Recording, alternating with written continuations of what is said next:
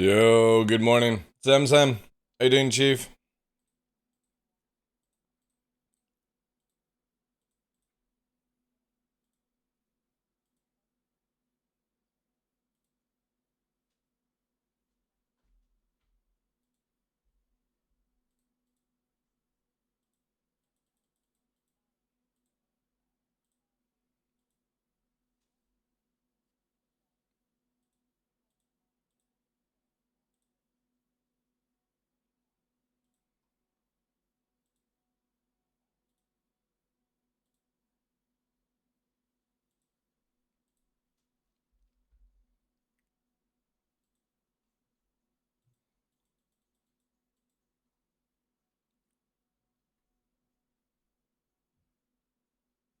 Yeah, feeling a lot better today.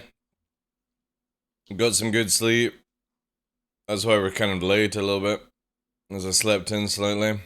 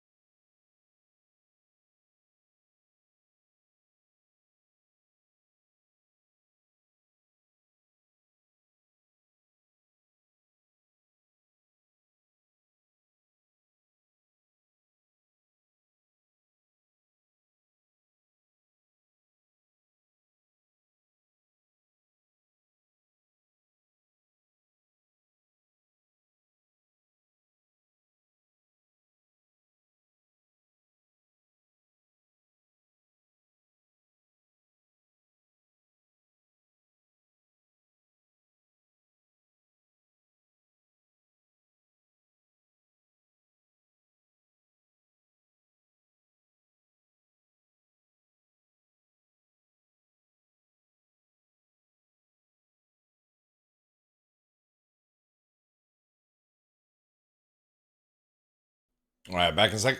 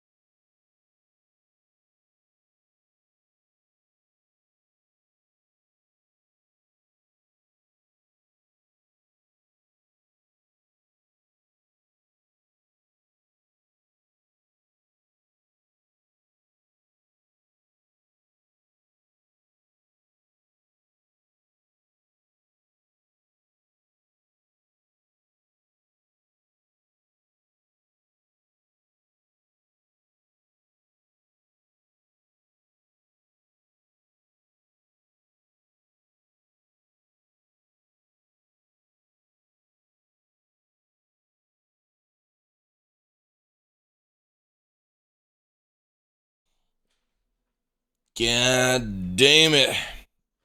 God damn it.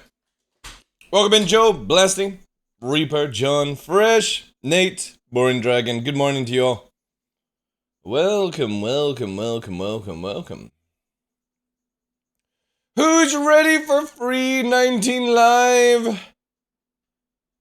It's going to be today, chat. I know it.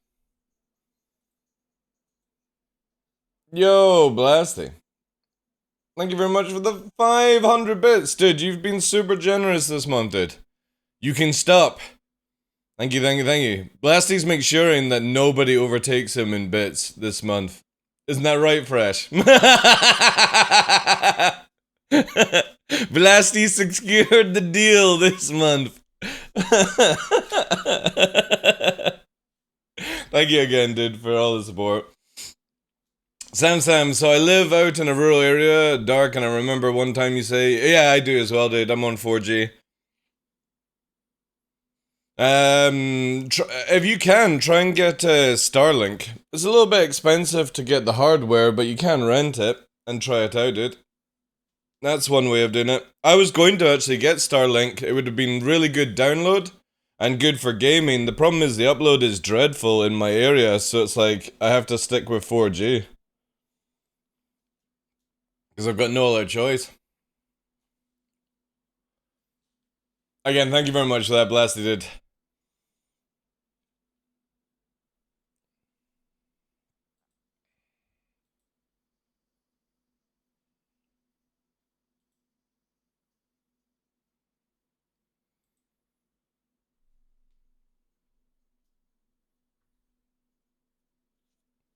It's not that expensive. If you're to buy the hardware, so you own the hardware, it's like £400 to £500, but you can rent it.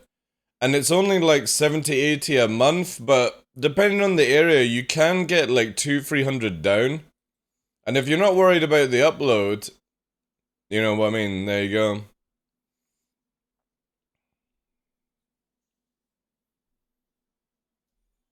Good morning, good morning, good morning, ladies and gentlemen. I'm your host, Michael the Dark Lawrence, and welcome to another episode of The Darkness here on Twitch. It is Tuesday, chat, 16th of May.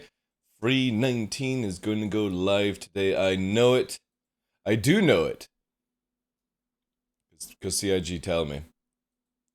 Hopefully, with no hitches, they want to get out today. And as I said last week, I had a feeling it was either going to be Tuesday or Wednesday for going live, which is fantastic.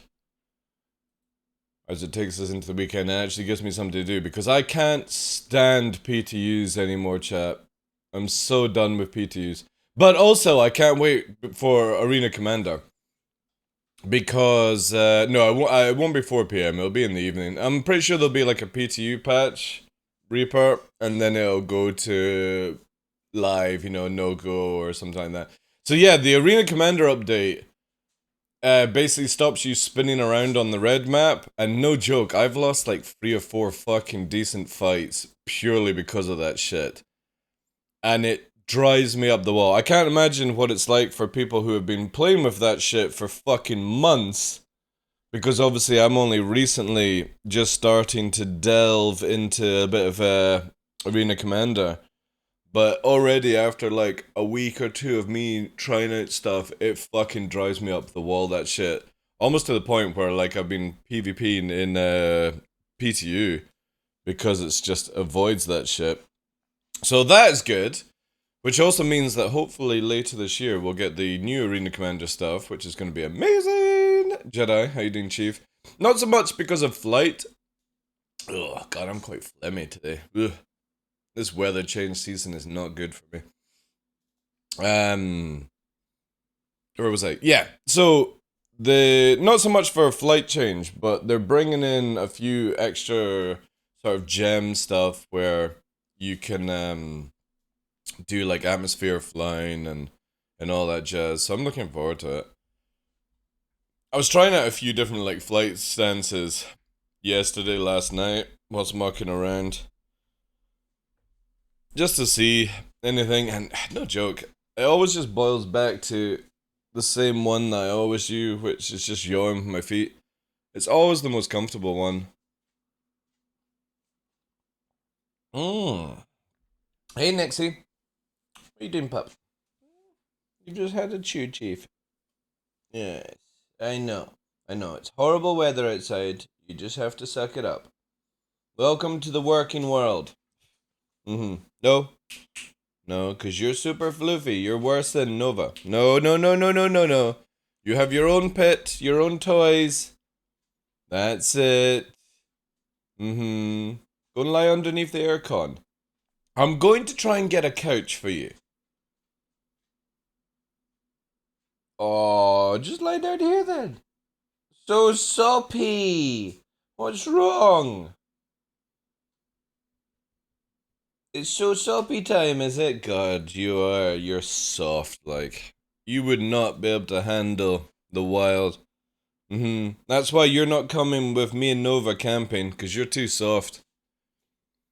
We need to take your nuts for you to grow up, I think. That's what's gonna happen next year, sadly. I don't really like doing it to dogs, but yeah, his knackers have got to fucking go. Like, they are fucking massive. They're like big drooping. Did I tell you guys about the story about Nix and my mother? Nix and my mother? There's this thing. I actually put a command in nuts. I think it's nuts. There we go. So, the command, we had this meme on Burks' channel the other day there. And all you have to do with the command is imagine, so my mother wasn't feeling well. My pup Nix has the largest dangling balls you ever see. She was sleeping, he went into her room and placed his nuts on her forehead. They awoke and screamed. I couldn't stop laughing. I'm such a bad son. That's what I actually said, and everyone turned it into, like, Zero State turned it into command. So if you ever do exclamation mark nuts, obviously it's got a 30-second command. It shares somebody else's name and lets Nix put his balls on their forehead, which is quite amusing. But yeah, that's the story of it. I said this in Captain Burks' stream, and oh my god, Zero State went too far and started making commands about it. But yeah, Nix has just fucking giant dangling balls right now. And he just swishes them around and stuff like that. No, it doesn't work that way. It doesn't work that way, John. It randomly picks somebody in the channel to do it. And you can only do it every 30 seconds or something like that. But no, you can't actually make it where Nix... No. It might come round to my name. But it randomly picks a name from chat. Even people lurking. So even lurkers can get dangly balls put on their face by Nix. Picks the same person. It would be amusing, actually. I can set it up that way, but again, it got to the stage where this is what, if you can actually do the same command on Captain Burks' stream, unless Zero State got rid of it. I was like, my god, using my story as a command, I'm putting the same command on my channel. But yeah, we will have to take Nix's knackers, sadly. It's just a much healthier option for a dog as well, for long term.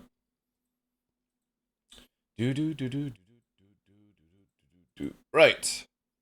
I've got the latest patch installed, I think last night, because I was playing quite a bit. Yeah. Again, I was setting up things. There's a really good... God damn it, I feel super phlegmy, actually. Give me a sec, chat. I'm gonna go and clean myself out.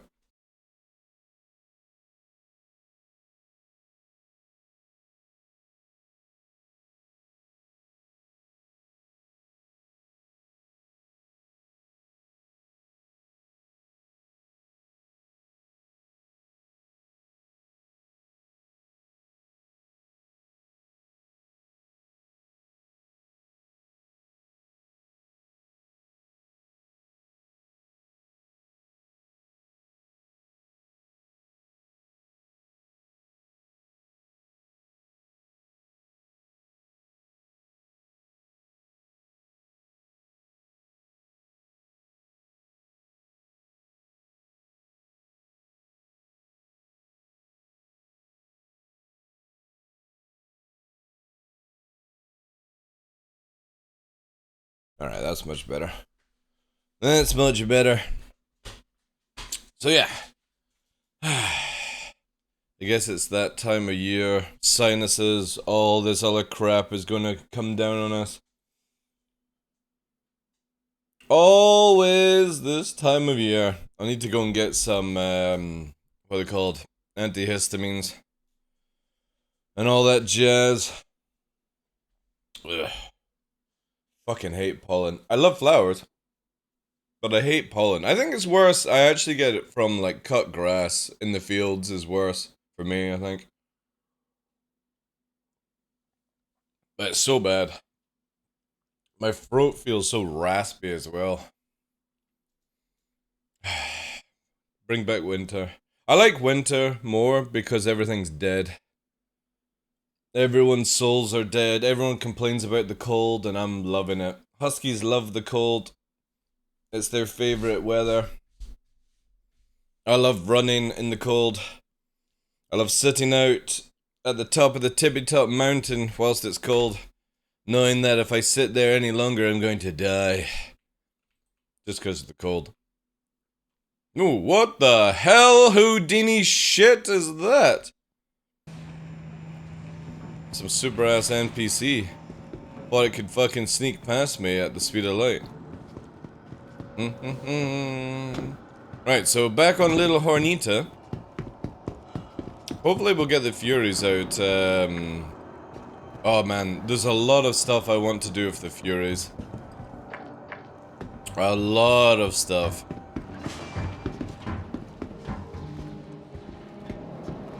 I'm thinking codename for the operation is, Operation Black Belt. That's it. That's all I'm giving away. But it includes quite a few, Furies.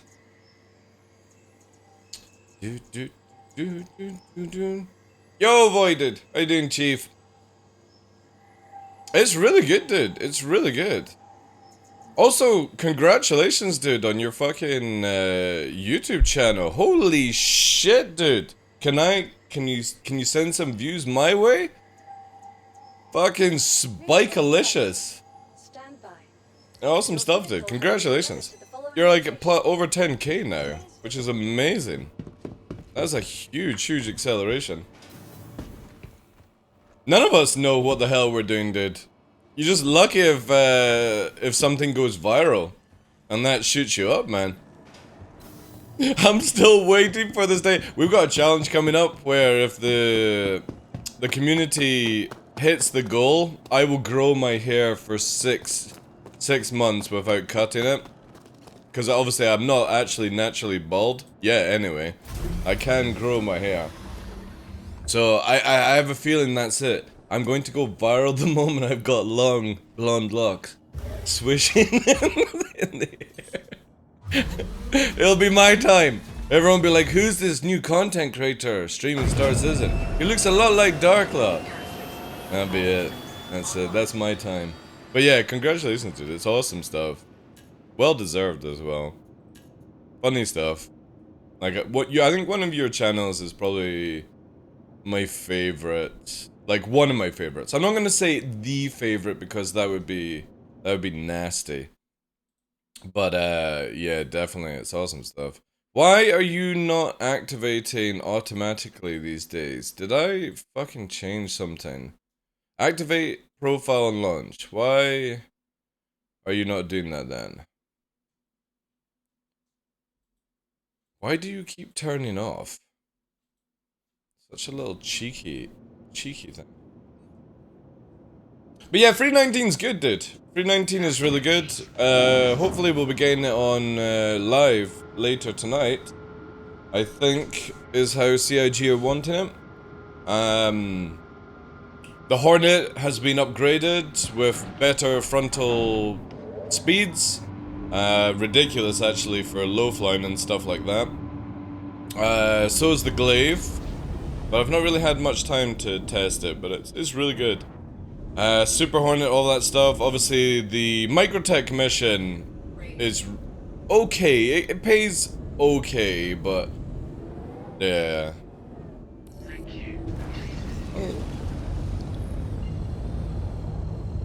Oh wait, before I even go, I need to actually get some crime stuff. So we're gonna be doing a lot of the Microtech stuff. Should we actually go to Microtech today? Maybe people will be there. Yeah, you know what? Let's not get a crime stat just now. Let's go and see what we can. Oh, I don't have any gear. Shit.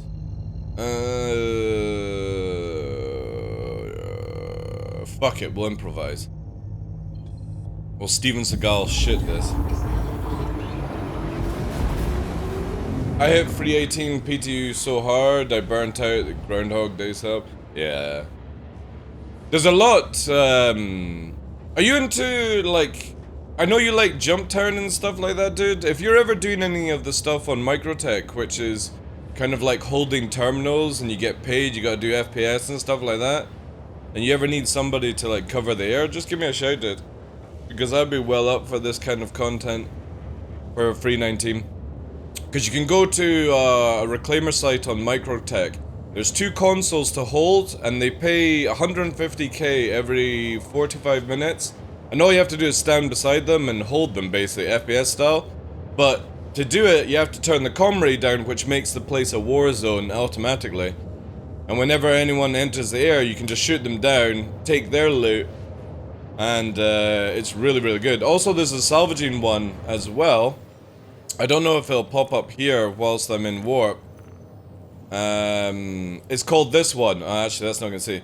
It's called In the Wake of Disaster. You have to spend 150k, but if you've got like a salvaging team, PvP team, and like cargo recovery team, which would get cargo and the weapons, you can make like 1 to 2 million if you've got enough people to do it. And the thing is, everyone can find the site because you have to pay 150k for the location, so it becomes a war zone as well. Oh yeah, totally did. Yeah. Let me know. Is this free 19 already? It'll be hopefully later today. Paz. That's the plan anyway. I know that CIG want it out before Invictus actually starts, so it's either today or tomorrow. I doubt it'll be on Thursday. Because they need at least 1 or 2 days, I feel, just to do a hotfix, just in case there's anything wrong. So I would actually expect it tonight, after a PTU patch. But again, there's no official word on it just yet. But we do know that thing. We're not getting a wipe now. Unless it's a mistake, but... if we don't get a wipe, that's awesome. I'll just move everything to Grim Hex. And then most of my stuff to Microtech, because I'll be spending most of my days at Microtech, I think. Because I'll just do blue missions around the area, and then if I see anyone going to... like, I'm not going criminal this time fresh, because obviously, like, my streaming schedule's different now, so I don't really have any backup, because Greg is busy... you're busy at work, Battlestar's busy at work, everyone's busy at work, and then in the evening I've just got no interest in playing Star Citizen at all, apart from Marine Commander. And then obviously in the 1st of June we're playing Diablo 4. Are you playing Diablo 4, by the way, Voided? I think you're into it, right? If you're playing on softcore and stuff like that, also give me a shout, because I've got a few people that are going to be playing, and I'm also going to open up like a clan for the community, which isn't anything serious, just basically if you're wanting to play with people. Be kind of like the Star Citizen rejects, as we always do in all the games. I'm confident we won't get wipes because they managed to salvage the train wreck. Yeah, that's very true, yeah. I think they're on top of things. But again, when people complain that people have too much money in the game or every single ship, it's like... who cares? You know what I mean? Like, eventually down the line, who cares, you know? I tried the Slam server to kill us, but Mother's Day plans said no, but yeah. If I can get on them. Dude, you should've, ah, man. I literally carried everyone with, Asheva. No joke. So I got my rogue so fucking geared, dude, that I was spiking 2-3k damage every hit. And we downed the boss. I helped Battlestar achieve it, and we had 8 minutes to spare. to kill the boss. That's how fucking hardcore my damage was. Literally soloing that motherfucker. So I wish I had said it. I could have literally carried you through one of it. Attrition of Panthers? I've got Panthers because attritions, as much as attritions sound better, I personally believe, John, they also can be distorted and destroyed easier than Panthers. Even though they've got the same damage, same range, the HP of the module is different. Unless CIG have recently changed it. Let's have a little look whilst we're flying across space and time. I moved everything over to Firefox, guys, so if stuff pops up like this, that's because I'm on a new browser. Well, a new browser for me anyway. I've given up on Chrome, I've given up on Edge. This is it. This is what I choose now. Also, it's what Battlestar recommended. I was like, alright, cool. I'll just trust. Trust. Actually, to be honest, Edge was killing my soul, how bad it was. But I need to get some mods for this stuff. Where are we going? NBD. I might actually get NBDs. Where are Panthers? What the fuck? They're not even on the list. Excuse me?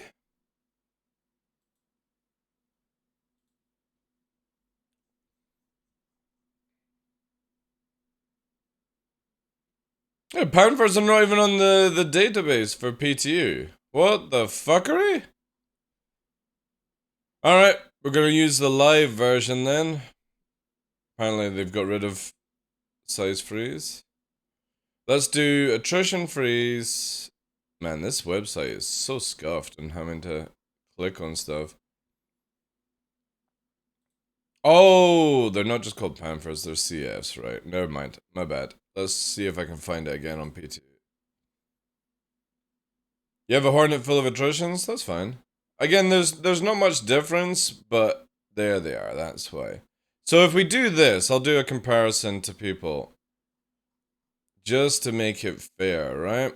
And let's compare selected. So you can see here that they've got all the same stats, yada yada yada yada yada. But unless CIG have changed them,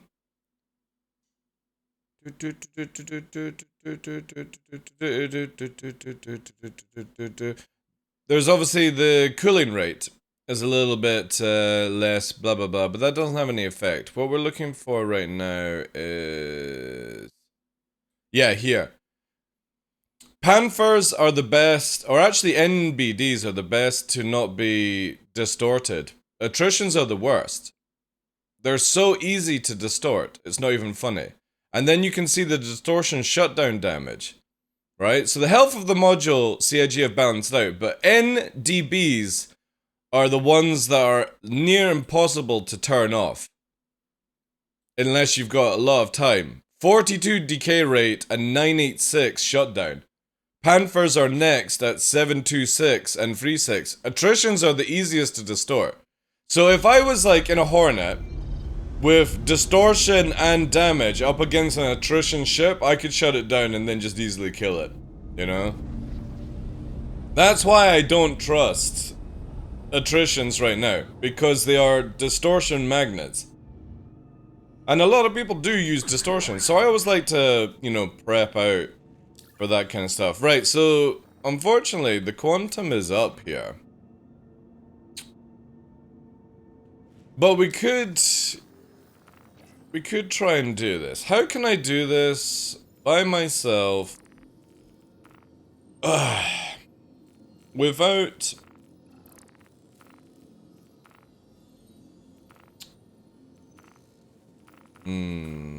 Seize the data? That's not it. What's the mission called again? Maybe I'll appear eventually.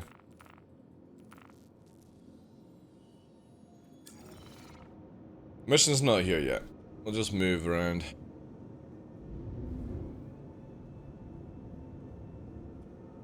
Yeah, it does, Titan Trigger. A lot of people complain about it because, like, for example, if I've got a really decent PC, right? If I use NDBs, I don't get any FPS drop whatsoever. I've tested it before. But if somebody has a shit PC, I can cause them to literally never land a shot on me. And a lot of people in the Star Citizen, like, fucking PvP community are, oh, it's too cheesy to use that. It's not my fault people have shit rigs, alright? Or that CIG. I like NDBs. They sound cool, they look fucking cool, they're blinding as hell. But you know what I mean? It's not my fault if somebody's rig can't handle the game, right?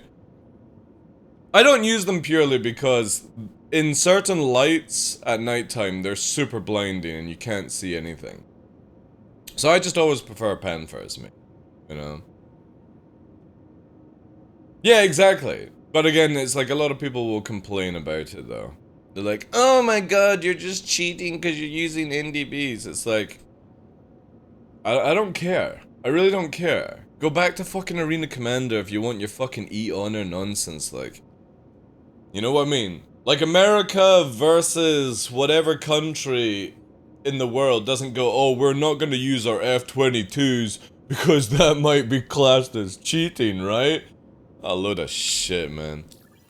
Use whatever the fuck you want in the game, you know? It's down to CIG to balance it. Again, the only reason I don't use them is because they blind the shit out of me. However, we could go... Where can I actually get these? Also, why? Oh, wait.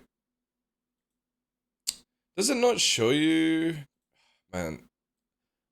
I swear, like, Urkel's website is one of the best website, but also one of the trashiest at the same time. Let's fucking do this.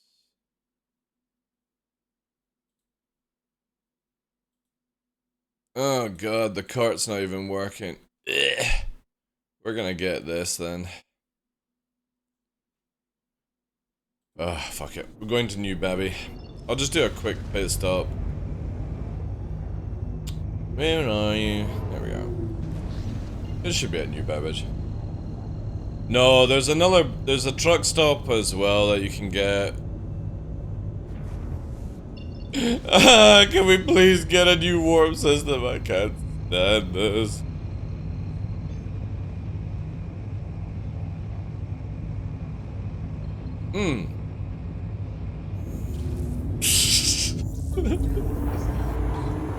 Thank you very much for the follow. My father wore. Alright. That's good to know, good to know.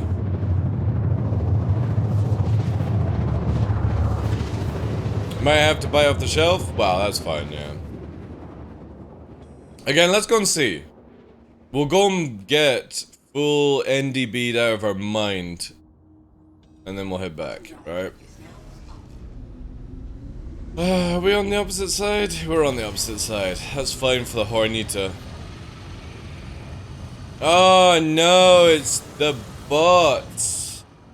It's bot chat. Alright. We'll just mute that shit once the bots come in. I appreciate the followers, bots, but yeah.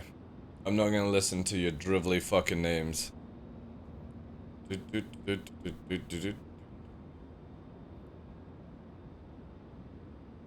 Any ships available with lifetime insurance at the moment? No, but if you wait a few days, the Midgie, we'll have the Fury, and that will be LTI.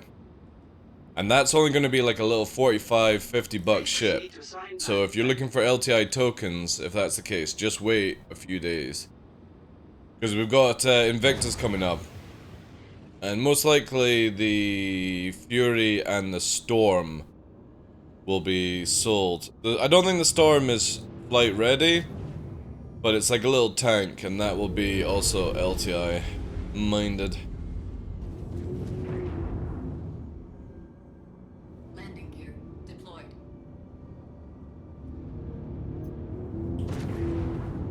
interesting, fucking dip. Can I see? Wow. So dark and spooky. So live tonight? I think it will be. It's not fair. It's not fair! Have a pleasant stay. I think so. Because CIG did say that they wanted to get it out before Invictus actually started to get some, just in case they needed to like do a hotfix. So I think it'll go out tonight so that they've got like Wednesday and Thursday to hotfix it before Friday. That's my guess. My guess. It does. It starts on Friday. Extreme Terror. So they need to get 319 out. Are these soldiers? Are we gonna see like nomads with tanks in the back? I don't think the nomad could carry the tank. It might be able to. That's gonna, dude. Right, so you know how the Fury fits on the back of the nomad, Void, right? If you know that there's one that's just a missile launcher version, right? All you have to do is sit somebody in the back of that, and you've got 20 missiles that face backwards on your fucking nomad. So whilst you're running, people are chasing after you. You can just go like that: target acquired, missile, missile, missile, missile, missile, missile. 20 missiles fired off the back of the nomad. People be like, God damn it! It's pretty cool in that sense, but I still don't think that the other Fury, the Murai or whatever it's called, I don't think that one should have had like near 20 missiles. I think it should have had half the amount. But whatever, right? Oh shit! Sorry guys, I need to store my ship. Fuck! I completely forgot about this. This is where I kind of hope that some of the stuff will eventually end up on your mobiGlass. I don't want it bugging out. Shut up, Anna! Hear Anna in the background. Where is she? There she is. Bloody Anna. Have you heard anything about the reset for 319? I don't think there will be a wipe, Nate. I really don't think there is. There's no reason, right? The exploits have been fixed. People have still got loads of money. With people with loads of ships and loads of money means absolutely nothing in this game. Until there's actually an economy in, so it's like, whatever, man. You know? No need to wipe. Yeah, I would imagine like ammo and med pens will get wiped. Yeah. But like if you've bought missiles, launchers, stuff like that, I don't think that will get wiped. Same with ships as well. Again, they might wipe it and that like basically go, oh shit, we're sorry, right? I don't personally care. I always start with 1,000,000 UEC anyway. Careful, doors are now closing. How about NBDs on top? I'm gonna do all NBDs. NDBs, John. Well, again, Nate, I have no official information. There is no official information push. But you know what I mean? Dave, the intern at CIG, might be having a bad day and roll the face over the keyboard at the same time as uploading everyone's accounts to 319, and we lose all our stuff, right? Including everything that we bought with real life money, and you have to buy it all over again. CIG are like, oh, we're sorry. You bought Legatus pack? We're sorry. You know? Just always assume that Tony Zervik is up to no good. You know? I kind of feel like Tony Zervik, the way he's building like AI scripts and all that stuff for this game, he's like the claw guy from Gadget, right?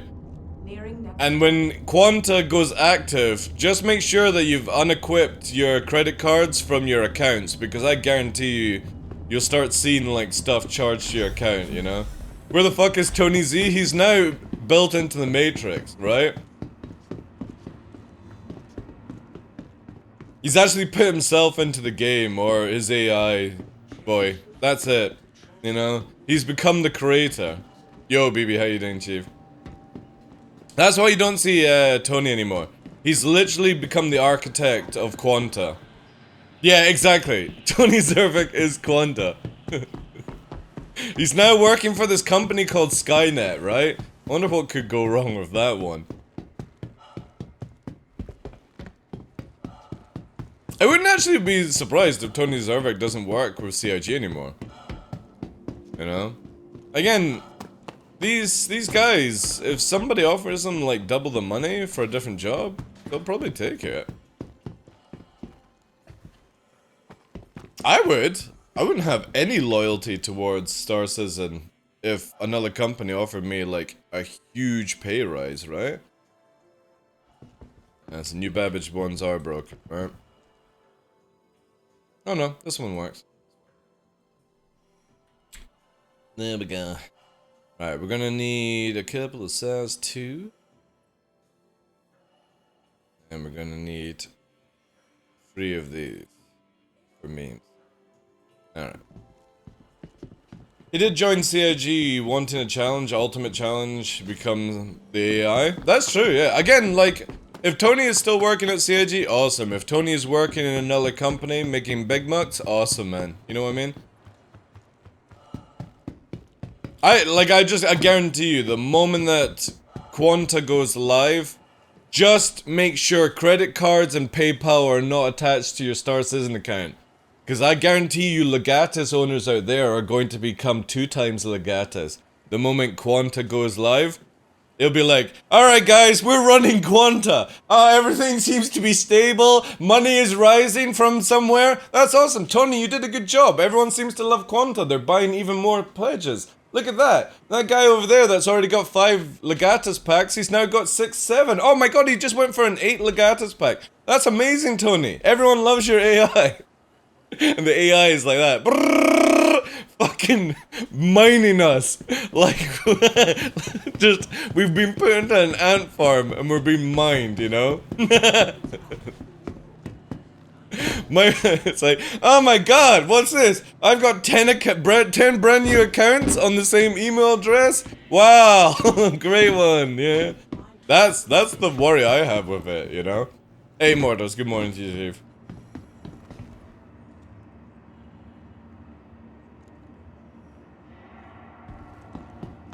Is there? I heard that GPT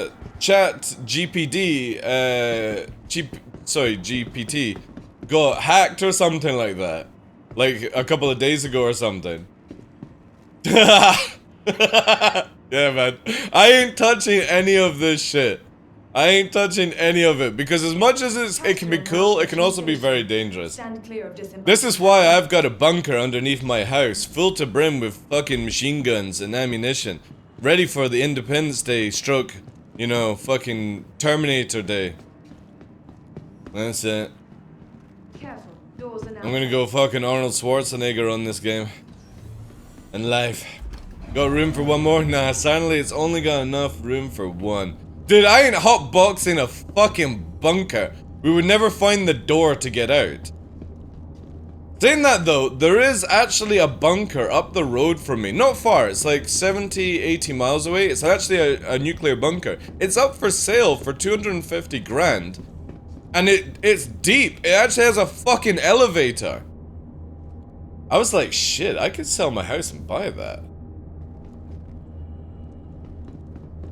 I don't mind living underground. Maybe for like another 100 grand, do it up. Full fucking lockdown mode. Everything engaged. Diesel gens. Be pretty cool, like. Exactly, Titan. Exactly, dude. And it's so far away. I was tempted. You know that you can also buy some lighthouses in Scotland as well. For really cheap.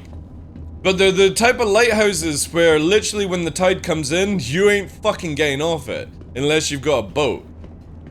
And I'm like, ah man, when the world goes Pete Tong, it might be good to be in a lighthouse. Nobody's sneaking up on you in a lighthouse. Because again, when the water's in, they can't even climb up on the rock. Put some barbed wire, razor wire around it. You're fucking golden, like. Who the fuck is gonna snorkel out in the Scottish Sea to climb a fucking tower? Awesome stuff. And they're so far away from nukes as well. I mean, yes, if the nukes are detonated in the water, obviously there's going to be a big tidal wave. But to be honest, I'm pretty sure these motherfucking lighthouses can handle, you know, a 1,000-foot wave. Easy.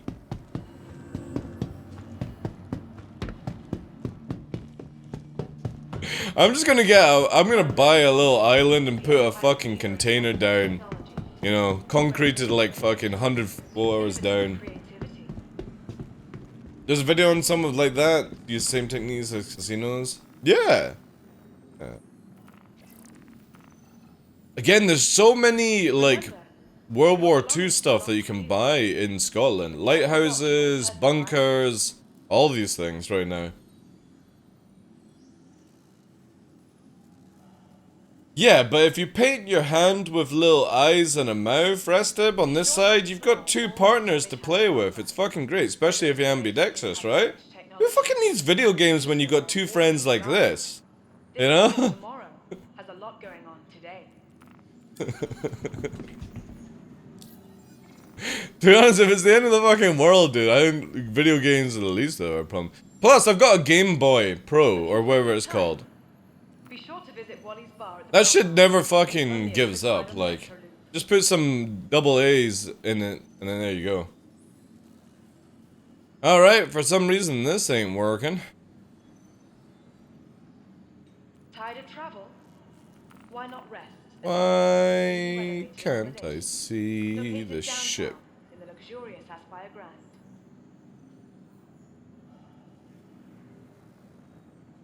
I just want an island in open water to make a souvenir state. For the latest Oh, sovereign updates state, on sorry. availability and gate assignments, please use one of the conveniently located terminals. Is it actually nuke proof or is it just oh, the bunker is nuke proof. Yeah, Nate. Yeah. It's deep, dude. It's deep in the ground. Like you have to go through an elevator or a staircase to get down to the bunker. It's deep, dude. It is nuke proof. You would have to spend a lot of money to like redo it, right? Yo, it's not fair. Thank you very much for the bits, dude. Let me just fire that off again because we had it muted.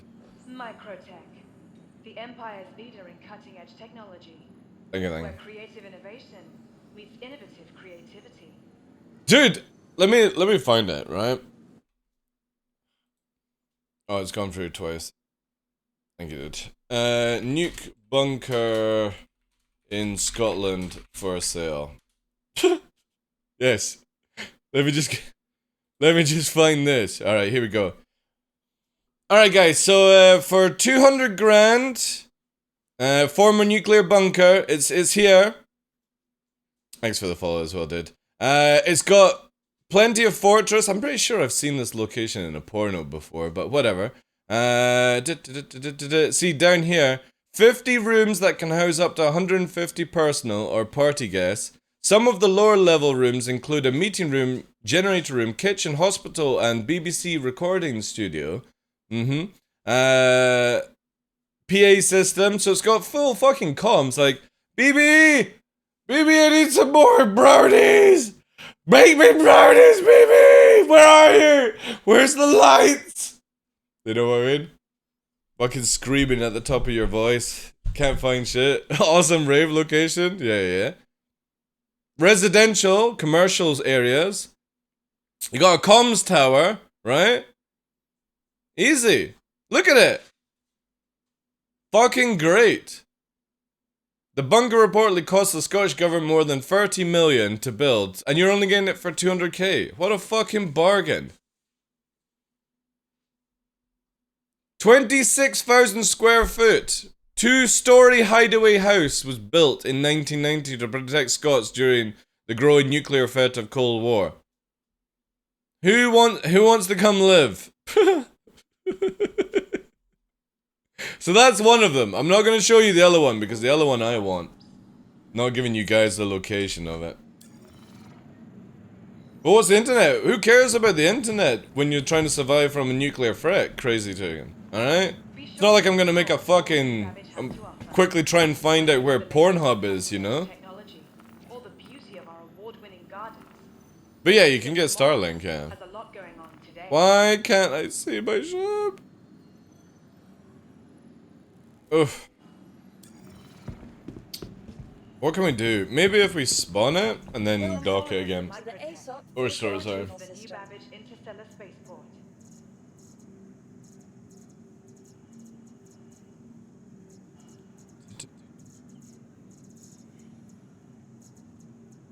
Tired of travel? Vehicle Why not selected. rest at the less Stand by. newly renovated accommodation? Your vehicle has Located been downtown. delivered to That thing's gonna fill up with water, dude. Obviously, you don't know much about Scotland. As much as it's rainy, I live up in the Highlands. It's rainy as hell, but these places do not flood, dude. We're not English. Microtech, Please visit the us Empire's again. leader in cutting-edge Goodbye. technology. Our infrastructure is built around dealing with water on a daily basis. When people cry that it's raining, we go out and fucking masturbate to it.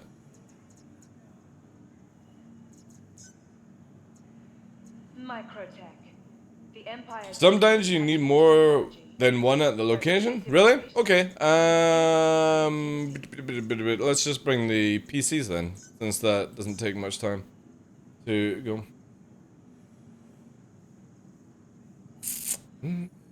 Ready Well, for that's where the bunker I want, though, located Titan. in the plaza. That one is a little bit in the lowland, but that won't fill up with water, dude. There's no way. Dude.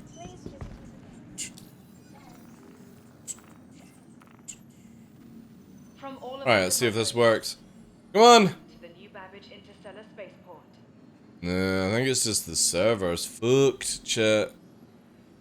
I might have to find another server, or maybe I have to rejoin. For the latest update, I've had this before, and I rejoined the server, and it fixed it, so I'm gonna try that. You might want to start a cult or something. Dude, I don't want loads of people in my bunker, alright? I want to be able to segue through all the rooms completely naked without somebody going, oh, that's inappropriate. If I'm gonna buy my own nuclear bunker, it's not to fucking let other people survive, it's just for me. Why do I want to share my cave? I'll bring the BB. BB is allowed. BB can have a few square to set up the plantation, right? Because we're gonna need a plantation to survive. But you guys are gonna have to get tickets, like everyone else. Sorry, I don't make the rules.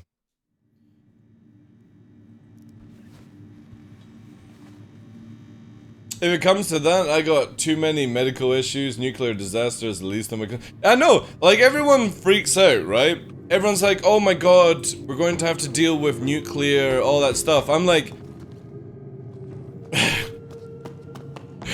the nuclear side of things is the least of your worries, right?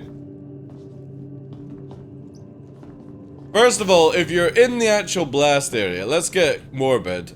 If you're in the actual blast area, you're never even going to know about it. You're gonna see a bright light and you're dead, right? If you're out of the fallout zone, you're gonna be surrounded by fucking free four-tittied fucking women, you know? It might be good for the first, like, couple of months, and then everyone starts falling apart from liquidization, you know? Holy shit! Where did she go? Where did she go, chat? You saw that, right? Let me rewind that. Watch this. Watch this, chat. Watch this bitch. Watch her. Hurrah! She went underground. She went underground.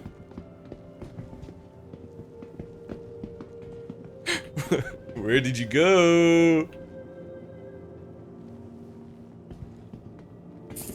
What are my top 5 ships? I'd have to think of that. Probably in, like, if we're talking about 319, it would be the Hornet, it's number 1. Probably the Arrow, actually no, that would be a lie. It would be Hornet, Scorpius, Arrow Gladius, and then probably Ion actually, just for the memes. That was crazy? I ain't telling you shit. Only a true master of streaming knows how to do it. Also, you need to have a fucking seriously powerful secondary PC for streaming. You can't do it on one PC. You will literally burn your fucking graphics card out if you do it. So, what we have is basically two PCs. One PC obviously is doing the gaming side, one PC is doing the streaming side. But the streaming to be able to rewind like this, I'm literally recording 5 minutes of footage as a buffer on the graphics card. So not only am I streaming, recording, but I'm also buffering 5 minutes on the GPU. So you need a beastly GPU processor all to be able to do it. And if you try and do it on a single PC, you will literally melt your fucking graphics card. Because, yeah, again, it's like 5 minutes worth of footage or something like that. It records back. Careful, doors are now closing. And you don't see many people using it because, again, it's heavy. It's very, very heavy on a system. And you can only really do it with dual PC. But it's, like, for me, a lot of people will do instant replay. Like, I've noticed Detox has started using instant replay. I've got instant replay and buffer on this PC as well, running at the same time. But, again, you have the ability here to literally rewind the feed. So we're now 5 minutes back, and I can fire it forward, right?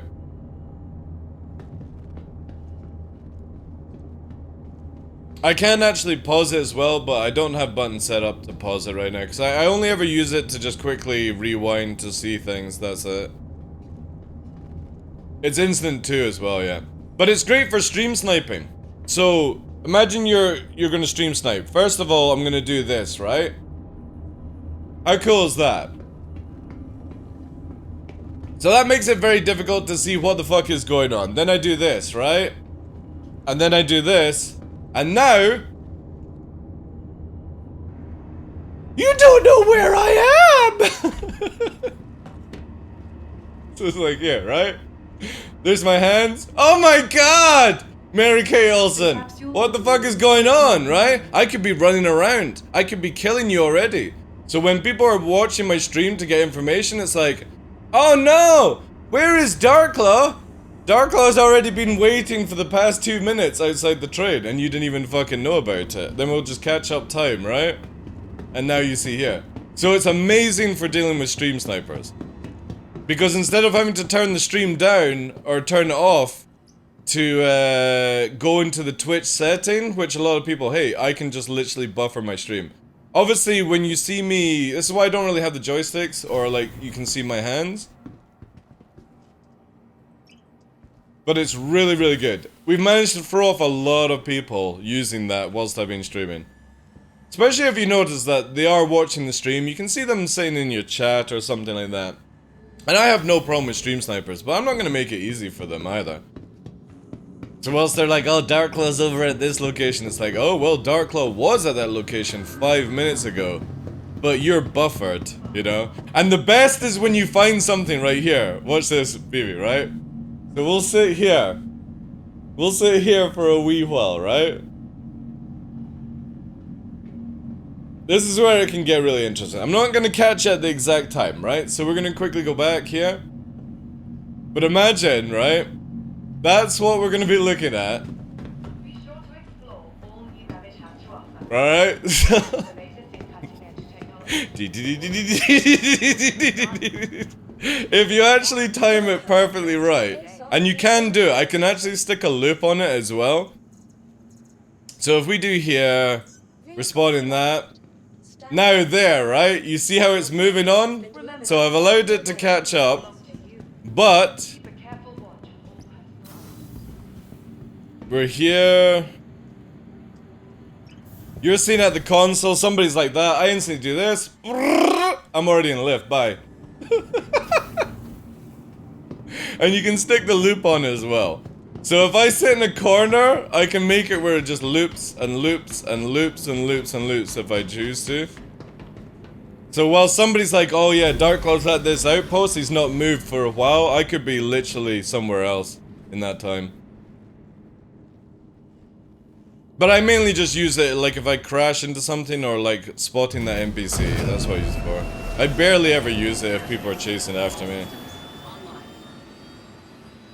But it's a good fun. It's a good way of doing it. Alright, let's go and see how much we get blinded by these guns then. Then you forgot to press record, like some other content creators. What do you mean, Titan?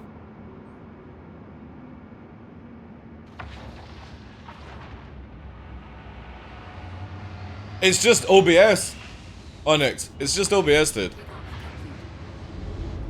All the stuff that you see on my stream is just OBS, dude.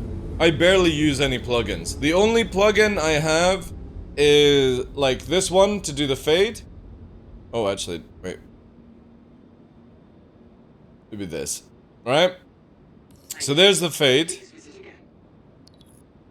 We can do that one. We can make it where the camera turns off and then turns back on.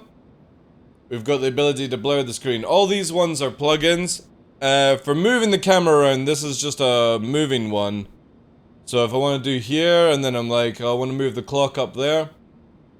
So we have the ability to do that. They're just, again, they're all the plugins. Everything else is just OBS coded. You really don't need much to set up a stream. But that's why I do minimalistic shit. I don't do any of that fucking light bulb nonsense, pop up on the screen garbage, like. All these things just literally slow everything down. That's why we've gotten like no fancy alerts. It's just something that, like you see here, where it's not fair. Just like that, right? That's it. That's a simple system as well. Like that's just CSS. There's nothing animated or anything. It's just text code.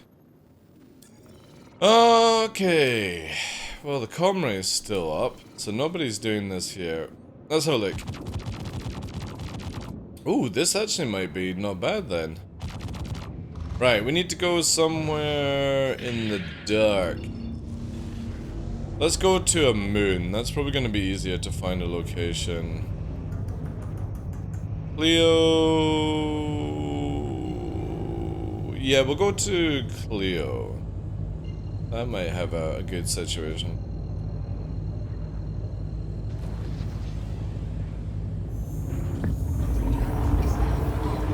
Did you get the podcaster to in the end? Yeah, we were actually using it on Onyx. It's really good. Jump town save? I don't know.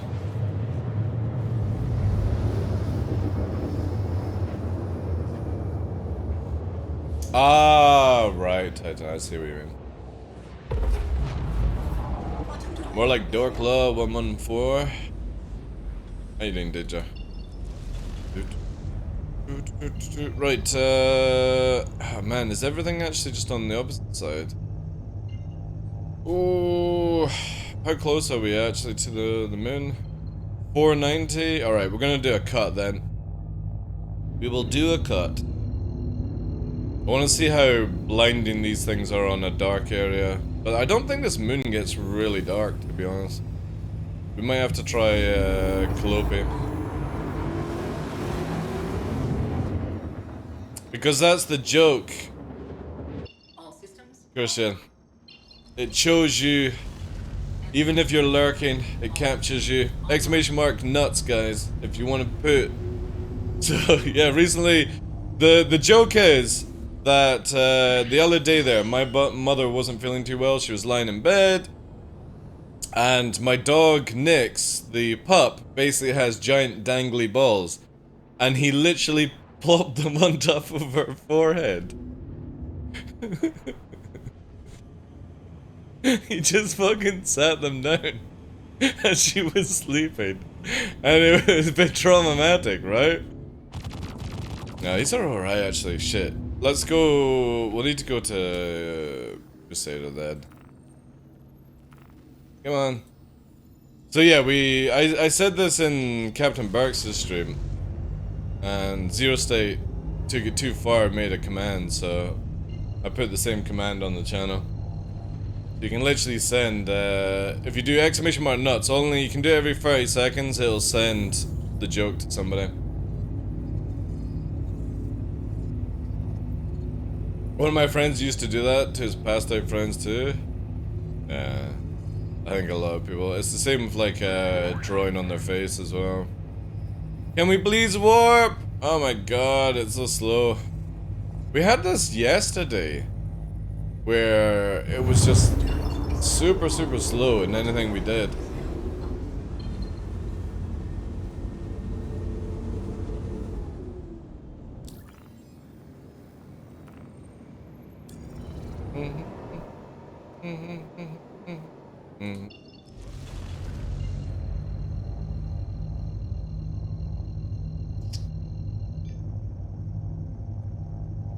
I might grab some of these in the future.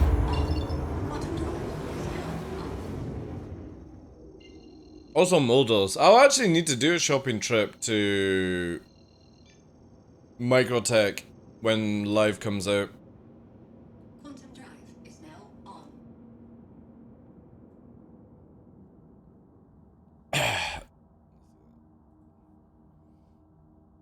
Drawing on face is nothing compared to walking hairy balls on your forehead.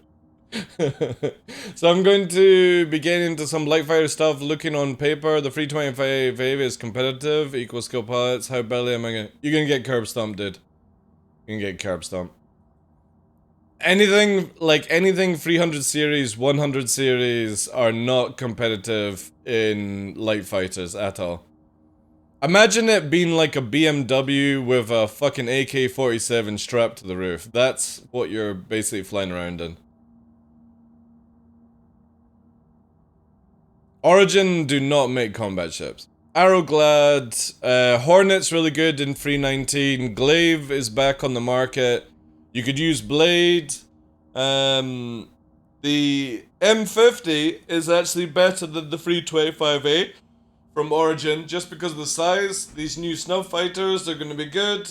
There's a lot of choice, just unfortunately the 100 series, 300 series are an absolute shit show when it comes to combat in this game. They're so squishy. The 350R gets a little bit of a speed boost in 319 in the acceleration, but that's not going to help you when you're in a ship that has no HP.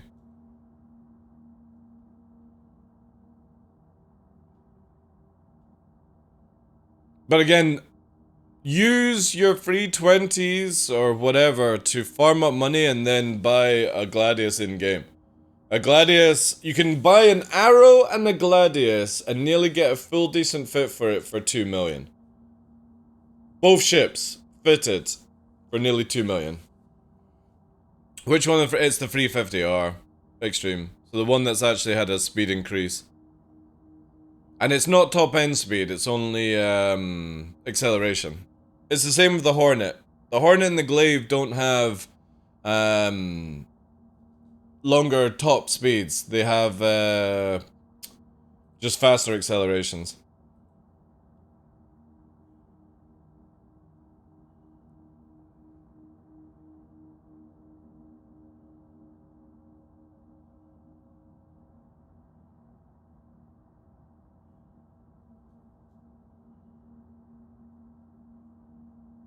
I only have an Avenger. Is it possible to get good enough to defend against? But no. Thank you for that.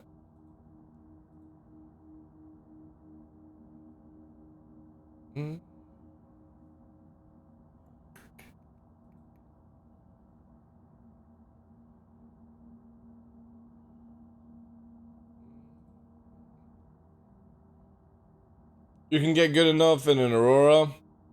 Ship is irrelevant, to be honest. I would disagree massively on that, baby. You can only take a ship so far.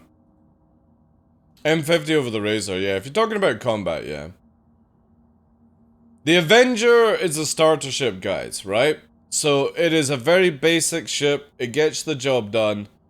The best thing to do is to always make it where you use that ship to farm up money and get your a better combat skill, ship related. So you have your Avenger Titan, you farm up like 2 million, you get yourself a Gladius, full military fit, boom, there you go. You use the Avenger for doing whatever, and you use the Gladius in-game for PvP or combat.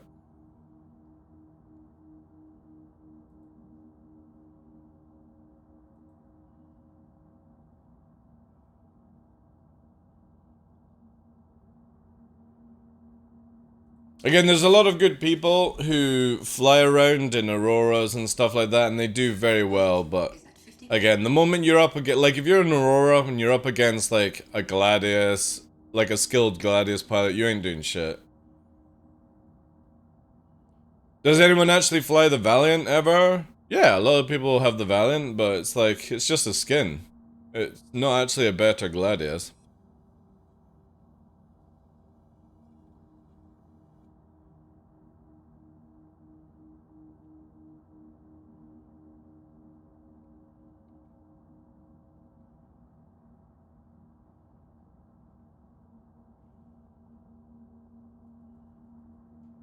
But yeah, when it comes to combat, I'll take the M50 over the Razor any day. I like flying the Eclipse as well, yeah. I kind of wish that they would bring, like, you know this new Fury, the one that's called the missiles? I kind of wish that instead of them surrounding it in size 2-1 missiles, they had just made it where it had 2 size 5s. That's it. One on each side. Size 5. And the whole job of it was to basically just do like that TIE bomber kind of thing. That would have been kind of cool. Yeah, and we didn't need another ship with huge amount of missiles. Next. We'll lay down.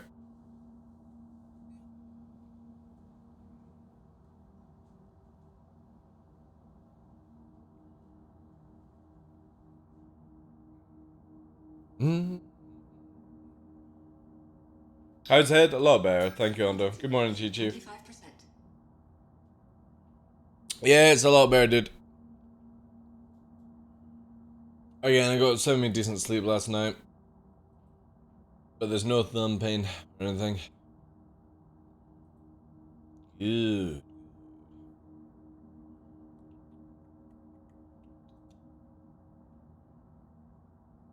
Oh, it's just a typical, like, eye patch, dude. It's like, one that looks like skin color, and it's got like a bit of string. You know, you get them from like medical places. Nothing fancy, dude.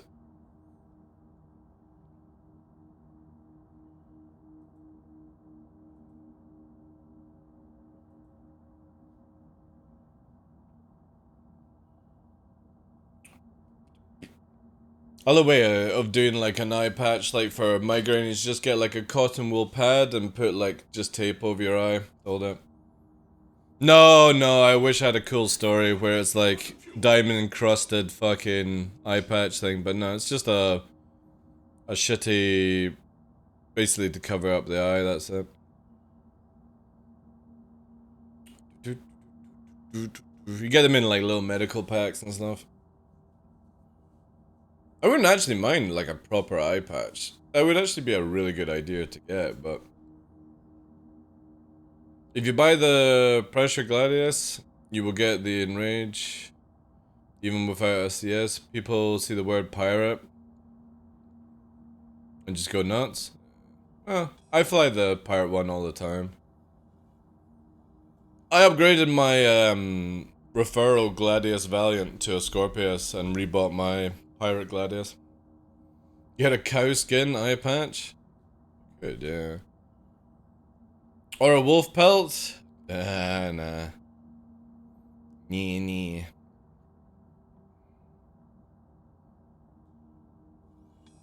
Quantum drive is now on.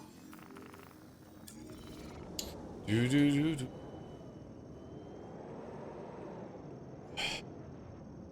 Arms are stiff today, though. Right, let's go and test this out in a simple Vaughn mission.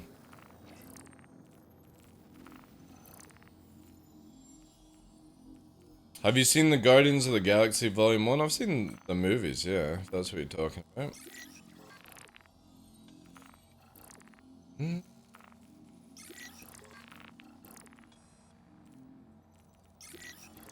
Quantum drive is now on.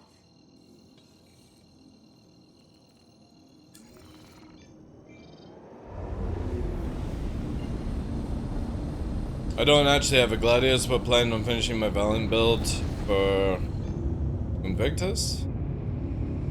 Valiant build? What do you mean with that? Quantum drive is now on. because the Valiant is just a skin. Oh, CCU. Ah, right. You're playing the CCU game. Fair enough. Fair enough. I was like, what's fucking special about the Valiant? Oh.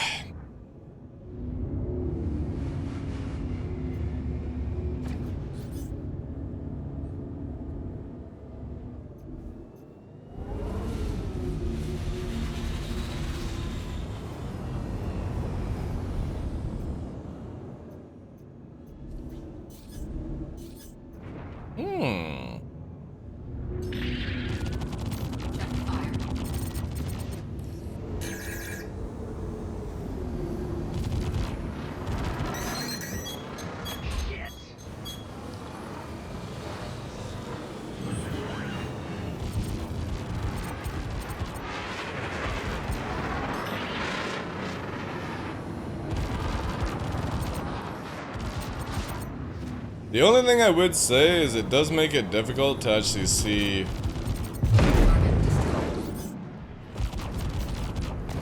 Again, they just got it where it blinds. This is where I would always just say Panthers.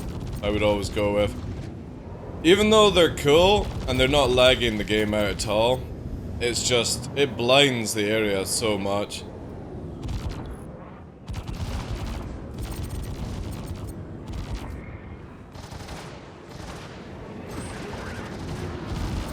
Target destroyed.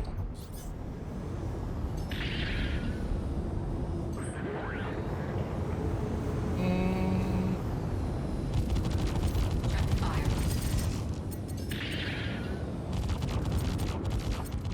Yeah. I just would not recommend neutrons because of this.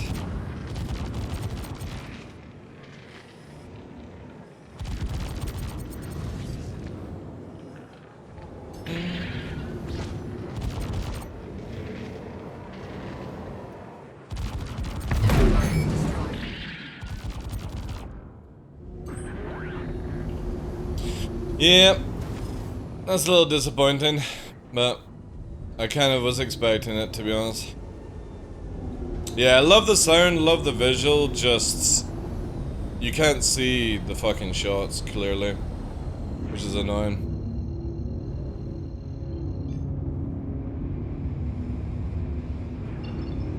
I'm gonna swap out the guns, because, yeah, this is too annoying. Yeah, it's worse when you've got somebody like in a Hornet or a Scorpius, sorry, Scorpius or a... Thanks for the follow, dude. The, what's it called? Scorpius or, like, Hurricane or anything that has a turret like that, even worse than the Gladiator. When you've got somebody with neutrons as the gunner, you can't see shit. It's same with modals as well. CIG really need to tone down the level of like animations that these things make. Again, it's not bad there, it's just it's super blinding when you're on target. Like everyone's saying it looks like a TIE interceptor and stuff like that. The Fury. I think it looks like the drone from Oblivion. That's the first thing I see. And I know it's meant to be like the Star Citizen TIE Fighter, I get it. You know, TIE Interceptor, whatever. But it just looks like the Oblivion drone to me. Make it white and you would see it. Yeah, the NDBs are just not fun to use. Again, they look cool, right? Especially when you see them on the ship. They look cool. But it's just... nah. It's not fun to fire with them. I'm struggling to track the target because it's just too much. So we'll get the Panthers back on. Again, I would probably use attritions, but attritions as like a criminal are just such an effort to get.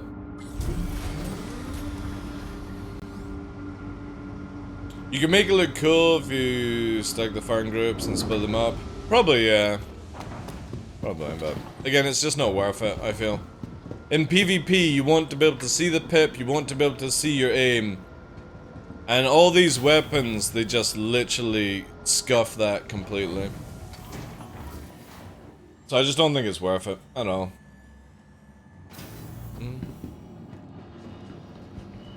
So we'll store this, and then I can pull the Eclipse, which will give me some more guns. Put back on the Ghost. And we'll store the... Again, I'm glad that we tested it. This saves me actually having to spend money in live.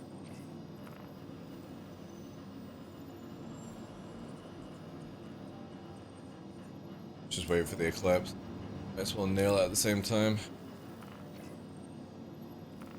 There we go. Take the badgers off. Again, we're on PTUs, so I don't really care about these sort of things. Just I'm not flying all the way back to New Babbage to grab it.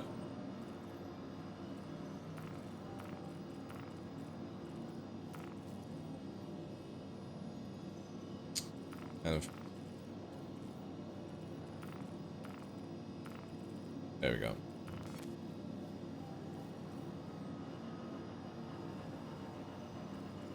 I wonder if doing 2 modals would be a good... Nah, that'd be a waste actually. Let's just stay as full DPS. Welcome to the Is it just the Super Hornet that has the remote turret? Yes, it does, yeah. The problem you have with, like, the Super Hornet is really good. And I would actually be using the Super Hornet or the Heartseeker over the Hornet. The problem is right now, if I'll show you here. The only reason I'm using the Ghost, purely 2 reasons, because it has this really cool dark black skin to it. The second reason is, when you get into the Super Hornet variant, they can't yaw and pitch correctly with their landing gear down. So when you're trying to do like silky landing, you have to literally come to a halt to be able to use them. And I can't be bothered with that shit, right? And I doubt CIG have fixed it since I last tested. Obviously I might be eating my own words very shortly.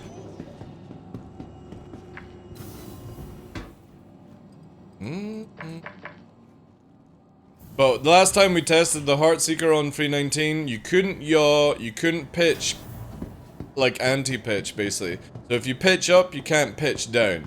And it's such a shame because I really want to use this one all the time. It has less missiles, but obviously it can carry a second person. It's a little bit slower, but again, I would just like to use this. But we'll see here.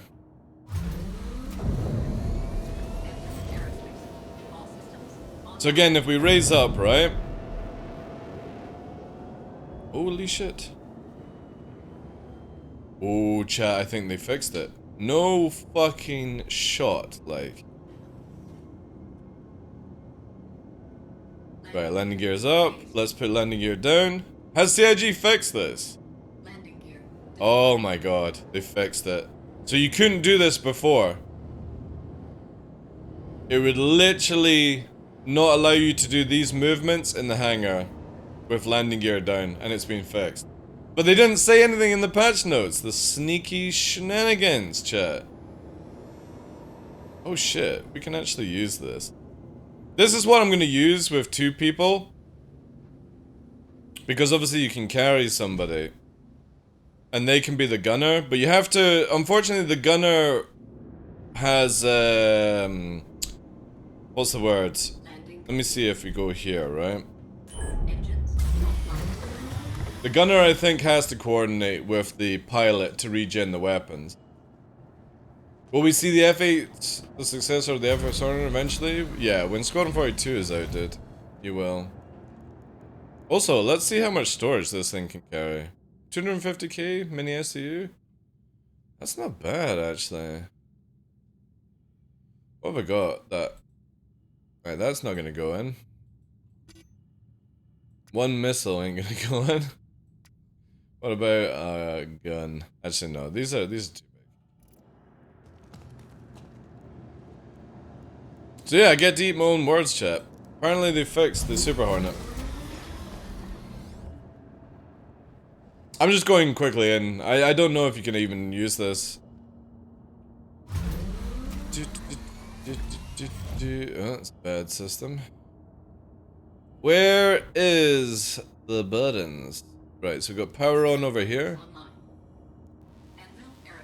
Where is this shit located? Oh, man. At least it has fucking MFDs that work, right? We've got the button, chat. There's nothing else. Alright, we're gonna have to do a little customization job then.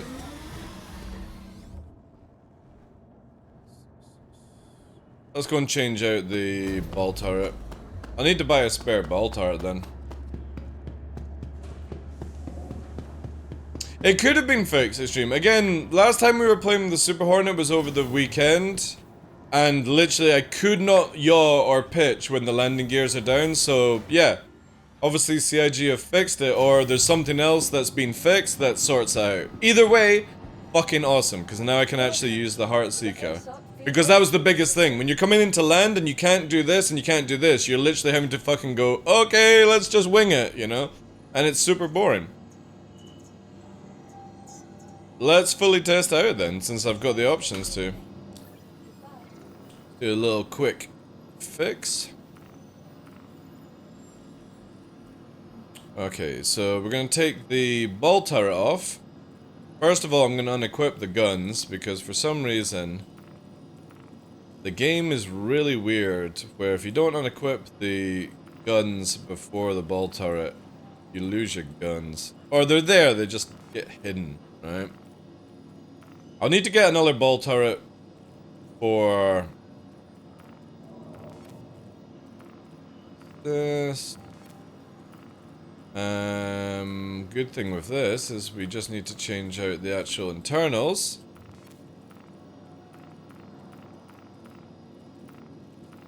Oh, Diddy. Thank you very much for the 9 months, dude. Welcome in as a full-fledged wolf as well. How you doing, Chief? Thank you so much for that. The gunner would be gimbaled, yeah. We are gonna test it in a second, guys. Let me just hook this bad boy up.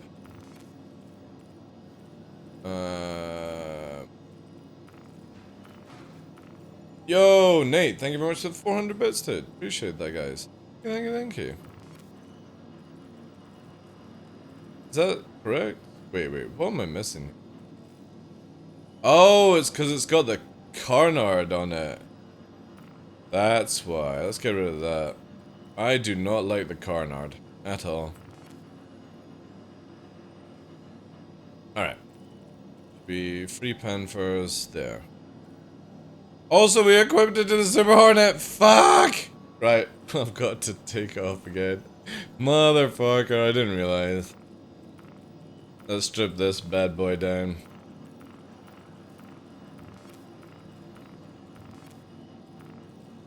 Let's go to the Heartseeker.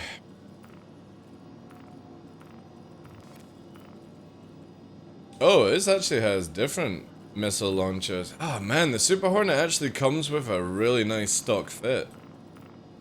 Damn! Yeah, the Super Hornet is actually a lot better fitted than the Heartseeker, which is sad.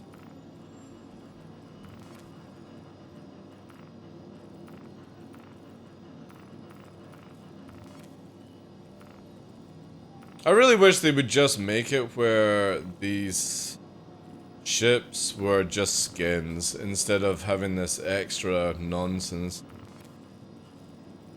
Alright, let's test it again. Welcome to the ASOS. Hey Metal Wolf, how you doing, dude? Good morning to you. Chris Robot, so is this ship worth flying again? In 319 it is, yeah. But, I will say this.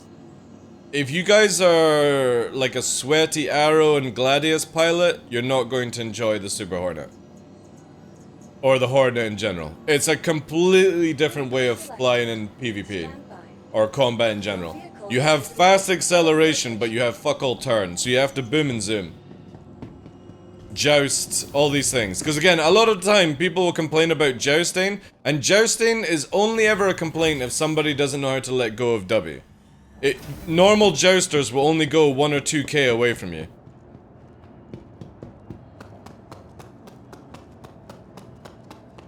Yeah, what do you think about the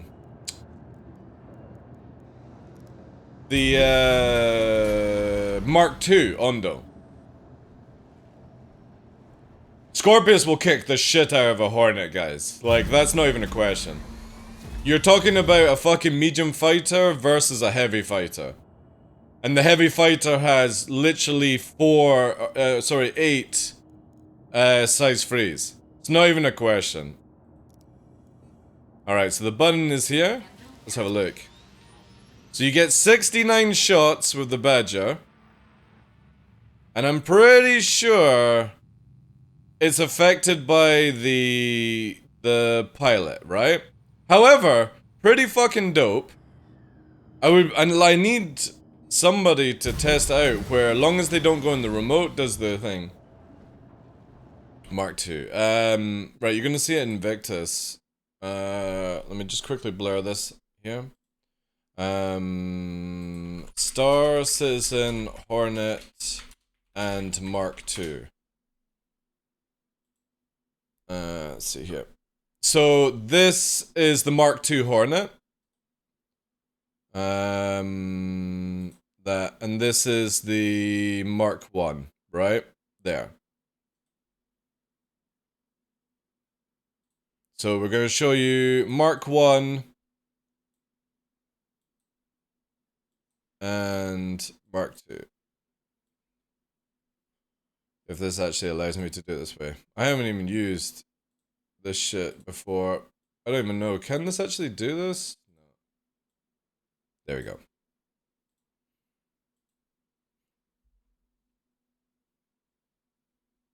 So that's a Mark I Hornet. That's a Mark II. It's more rounded, better fuselage, basically. And for me, I think the Mark II is fucking gorgeous as a Hornet. Wouldn't cannon loadout be better for... No, not in the current state of the game. Cannons is not a good method at all. So again, you've got the Mark II, which is more sleeker and rounder, like there. And the original Hornet is more blocky. That's the Mark I. Again, go to Invictus, Ondo, and you'll be able to see the Mark I Hornet and the Mark II side by side. Okay, that's fine, Ondo. Yeah. The TDL, the only difference is just skins. Yeah, the model as well, but also the Mark II will be better in atmosphere flying, John. Weapons online. Buttons and area. They're not just skins. Online. They literally are different stats altogether. The Mark II is much more aerodynamic than the Mark I. And if CIG don't add in that feature, then that would be very disappointing. Because they're meant to be upgraded ships.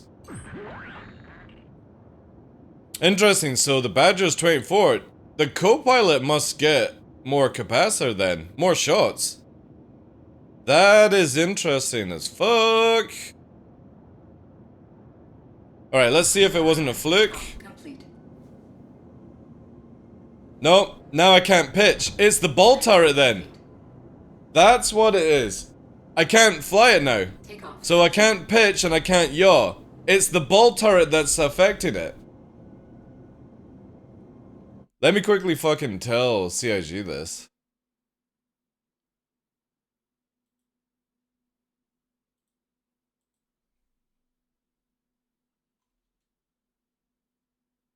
Let's see. So yeah, going with this method, literally...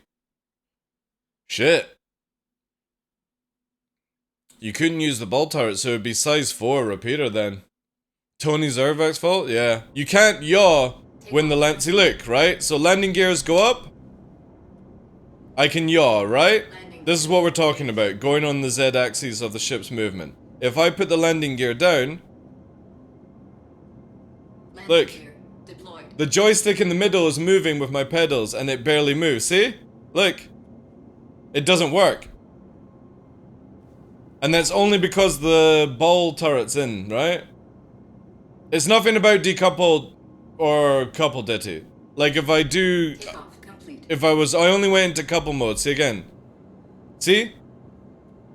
It's not doing it. Look, you can see the joystick. My peripheral is moving. It literally doesn't do anything.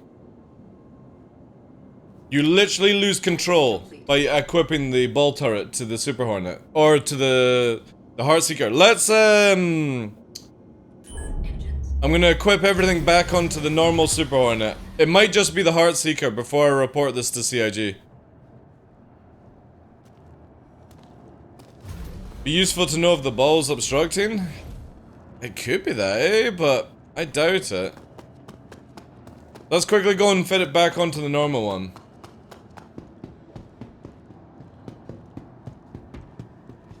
If you're using the ball turret from the Super Hornet, devs, it stops its movement. If you're using the size 4 mount, like you would basically put a size 4 gun on, instead of the 2 size 3s, it works fine. It's only when you equip the ball turret to the Heartseeker. But I'm gonna quickly test on normal Hornet, normal Super Hornet, to see if it actually works or not. So we're gonna put everything back on the original Super Hornet, not the Heartseeker variant, and find out. Please visit us again. Goodbye. So it's not been fixed. It's just literally... Looks like it's the turret that's doing it.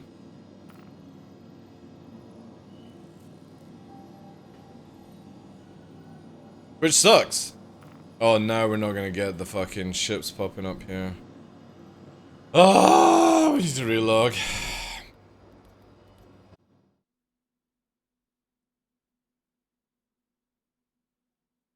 Sometimes messing with loadout causes components to not power up on... Again, it's nothing to do with that.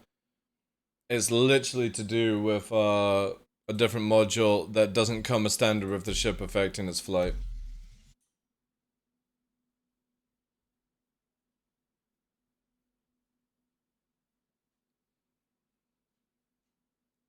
I do know that, Titan, yeah. I do know. But here's the thing, when I raise the landing gear, I have all flight control. So what you're talking about completely goes out the window. Because I'm telling you that the moment that you lower the landing gears to come down, you lose the ability to fly. So if they're working when the engines are, or the wings are out and your landing gears are up, everything's working correctly. I'm talking about the ball turret is literally disabling your systems when you're trying to land. It's not permanent, no. It's only when you have landing gear down. And it's only when you have the ball turret, because when I had the size 5 mountain that gives you the size 4 gun single, it was working fine. That's why I thought it was fixed, but it's not. It's actually the ball turret that's affecting it. So we need to go and do a control group and basically put in a stock Super Hornet to see if that will work. If it works on the stock Super Hornet, it's only to do with the Heartseeker variant. Again, it's to allow CIG, like if we do it just now here and give CIG the work, it means they can narrow down the issue on it faster. Vehicle retrieval system. We just gotta make sure we got all the ships, there we go. Visit us again. Let's see if this works now. So again, we're just gonna basically put the stock or everything back on.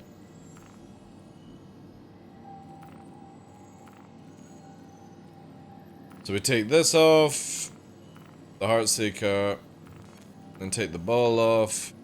Because again, I'll put there's the size 5 mount back on, and we'll put the cannon back on for, just to show you guys, right? Let's take the Panthers off. And on the Super Hornet, we're gonna put the ball turret. So all we're doing a control group, where all we do is the ball turret, and that's it. Ball turret, no other weapons, and on the other one, we have the size 4 mount. To the ASOC Which would obviously, they're both size 5 turrets, but it allows you to either have the ball turret allows you to have 2 size 2s, or the other one allows you to have a size 4 mount. And it works fine on the Ghost because I had the ball turret on the Ghost. Vehicle So I have a horrible feeling it's just to do with the Heartseeker. Your vehicle has been Which means, following location. if this works, I'll probably just use the normal Super Hornet. They're exactly the same ship, it's just different skins, that's it. I don't understand why CIG just can't stop doing variants of the same ship and just make it where there's only Super Hornet and it has skins. Then you have the Hornet and the Ghost is a skin. Or like the module that you equip on it, right? So this is stock Super Hornet. Because this one comes with the ball turret as standard. We'll power it on and we'll see what happens.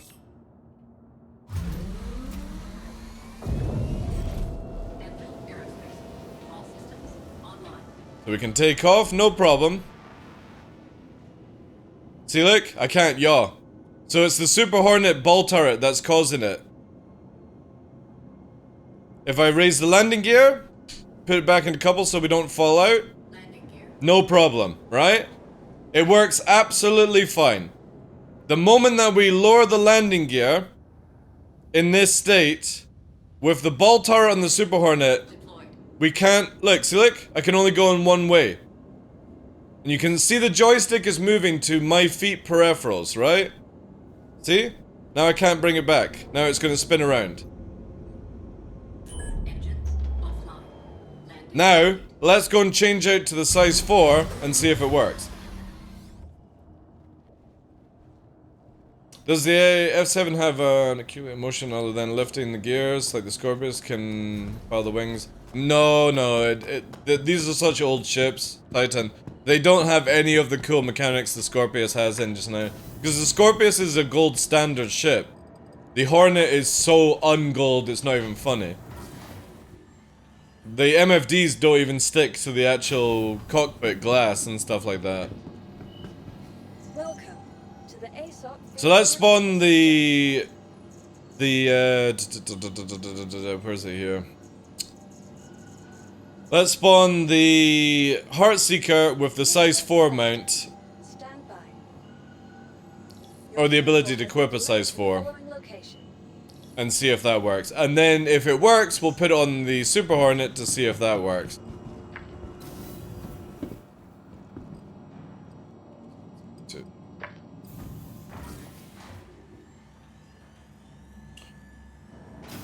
But pretty crazy. Pretty crazy.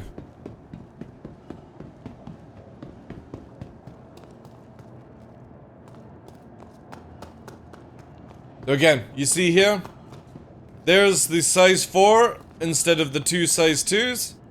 Let's see if we can yaw control now, whilst landing gear is down.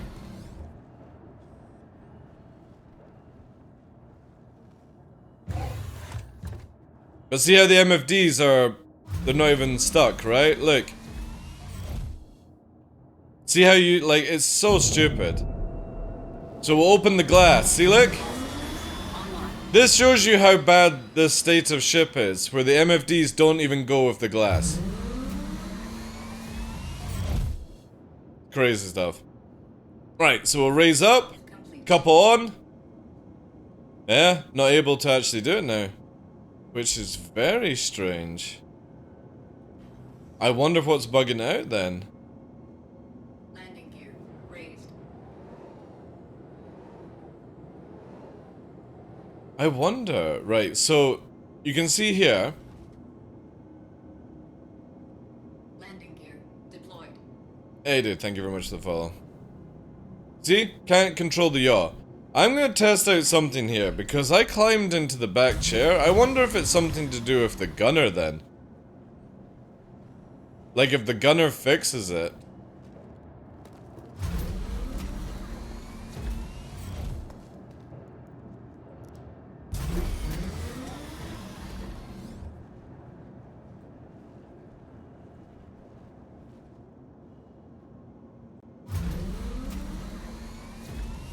Weapons online. Anvil aerospace. Alright. All systems. Now we climb out, because this is all we did last time. Climb out of this.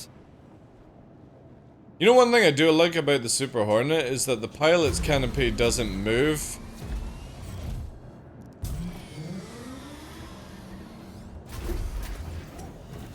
And they didn't do this with the Scorpius, which I really dislike. I hate how the pilot's canopy moves in the Scorpius.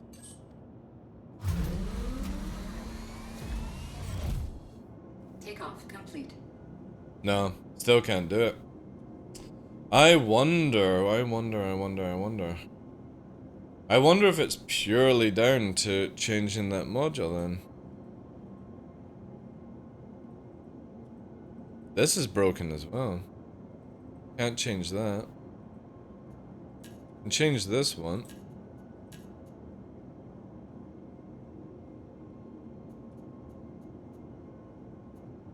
Yeah, everything's powered on.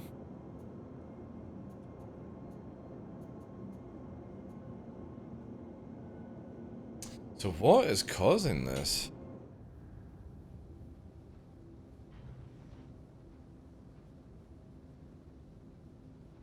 Yeah, there's nothing that obstructs it.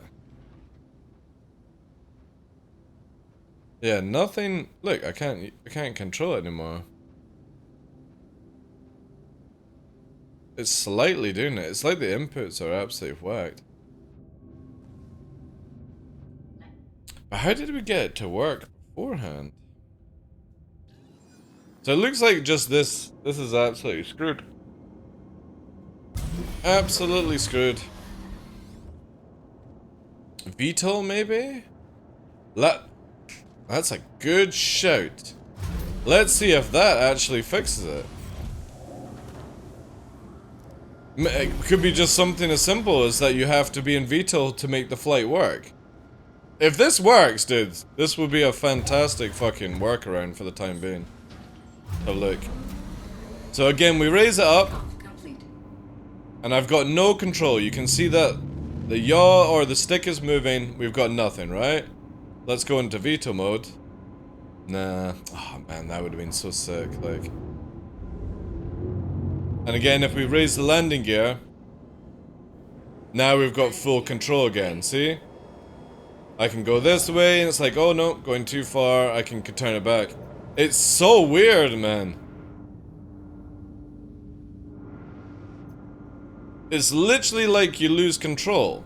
Because again, you've got the ability to roll, right? Sort of. It's super sluggish. Like even that, it's not doing it. It's like the controls are just gone. Just gone. Strafes are fine though.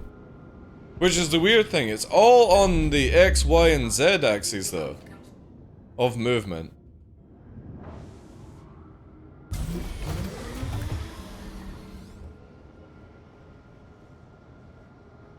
I don't have mouse set up, Aurelian. But I've heard that a lot of people have this issue, so... super frustrating. Let's take it to... We need... Website. Let's see if there's any issue council report on it.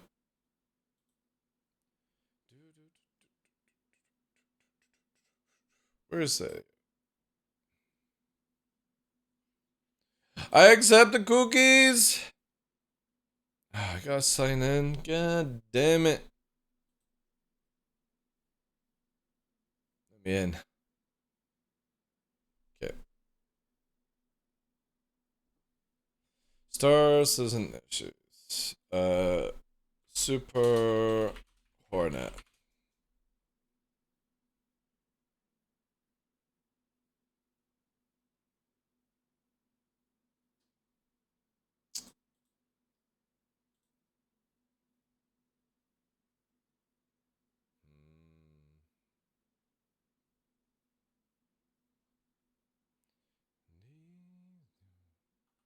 What would it be under? It might actually be under the bugs, right? Let's go into that category.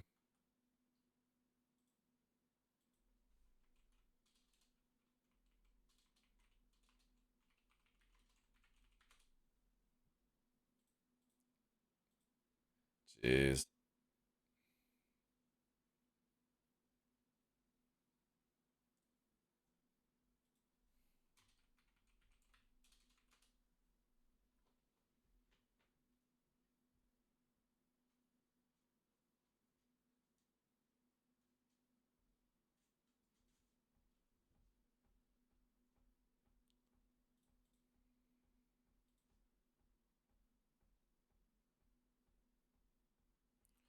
Oh, God, I can't even be bothered.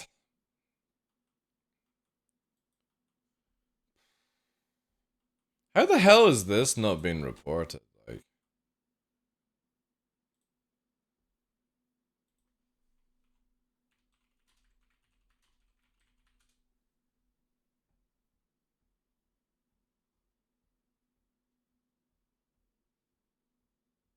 these are all like last year.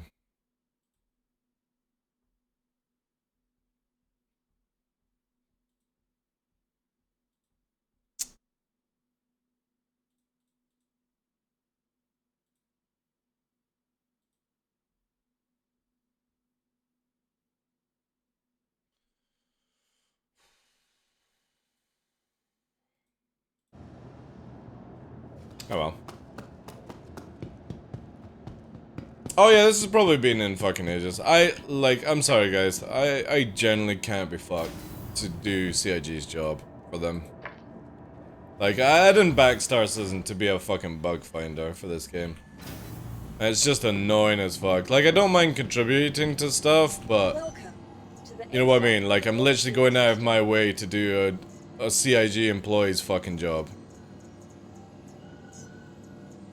Broken ass ships, not tested at all. Please visit us again. Easier just to use a normal Hornet than a Super Hornet for the job.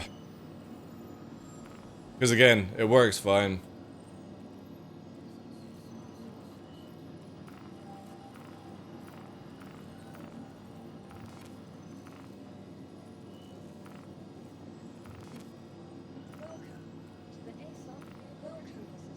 Looks like we'll definitely just be using the Ghost then, in live. Oh, not bad, Jack. So we're putting the ball turret on the what's it called? The Hornet Ghost. So now we've got the ball turret that is not working now. It is, yeah, Titan. It's so frustrating. Because, again, most people are flying around in ships that don't have these issues. CIG go in and they change the fucking flight characteristics of the Hornet, the Super Hornet, and nobody tests the goddamn flight capability of it. It's just so frustrating. Like, if you're going to go to the extent of actually testing it, spawn it in a test environment like a player would do in a hangar. Test to see if all the motions in landing gear work. Test to see if it all works whilst landing gear is up. Test if a ship has VTOL. Test it in both those scenarios, right?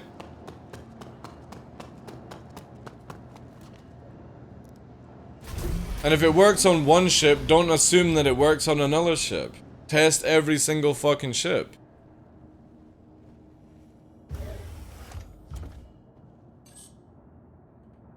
So again, here, right?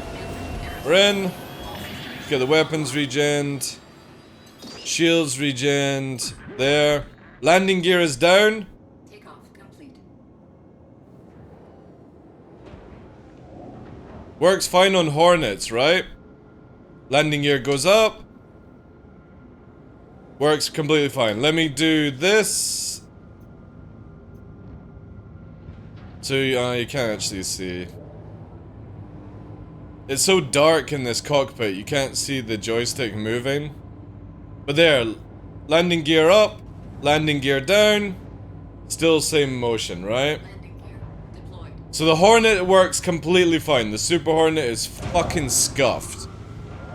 And it'll probably make it to live scuffed.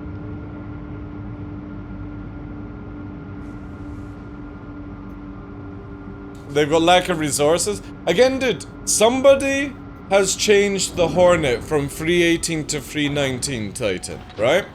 Somebody has actually changed the stats. And because of somebody changing the stats on it, nobody has tested it. They've just changed some numbers and think that's okay. Nobody's tested it. Or they've flown around in it with the landing gears up and they're going, that's amazing. But none of them have tested it with the landing gears down on the Super Hornet. They would instantly see that you wouldn't be able to do yaw or pitch correctly. Did they say when they were releasing it? What do you mean? Darkness. You talking about 319? No, but again, we literally know it's going to be this week because you've got Invictus starting on Friday. They need like at least 1 day to get a hotfix out if they fuck it up. So I would imagine today or tomorrow is 319 going to live. They don't have much time left if they don't, you know what I'm saying? They do not have much time, guys. But that's what's annoying for me, is that you change the characteristics of a ship and nobody even tests the basics of it.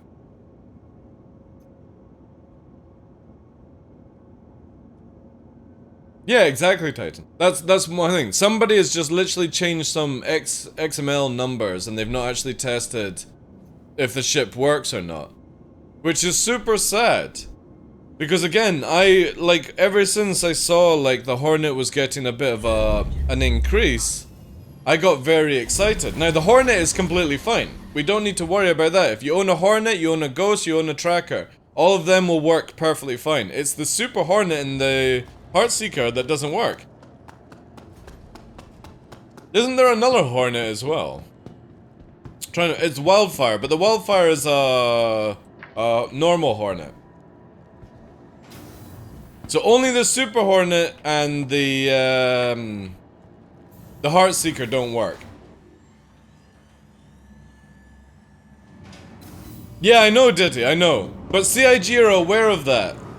They know that there's an extra 0. They've known for a week. It's just, man, it's so difficult. 5-3. Yeah, only the super variants have the issue with landing. Again, if you're flying around in the ship, it's completely fine. It's only when you're landing or trying to get out of hangar, you don't have full control of movement. So you might as well just literally strafe forward or strafe up and don't ever touch anything else. And if you're coming into land, make sure you use auto land. Because you won't be able to do anything else. It's just sad that you have to go to that extreme just to use a ship that CIG have buffed for 319. And you're gonna get it in that state. Sadly. If you want a challenge being a bounty hunter, use a glaive. They will know if you're coming. Exactly, dude, yeah. You can. I was flying around with people, not this weekend, but last weekend, who were like for Jump Town using a glaive. You could see them like 70 kilometers away. It was fucking stupid, dude.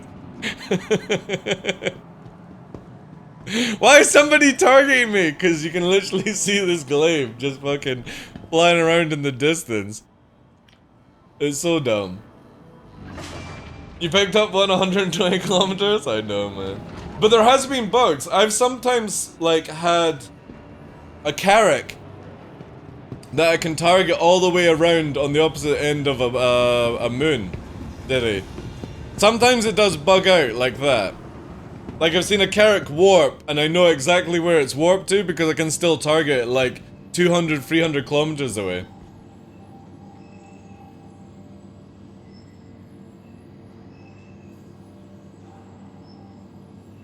Yeah, because unlucky professional, CIG just don't fucking fix anything. They don't fix anything, dude. And it's just frustrating as hell. And then they make up some lame excuse like, oh, we're waiting for this to happen, we're waiting for this to happen. It's like, I'm sorry, guys. If you can't fix when it was, like, a system when it was released, how the fuck are you ever gonna manage this game, you know? Are you just adding stuff into the game that you can't actually tweak there and then? How difficult is it to send somebody on 1 day's job to go and fix the Prowler?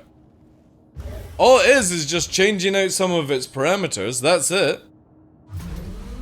It can't be rocket science. If you added it to the game, you surely should be able to fix it to the game. Or fix it in the game, I should say.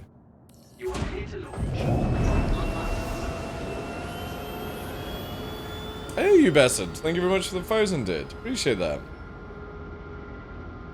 I don't have the Heartseeker, but the stock super works alright with me mouse and stick landing down. Have you changed out the modules though, Aurelian? Takeoff complete. Because that's the issue. The moment you change something... Yeah, exactly. Change out the fit, dude. Like, again, you can't go off stock because people are going to change fits. Because if CIG were to turn around and go, look guys, sorry, if you don't change any of the fit, the ship will work, right? There's a freelancer miss.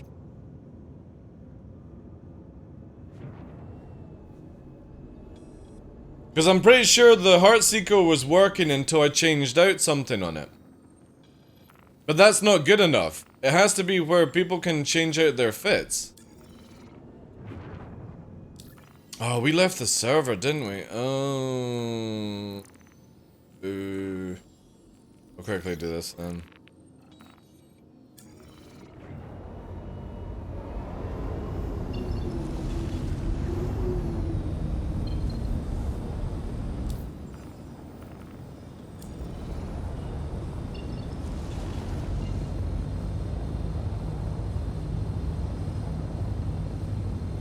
I'll test it, like, if I had given, like, I'll test it where I'll wipe my account, and we'll try it where all you do is leave the ball turret. That might work, right? But what happens if somebody wants to use the ball turret on the Heartseeker, you know?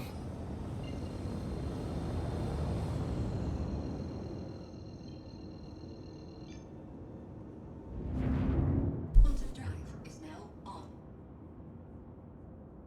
Hmm?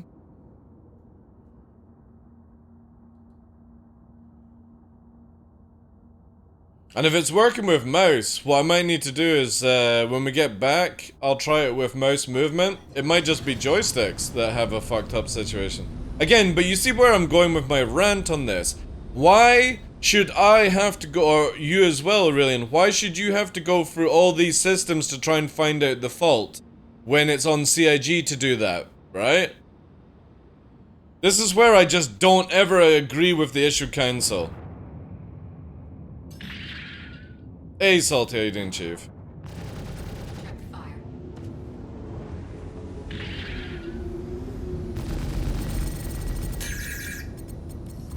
Target destroyed.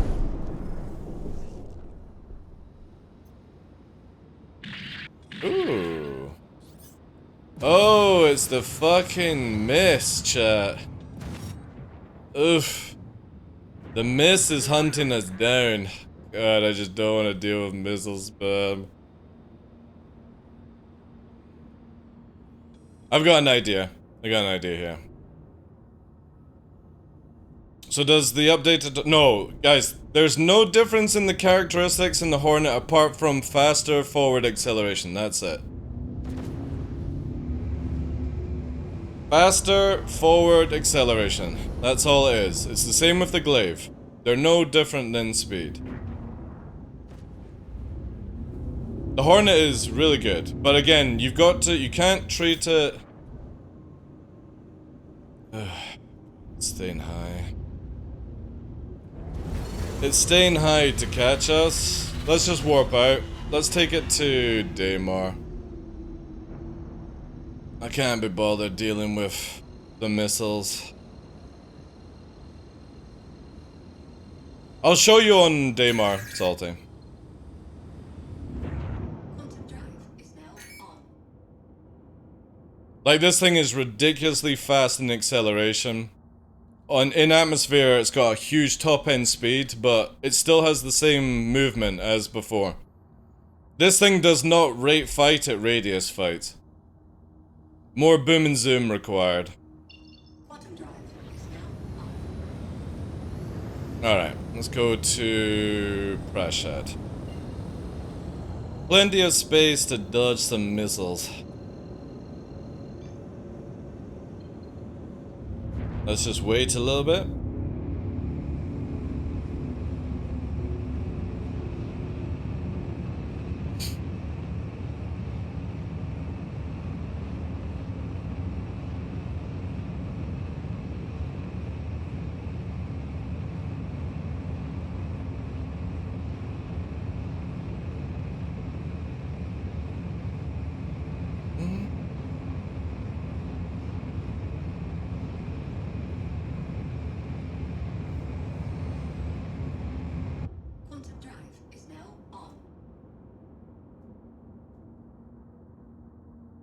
But the Hawk is a completely different ship. Oh dear. Yoni, yoni, yoni. Hey, Miss L. How's things?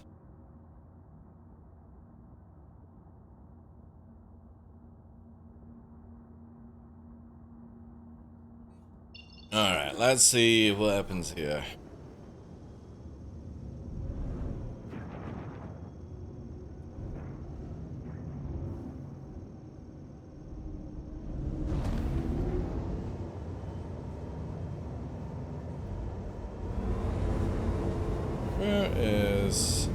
There's Prashad. So we're actually... Yeah, let's go this way.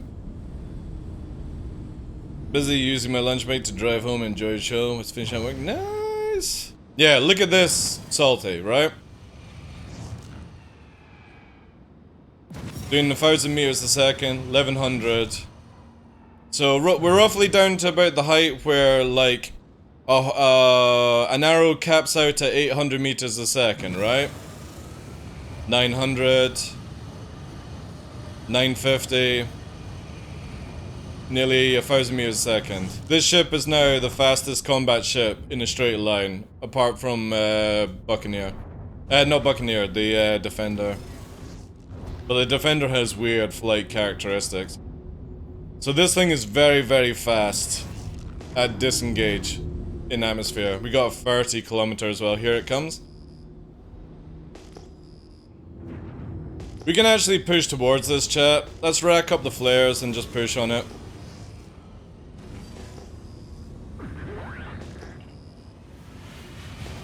Possible 2.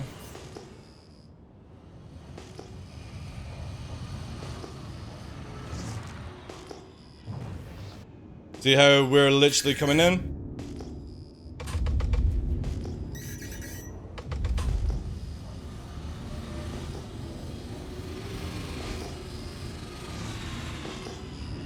See how it's yawed out?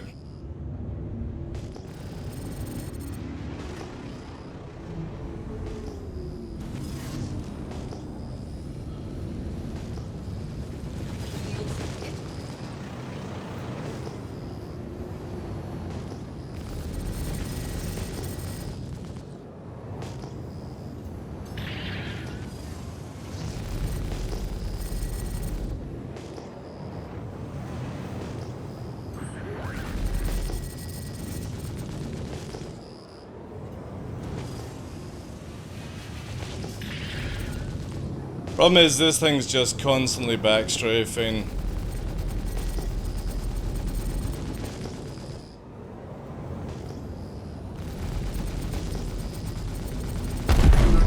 Oh, there we go. That's how powerful the thing is now. Even though the dude had my marker, I could get literally 4K before he could missile on me. That's how powerful the Ghost is right now.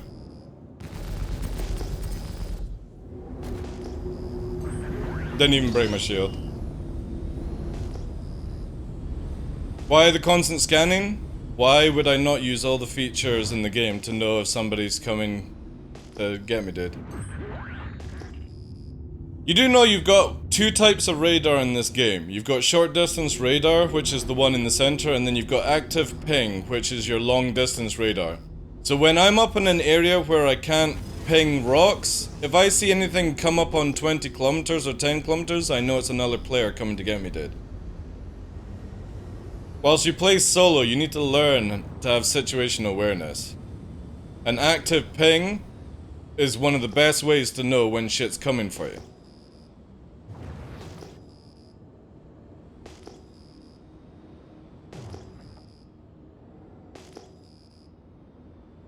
Because again, look, we'll go up to the height where we're sort of at, right? I'll shut the ping down. So we're at 8 kilometers above the deck, right? So now, all I can see is the rocks that it's picking up, right? And most of them are bugged. See, look? There's only one now. So if anything appears within... Like if another box appears whilst I'm sitting here, I either know it's a player or I know it's a rock. And when we actually get to the point where I can't ping rocks, it will always tell me when a player or a ship is heading towards me.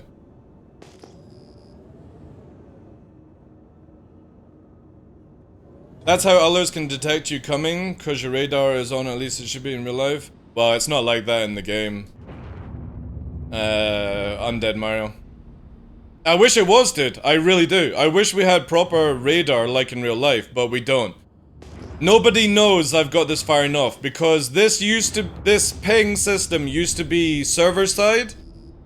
Now they've made it client side, so nobody sees my ping. It doesn't spike my details at all, you know? But you need to visually see the ping, right? No, you don't, no. You don't need to visually see it. Like, it does it itself, right? But you can see here, I've got all the boxes there on things. So if anything's up in the air... Again, if you go back and watch the VOD, I literally could tell you that there was the ship approaching me from 30 kilometers away. I didn't have to have visual. I knew there was something high at 30 kilometers coming for me. It can be stray missiles and stuff, but this is where you need to learn the game a little bit. How's the Ghost? Haven't flown in some time. It's really good in 3.19. It's a shame that the Super Hornets are fucked, though. The moment that you customize a Super Hornet or a Heartseeker, it fucking can't fly properly when landing gear is down. Like, when you ping, how do you know if someone is behind you? Because I would see the boxes did. So, like, you can see here, there's the boxes on the ground. And they are mining objects, those little boxes that you see. And it's the same with the forward. So if anything is up in the air, right? Or like, we're looking at this screen and it was up here, I would know it's a ship flying around. Because a rock doesn't fly.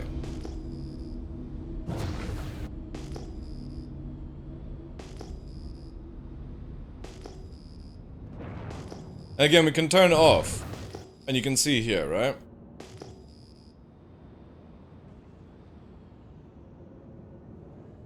So we'll go up.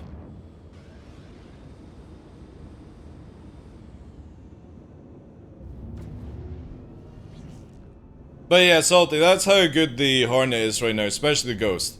That miss literally was pushing towards us. We could pull up right beside it, 4 or 5k off it, before it could even track us. And we're moving so fast that the God marker doesn't keep up. Which is amazing. So here we go. We're pinging, right? We're 29, we're in space right now. Ping is going out, it's not affecting my EM, it's not affecting my R, it's not affecting my cross section. But if I was to sit here, as we are doing just now, and if anything appears, like a box icon that shows you a distance, I know 100% it's a ship heading towards me. Or it's a missile being fired in my direction. Which means it'll get here closer and closer and closer. But I can pretty much just sit here, and long as you won't see anything here, but I can detect big ships from like 80 kilometers away if I sit like this. And there's nothing else blocking the scan. And eventually down the line we're going to be able to focus it where it only shows ships, which will be amazing.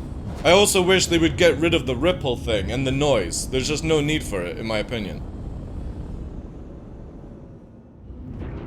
In other words, what you're saying is the ping marks players as items on your HUD, so you pay attention. Exactly. Exactly, dude. So even though I'm fighting that miss, anything that picks up on the box that just doesn't look right to me, I can tell if a player is needing. Well, again, they need to just make night vision, dude. Right? We can give CIG constant, like, oh, but we need it to see in the night. No, we just need night vision, dude. That's it. Instead of working on a stupid ping system, let's get it where we can actually see in the dark properly, like every other video game that has it, right?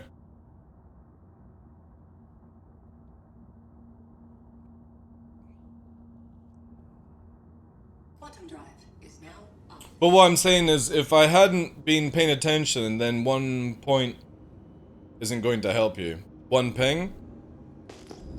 Again, it's very noticeable to spot stuff when you're in combat. again, I've been using it for so long in this method. Whenever I'm doing combat, like I'll be flying with Fresh or Tumbarino or anyone like that, I'm always pinging to see what's on the horizon. You're not looking for anything that's within like the 15 kilometers, you're looking for the 20s. Because again, shit doesn't appear as 20 unless you have the bug there, right? That's just a delayed ping that's now at 24. But as we're trolling, there's nothing in front of me. Which means that if I was fighting somebody right now, and I knew that there was a 2-1, like the two below, right? Like these two. I could fight here against somebody, and then anytime I see a 20-kilometer ping, I know reinforcements coming, right? That's how you use it. You basically use it to find everything around it, map it in your brain, and then use it. So basically, if anyone now pulls up within 10-15 kilometers, I know it's a player. Because there's the only 2 boxes here at this location. This one now has appeared. So we have 3 markers. But none of them are more than 4k away from this center point. So anything that appears now, there we go, there's a ship, 11 kilometers. Now I've got it targeted. So it doesn't need to give me that ping data, because I can actually visibly see it. Even though it's an NPC. But the point being, is literally now, I have the NPC on scan, and I've got nothing else on a radar. So now I can approach this target, knowing that my left and right is covered right now.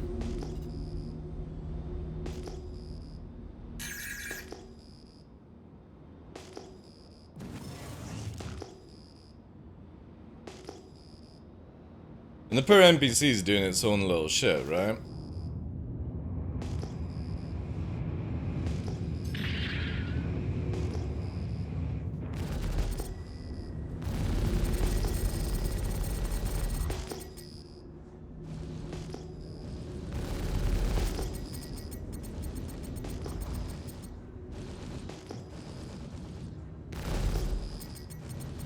Target destroyed. So again, where we're located, see? 5, 2. The 2, now there's 2 2s, because the rocks are there, we're picking up it. But you can see that there's nothing. I really need like somebody to actually fly in, and you could see how advantage it is in fights. Especially if you're playing as an FC in this game. If you're not the main, like if somebody's not shooting you and you're not calling the shots, you could sit in a ship like this and be like, guys, there's somebody coming in. Not part of the team, right? And this is where I hope the tracker eventually will be like that. The tracker maybe have a different system, right? Which would be cool. The gunner can do it, exactly, yeah. Especially if you're in a ballista. The ballista also has the ability to ping. You can't tell what direction people are coming at, but you can alert that somebody's coming. But nobody uses this shit. Only people who actually play the PU use this stuff. How you doing as well, Tumbarino? Love the shirt? Avenge me, brother! So basically you have to do the individual target isolation, your head, whilst... Yeah, for now. Yeah. That's why not a lot of people use it, Titan. Because again, for me, I've got a very, very good memory. Short term is a bit shit, but I can look now and be like, there's 8, 10 targets around me. I would love directional scanner, you know. But as I move further away, I can let the ping go. Let these things drop. So we'll turn it off here. And we'll refresh the radar. So before I move any further, I can be like, right, well I'm in a Hornet Ghost. I can't be seen 4 or 5 kilometers away. Let's see what we've got. There's the last marker about to go. Once that one drops, we'll do a refresh ping. Said you need to make them kind of drop off faster, I feel. Ping now. So we've only got that one at 6k. So whilst I know there's only one target, I can sit here and chat to you guys, and if ping picks up something else, I know it's either a player or it's another rock that spawned in the area. But generally, if anything manages to get past me at... Look, there we go! 15 kilometers, chat. There you go. There's a ship. 13 kilometers. It's Mordor's. Thank God, Mordor's is coming to show us. See, look? See how it works, right? Thank you, Mordor's. I appreciate that, dude. That's massively helped out describing it. But literally there, before his marker even appeared, and he's not even on radar yet, look! Still not on radar. I detected him at 15 kilometers. Now if you see like 2 or 3, that's where I fucking go, time to shit myself and run away. Especially when dealing with a mantis. However, I'm interested. This is actually a good test. Can the mantis actually keep up with the new Hornet now? In a straight line. I'm very interested on this. So I'm gonna run, and let's see if the mantis can actually hold me down 20 kilometers. Alright, I'm gonna run, dude. So we're gonna get up to a little bit of speed here. The mantis is chasing. We're at maximum speed. Right, I'm gonna afterburner dump now. 1k, 2k, 3k, 4k. We're gonna cap out here. We're at 5k. Now obviously the mantis can start going higher and higher and higher. 6k it caps out. He's now catching.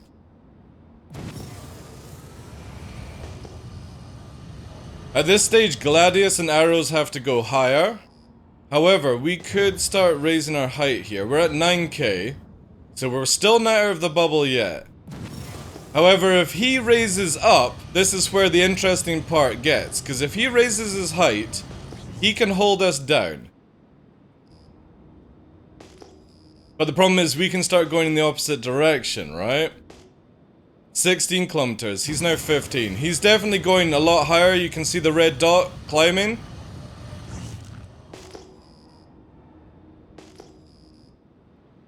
However, I could have lined and maybe warped out. Maybe the Hornet actually can do this. I'm not going to run anymore. The Hornet might actually be able to outrun a Mantis if it stays within the 2-kilometer range. Because the Mantis is going to have to go high to get the speed, right? So is a Gladius, so is an Arrow. The thing is though, is the Hornet doesn't need to. It can max out its speed roughly about 4k up. Which means that they're gonna have to go even higher to get in front of it, whilst you just literally turn around and go in the opposite direction. It might only... the Herald and the... Defender might be the only ships that can do it. Yeah, because this thing is ridiculous, dude. This thing literally does the same speed as a Herald and a Defender under the 2-kilometer. So on moons, if anybody doesn't know, anything under 2 kilometers is the lowest format of height. On a planet, it's under 10 kilometers. On a moon, above 2 to 5, it changes the way ships fly. 5 being where you can get up to supersonic speed, which would be your maximum speed, if you wanted to call it that way. But for some reason, right now at 500 meters, this Hornet can get up to 900 meters a second, nearly 1,000 in a straight line. Which the only other ship that can do this is the Herald. No other ship can go this fast. The Defender can do it to a certain degree, but it caps out on afterburner and regens a lot slower. But Mordor's will have to go to supersonic height to get to his 1,200 meters to keep up with it. But if I wonder if we bring up to the 2-kilometer height. And we level off now. Level off now, because we only want to go up to like 4. That's about there. So he's catching up now because he's at super speed. Super cruising. We are now at our max speed. 1,200. Under 3k. That's really, really fast for something like this. He's going to have to go up higher to keep up. Because we're at 1,200 now. At 4k. We are still bubbled, Yeah, so he's gonna have to go up, but at this stage, this is where you could start to do this shenanigans, right?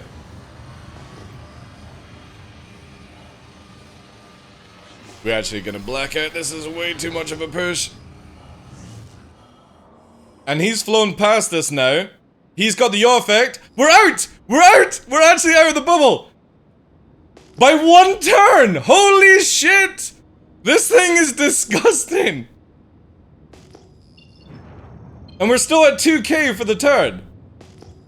Dude, this is nuts, man. This ship actually might be anti-capturable by Mantis. Until master modes. Obviously, master modes, we would be fucked. You would have me bubbled.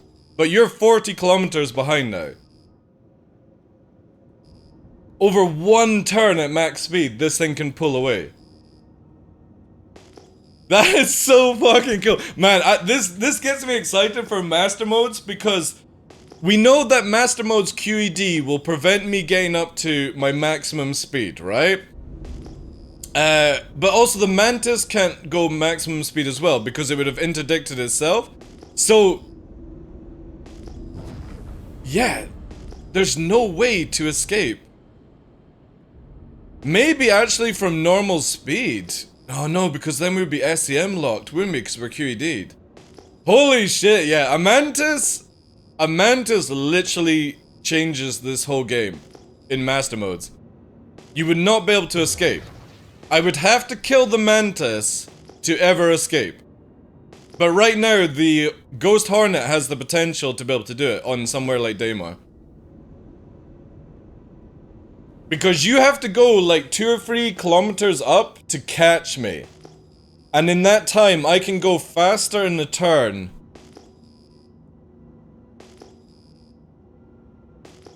But also means that people that don't drop to flight mode won't be interceptable. I thought CIG said that if you get hit by QED, you can't go into quantum boost. I could have sworn I saw CIG say that. So yeah, with a 20-kilometer bubble, if somebody warps to a location, they're snared. Even if you're only 10 kilometers away from the warp, they can't get up to maximum speed.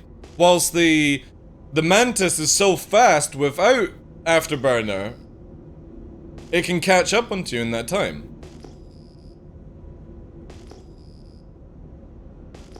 Yeah, that's a crazy thing, even for a Mantis, because a Mantis is a very fast ship. But that shows you how fast the Hornet is in atmosphere right now. That you literally have to do the... Right, so say for example you're in an arrow, okay? A Gladius to catch an arrow has to start climbing up a height to get away from gravity, to get to maximum speed, to catch up with the arrow. And you can pull the same trick where you can just keep fucking around. A Gladius can never catch an arrow in atmosphere. It's impossible. Because you can just keep turning around. You get caught eventually. But it can't catch you unless it goes up, and when it turns around, you can turn around. But we're talking about way different speeds with the Hornet. If an arrow tries to run, this motherfucker is right behind. You know that scene in Star Trek where they warp the Enterprise and you see this big black giant fucking thing coming behind it in warp? That's what the Hornet Ghost is when you're flying low flying now. You'd be like, oh yeah, I'm in a little arrow, I'm super fast, and the fucking Hornet Ghost just dives in behind you and you can't do shit. This thing is so fast in a straight line. But not in space though. Again, if I went into space, I can't outrun the Mantis. The only way I can do it is this format. Or any other ship. So you have to stay in atmosphere height until you outrun it. You would have to no, you don't need to go through canyons. Again, Mordor's was giving us the height. When I was boosting away, Mordor's had to go up to 3k. He then had to go up to 6k, so he's through the 2 boundaries. He's above the 2k, and he's above the 5k. So he's in the second stage where you can super cruise. Because again, if I go up to that height, right, you can see here. We'll just basically strafe up. We're 2k, and I'm not moving forward, I'm just strafing up. And then all I'll do is put cruise control on. So once we get over 5k, that's all you have to be. There's the 5k mark. We're gonna let her stop. And I'm just gonna cruise. Look how fast she naturally gets to max speed. Without afterburner. 700, 800. So we're now pushing the speed that we would have to afterburner if we're under 2k. We're now at 1200 meters a second. So this is how you catch people on atmosphere. We're at our max speed, 1200. But the point being is, like, some ships are going to have to come up to this height to catch me. You can see that Mordor's is now catching me because his ship has way more speed at these heights. However, down low, this thing also can't be missiled because if you're traveling 6k up, you can't missile me. You can't target this motherfucker unless you're 5.5 or something. Especially if I drop the weapons and shields. Actually, this is a good test.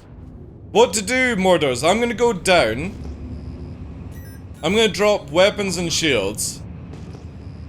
And if you just stay above me, let me know when you can't target. So we're gonna take it down under the 500 meter height. So Mordors would have to stay 6k to target me to fire missiles, right? And he's in the ship, the only ship that can keep up with this shit.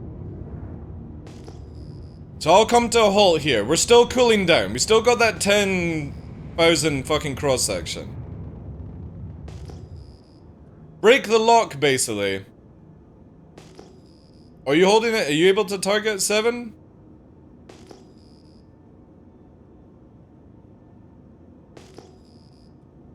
Yeah, unfortunately CIG's wacky cross-sections just really fucked this up. You can't lock fully. Can you move into a distance where you could get mistletoe, please? So you can actually pin lock me. So we know what we're having to deal with here.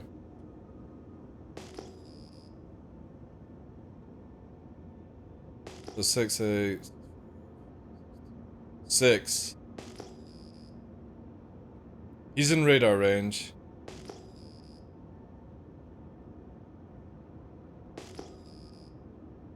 Is that to missile me?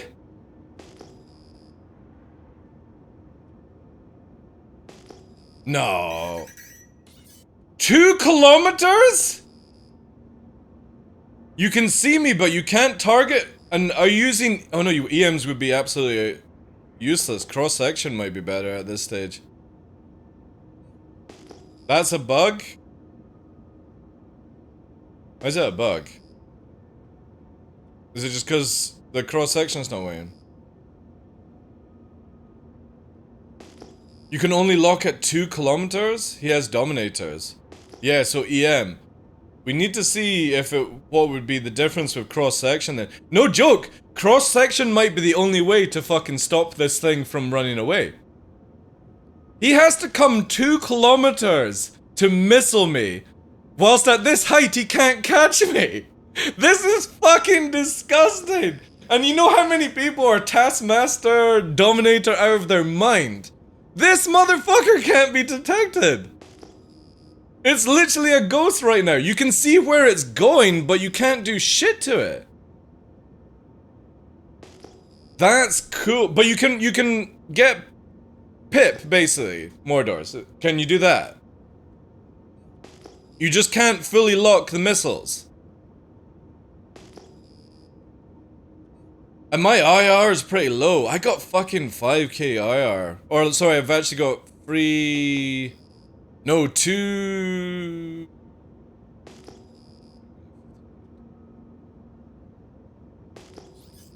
Nearly 2,800, yeah.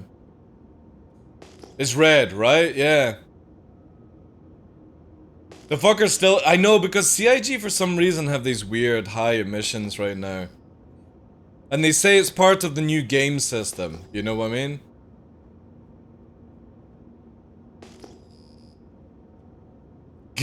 This is insane! The Hornet Ghost is so powerful in atmosphere right now. You wouldn't believe. Again, under 4 kilometers of height. Mordors can't catch me. Even if I power up weapons, right? He can't catch me, I'm 8k away.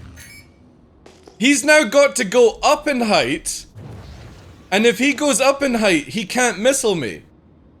And if he approaches me, I outrun him. I'm literally, if you're in a Hornet Ghost, you're God mode.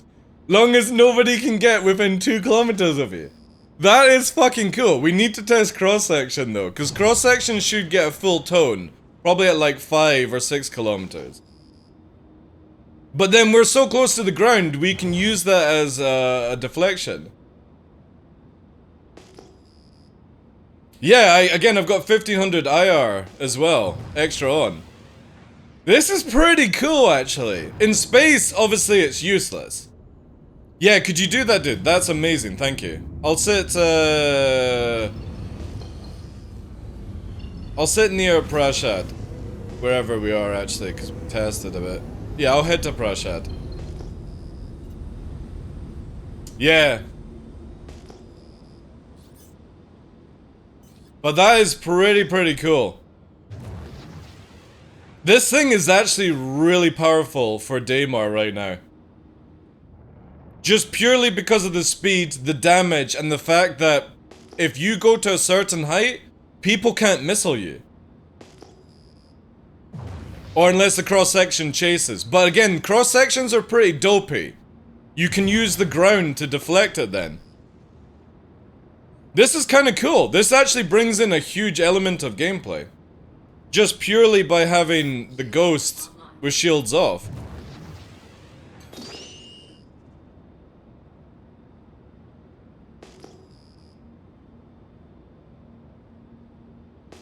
Yeah.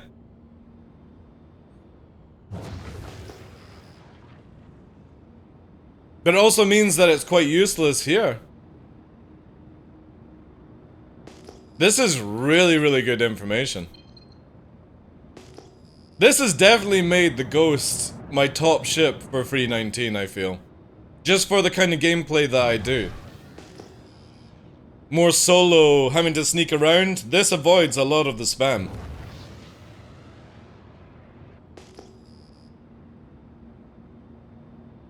Yeah, exactly. You get hard, you can't lock up in those areas.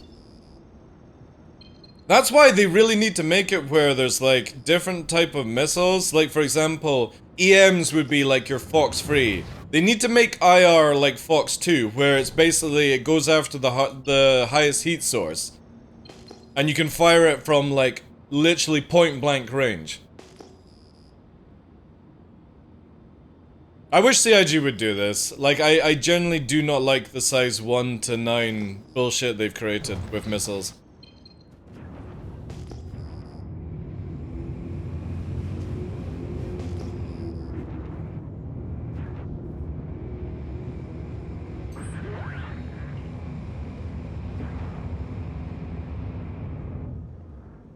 Yeah, again, so the easiest thing is, right, we know that every single size of missile has 4 different basics, right?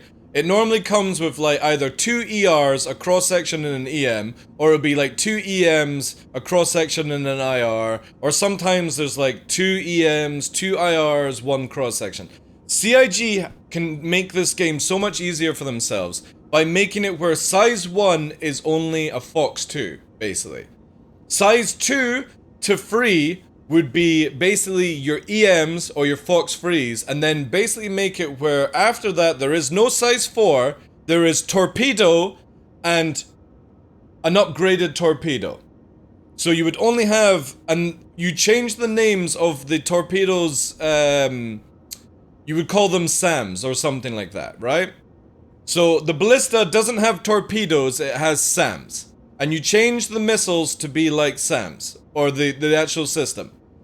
And have it like that. Then make it where you can put in a Fox 1 or something like that, you know? It will never work only in DCS, it would work, dude. It would basically make it very simple. It means that CIG don't need to balance loads of missiles as well. You only have a selection of missiles, that's it.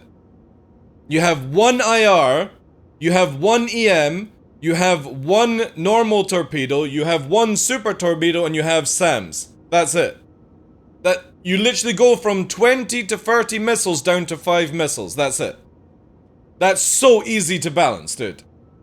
And all they have to do is then change how many ships can carry. So for example, you can't change out the launchers. So an arrow can only have 4 size 3s and 2 size 2s. 2 size 1s. Or something like that. Or you can have 2 size 3s, 2 size 2s, and 2 size 1s. But you can't have 16 size 1s. Like on a Gladius or something.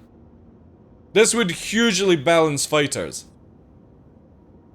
And again, you're not going to be able to fire size 2 and 3s at fighters from long range. I think 319 will be today.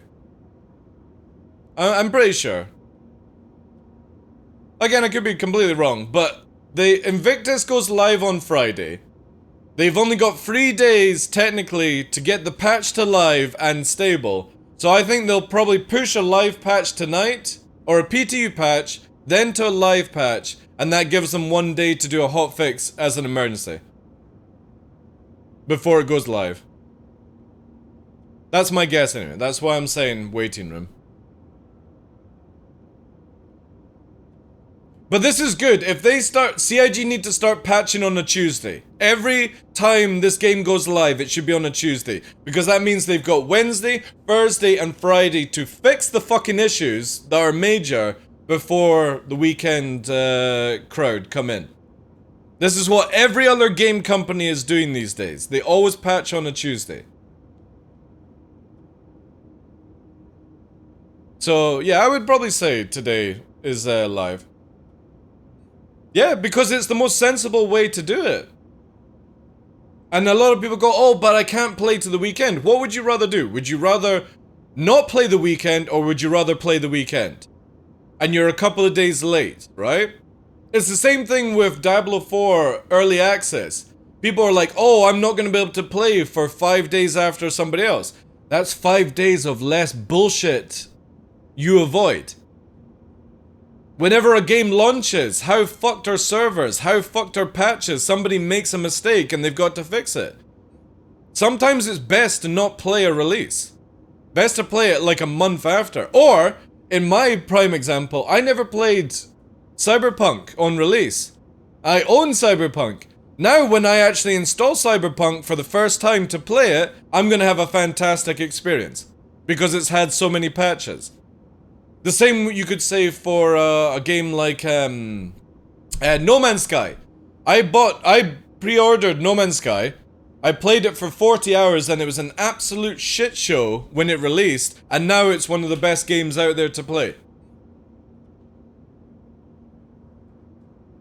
Yeah, very true, Titan, yeah.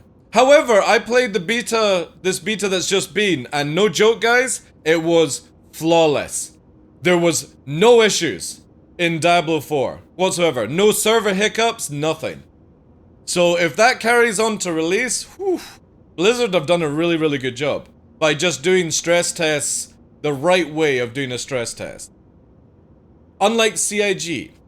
Because if CIG actually wanted to do a stress test, what they do is they bring down live and only leave up PTU. And they get everyone to come onto PTU to stress test. Because you can't play live. And only for a weekend, right? That's how you would stress test Star Citizen. You bring down live and only leave up PTU, access to everyone. Stress test the shit out of it, and then a week later bring up live. Well, Blizzard have a lot of experience, right? Alright. We're gonna fucking power down everything. We're gonna be super, super cool here. Also, the temperature is amazing. So right now, I'm getting 1800 IR blanket on top of my... if I actually landed, right? And shut down my engines. Landing gear deployed. Thank you for the follow, Chief. Landing Right? complete. Let's see what we can shrink down to. Right, so there's Mordor's. Mordor's is coming. He can target us. Engines on. Engines online. Missile warning. He's got tone. Online. Or he's trying to get tone.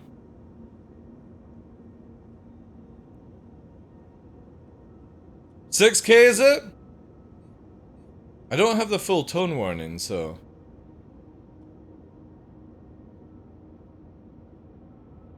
You got lock with cross section, 6K. That means you have to be under that 6K ceiling to do it. That's a very difficult missile to land, because if you, say for example, I'm flying low on the ground and you're up, you're going to have to decouple and aim down to fire the missile. At that stage, if it misses me, it hits the ground. That is insane, dude. And what size is that? Size 2 or is it size 1?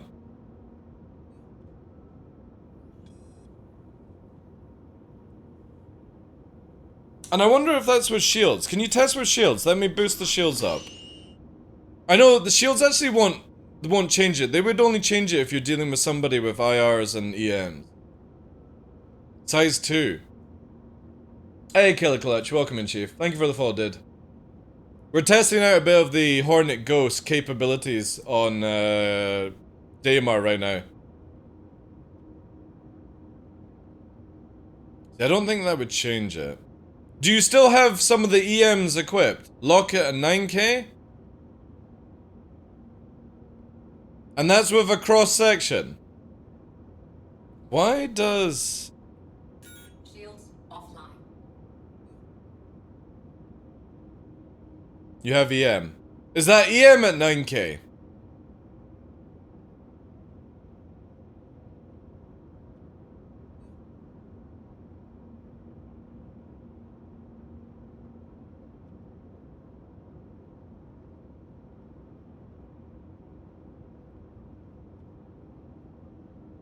$9K is cross. That's gonna be a difficult one. However, again, you would only have like what, 2? EM can lock you, but can't actually get a full tone.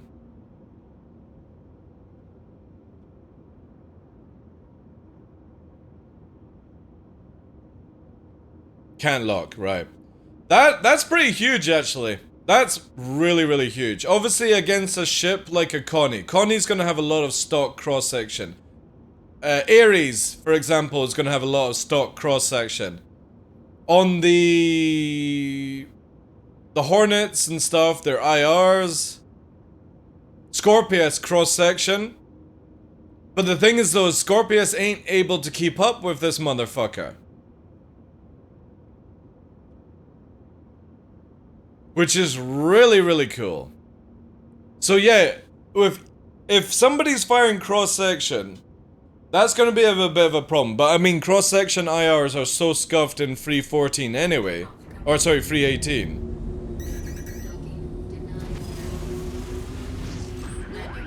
Because again, we've got no shields here. And we want to basically pump up our shields. You're already out of range. 10 kilometers. 11 kilometers. And what we can do is, whilst we've got the burst on you, we can start increasing our height. You're 10 kilometers. We're now doing this. So you've got the advantage of catching up now, because you've got the height. You're going higher. So you can still cross-section us right now. You're having to go higher and higher and higher and higher.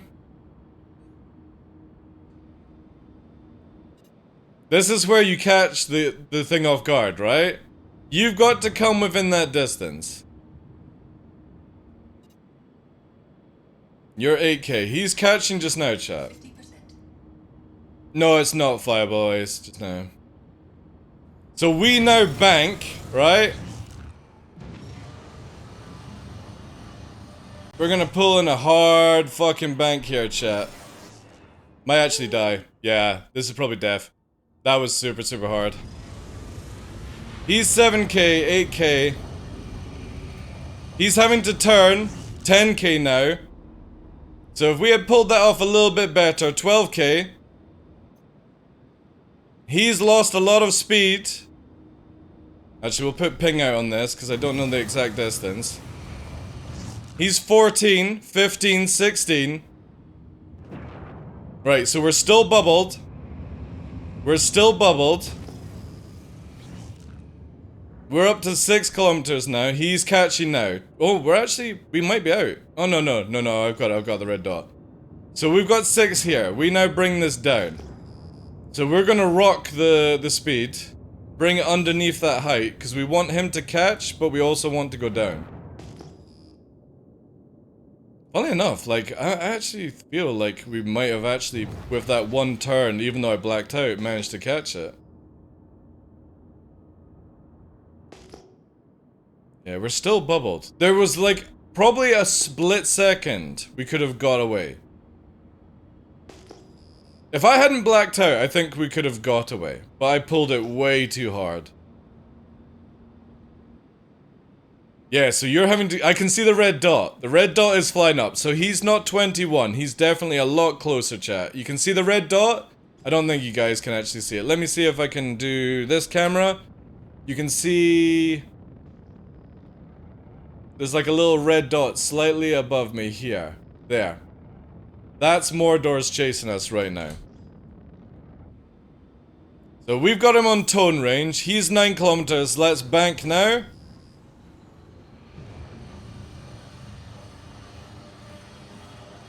Missiles are out. But because we got too close... 6 kilometers, 7. He's having to pull hard. Holy fucking shit, man. The missile actually, I think, lost lock at the last second. He's holding that speed well, though. Again, we would have to drag him down to do this. That is crazy, though. Solo Scorp or Solo Warden? Or you got a friend for the turret? What do you mean? Love to get the RSI Scorpion. Again, any multi-crew should always have a gunner. Yeah, he's gotta go high. This is bonkers, man. For him to actually achieve the speeds. Alright, let's do it in a live environment, Mordors. I hope you don't have my fucking bounty. If this goes wrong. So we're gonna let Mordors catch up now. He's pulling that 1300. We're dropping down to 1000. So he's 300 faster than us right now. He's going to have to come into missile range. This is gonna be pretty fucking tough to pull off here at this height. Come on, girl. Come on. Come on. 4, 5, 6, 7. We can just hold out of it. He's gotta go up now. So he's coming in 6k. The juice range here.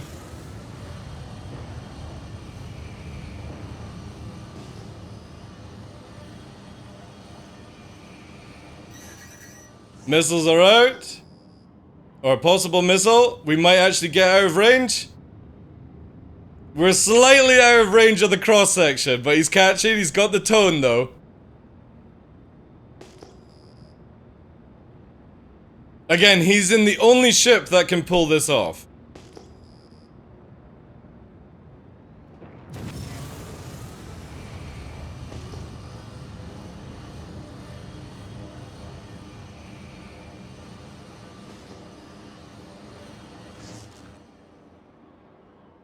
$7K. That's insane, dude. I could literally pull away like 2 or 3 kilometers every time.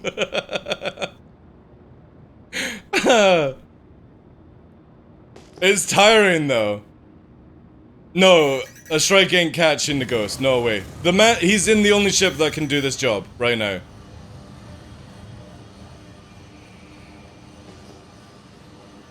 Even a car to all can't catch it. Car to all can't catch it. The only ships that could catch it are another Hornet. Another, yeah, he's lost the oh, we're out! We're out! We're out!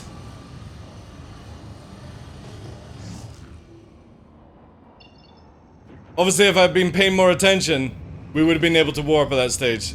Yeah. So yeah, Harold could catch us. Even at 3K, right? I can't close the gap past 5K. Yeah, exactly, because you're starting to get bound by the second stage of atmosphere. That's nuts. The only ship that can catch this with guns would be a Defender. Nothing else can catch it. Only Mantis can catch it with missiles. Mantis is the only thing that can missile it, because the Defender only has 4 missiles, and you can outkite them. The Mantis has the ability to, again, we're talking about it. If you're in any other ship, I can just warp away. There's no ship that can stop this thing from pulling away from you. But the Mantis is the only thing that can capture it, and Mordor's is struggling to land any hits. His fleet can't keep up with him. He's the only ship that can do these speeds, because he hits like 1300 meters a second. But he only has like, what, 4 missiles, 8 if you do size 1, but that's even less range. He can't EM missile me, he can only cross-section, and cross-section are not that fucking good. If they hit, they are, but obviously he would have to be super lucky. Which means that until I run out of fuel, and I am running out of fuel doing this, it would have to be where you manage to get out of that bubble for a split second to be able to warp away. The rest of his fleet can't keep up. They would have to go above 6 kilometers to get the speed, basically. And we're traveling faster. Like, if we do a turn, they have to turn round. And if they're at that speed, especially if you go, like, to this height, right? On Daymar. It's even worse on hard atmosphere. But if you see here, right? We're now up to 2 kilometers up. 3.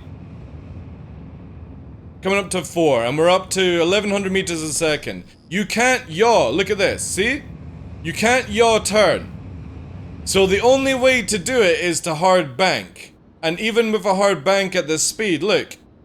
Look how much it's rocking. And for me to upstrafe, to turn round on Mordor's, I've lost so much speed. But look at him cruising in at that point. I've got nose on. Brrr. He's on fire! He's actually flying through the atmosphere. You know what I mean? And then it's away. He has to turn around. He's now 4, 5, 6, 7. I'm capped out, but he will catch me eventually. But now I dive back down, right? And he is in technically the only ship that can hold me down.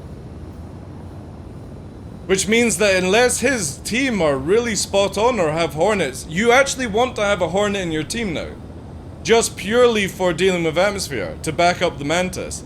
Because the Gladius can't back the Mantis up at these speeds. The Saber can't. The Blade can't. The Talon can't. The Ares can't. The Scorpius can't. The Hurricane can't. These are far too fast. So the only other fighter that would be able to do it would be Herald or, what's it called? Herald or Defender, but the Defender's so easily to disable.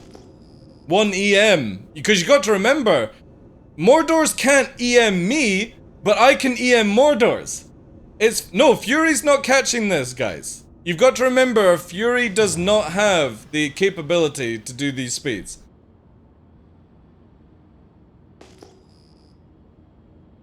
The Fury's fast, don't get me wrong, but it does not have the ability to maintain these speeds.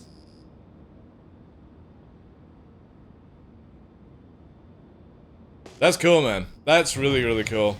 This makes gameplay a lot better for smaller groups. It also means that if you can hold... Obviously, when you hit space, that's where this trouble will come into play. But definitely for Daymar, or Hurston, or Microtech, Microtech is going to be the best place for this ship to engage on. All that mountain range, not able to be missile spam. Oh, it's insane, dude. It's insane. It's really, really good.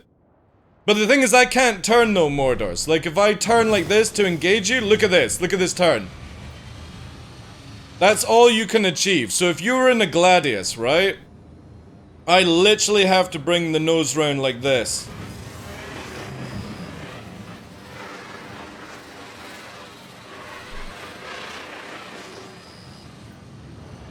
But already, like 2-3 kilometers away from the disengage. So she is a, like one hell of a boom and zoom.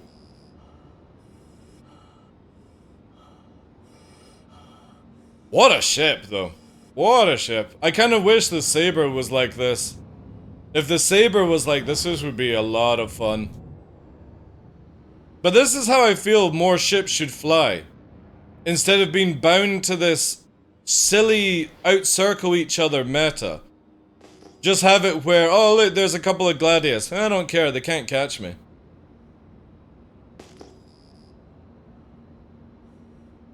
Maybe you can damage them with a couple of missiles or something. Because again, the Ghost can't be missiled. If I turn the shields off, Mordors can't fire an EM on me. And he's got to stay high.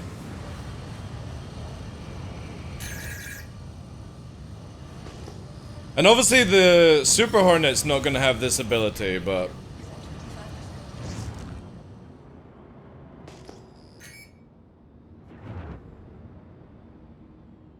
This is really nice. I kind of wish the Buccaneer was in this state as well. Not for the detection range, because that's the part of the Ghost. The Ghost has got to be sort of sneaky. I'm talking about the forward thrust. Is so beautiful to fly. There's the missile out now. So again, we could see... Fire the missile, Mordors. Fire it, dude. Just fire it.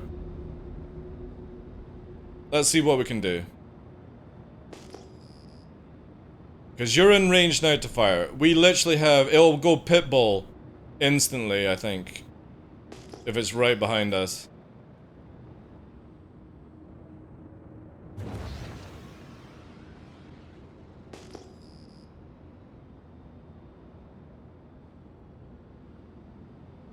Wait, okay. Oh, you're taking my bounty off. I see how it fucking is. I fucking see. Alright.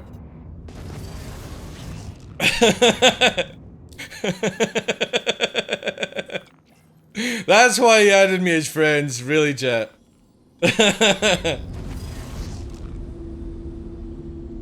I'm not going to flare at all as well, but I am running out of fuel. So, this is going to be like a one attempt and then I gotta get fuel.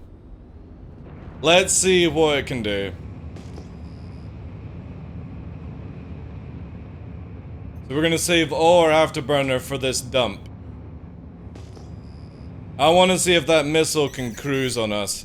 Right, let's get up to speed. Missile will be coming out. I don't see the missile.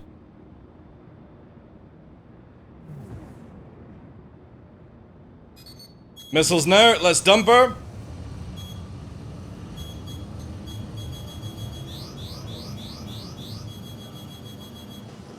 And we lost it. Holy shit, like... And that wasn't even going close to the deck either.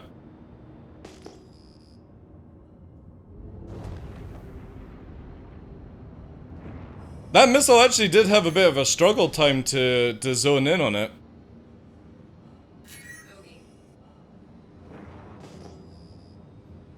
Oh, man. We need more mechanics like this.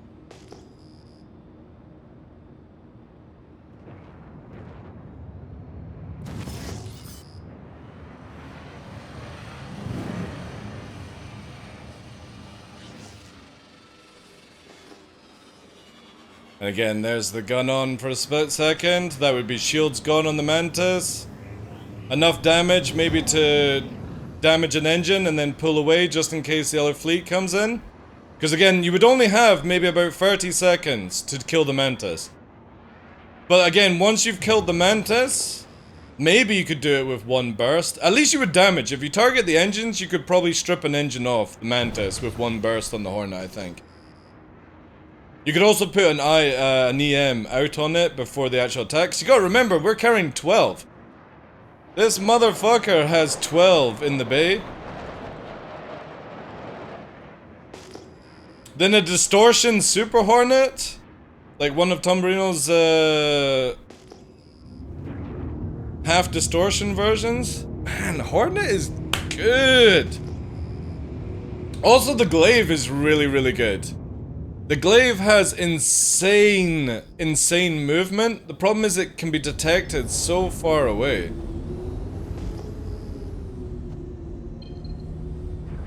Yeah, that's cool, dude. Thank you very much for the test, then. Well, that's what we have, Lou. We do have the Super Hornet turret. But you've got to remember that the Super Hornet can carry another person. So if you're going into a bunker, you can drop somebody off, and the Super Hornet's still capable of doing stuff. The Scythe is fucked, guys. So here's the problem with the Scythe. It can't fly in atmosphere right now because it's only got one wing. Because for some reason, the new flight changes that have been added in the past like half a year affect where if you got one wing, you're fucked on every ship.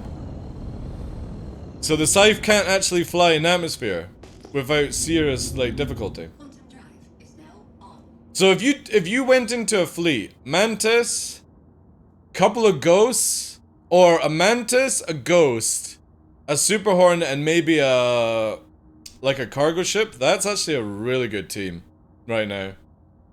You need something that can support the Mantis though when it goes to space. So maybe a Cutlass Blue, a Mantis, Cutlass Blue with Gunner, Mantis, Hornet, and maybe a Super Hornet. Maybe. Because then the Ghost can go in and literally be, I can detect everyone for you. Because they can't missile it, they can't catch it in atmosphere.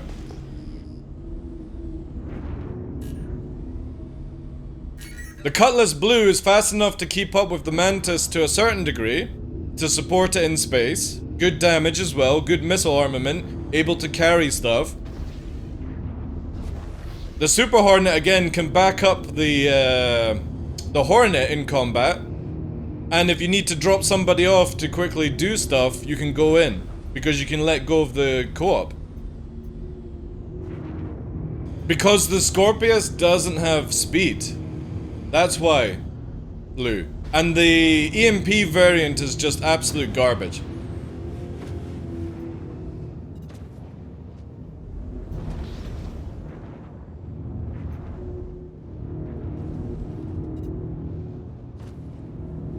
Landing gear deployed. The only good Scorpius is the OG Scorpius. The Antares is junk. Absolute junk.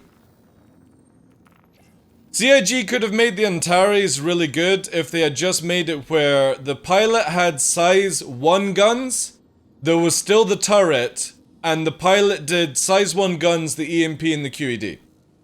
And the turret was just there, always. Then it would have been a good ship. That means if you were by yourself, you could still QED, you could still EMP, you could do basic damage to get fighters off you. But the true strength would have been if you had a gunner. That's all they had to have done with the Antares. Well, we know they want to have it out before Invictus, which is on Friday, prototype. So, again, I would say today or tomorrow for live. I would put money on today, because again, patch goes out to live today. That gives them Wednesday and Thursday to do a hotfix before Friday, before the shitstorm.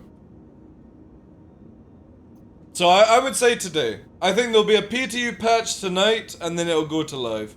That's my guess, though. There's no information. Yeah, Tuesdays are definitely the best days for release. For patches. It gives you 2 or 3 days to fucking fix it before Saturday. Well, we'll see. We'll see. Let's give CIG a little bit of faith that they can get it sorted out. Again, for me, it just allows me to buy some ships that I wanted to buy, like the Hurricane and some other stuff. And we get to play with the new, what's it called? The new Furies.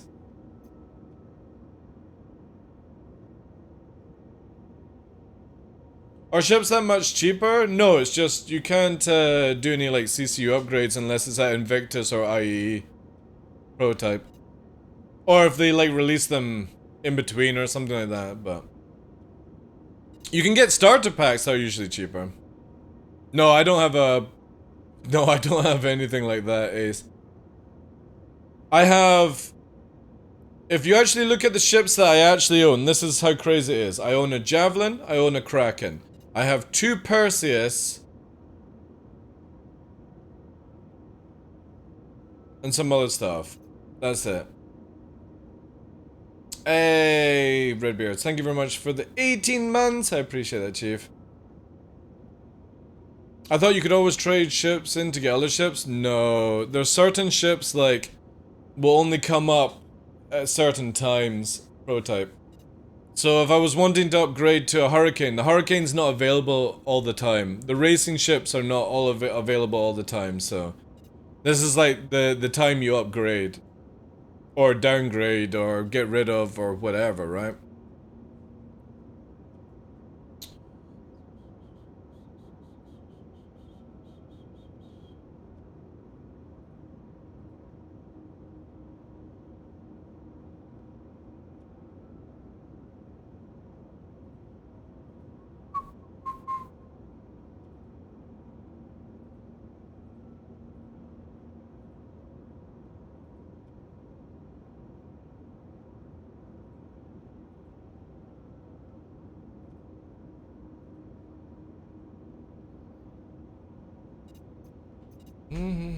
Oh, and the NPC? It is. Docking initiated. Docking denied. Landing gear raised.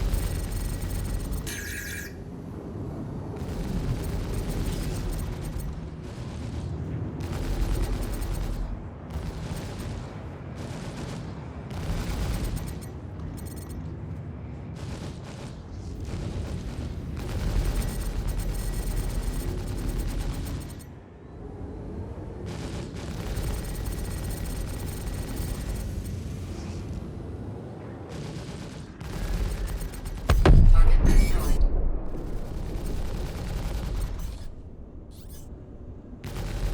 Check fire. Fire.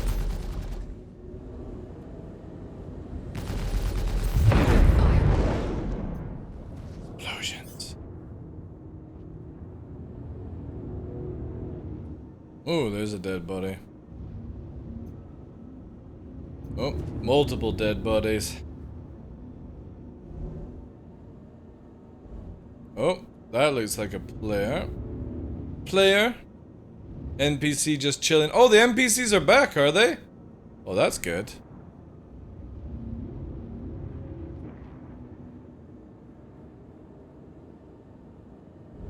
Couple of naked people there.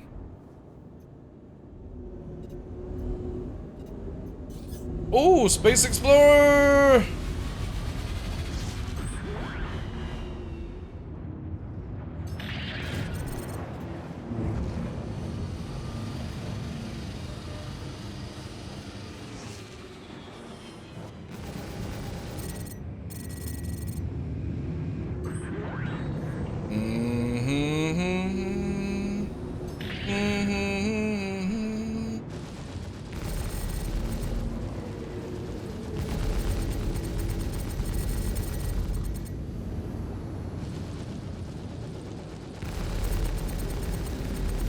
Target destroyed.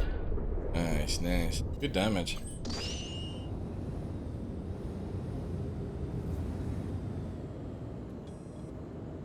This thing feels really, really good in the atmosphere.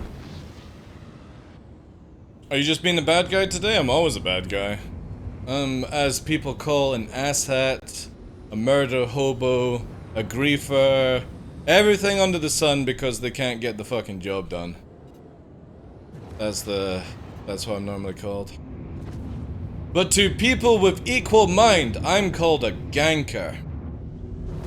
Because that's all I'm doing is just ganking. A jackass. Yeah. I get called a lot of names. Sticks and stones may break my bow, but names will never hurt me.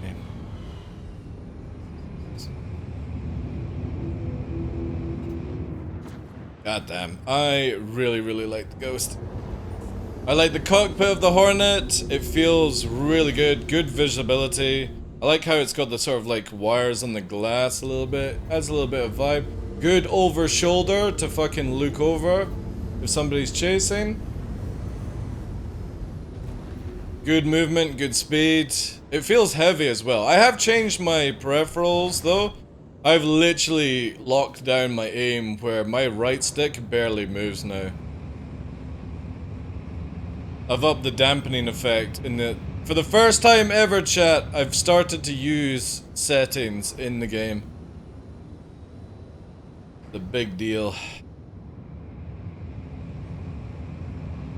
So we got pitch, yaw, and roll is all dampened to fuck, and maneuvering thrusters is nice and silky. I probably won't play bad guy in 3.19 live though. I think I'm gonna stay blue and just go after bounties, but also kill people at Microtech when they turn the comm ray down to do the mission. Also might see if Noodle and Cutlet get on earlier in the day, maybe do some of those salvaging jobs. Would be kind of cool, because they're also out of comm ray distance, so... Yeah, I think staying blue is probably the way.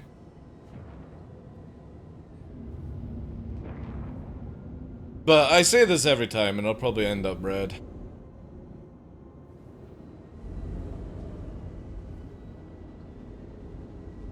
God, it's got such a lovely silhouette.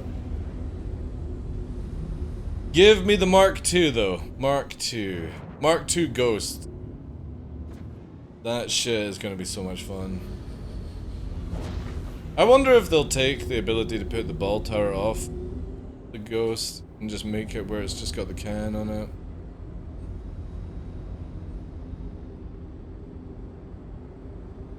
What a lovely flyer, though. Especially as we're doing 400, nearly 500 meters a second in a circle. Pushing like that nice 6Gs. Man, this thing is really, really fast.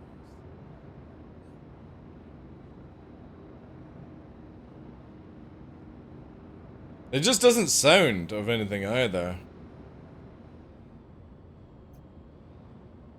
Dampened meaning, like, my movement is so slow. Prototype. Yeah, the curve, basically.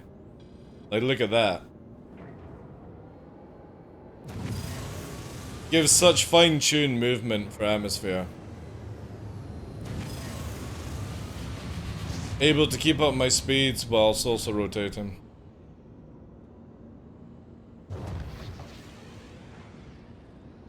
Hey, Cloudy, you can come try to put me in prison. It's all good, it's just PT did.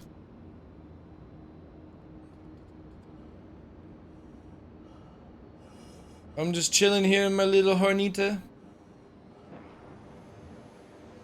If we go to prison, it means I can wipe the account as well, and we go and see the Furies again. Because I'm interested to have a little look at the Furies.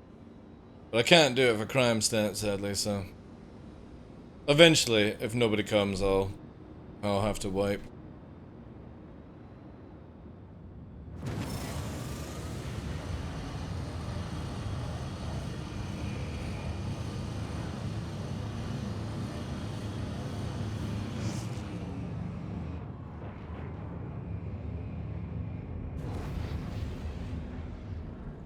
Fucking crazy. Like double the speed of an arrow doing that shit.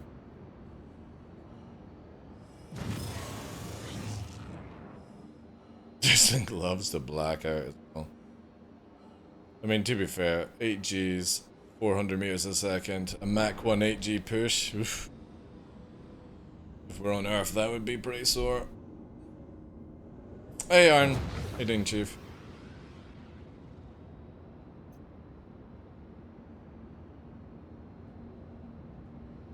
I wish it just had a little bit more noise to the ship. It's so peaceful. But it just doesn't feel like you're... You know what I mean? It feels like you're in like a Tesla. Not that I've been in a Tesla, but that's how I imagine it would be.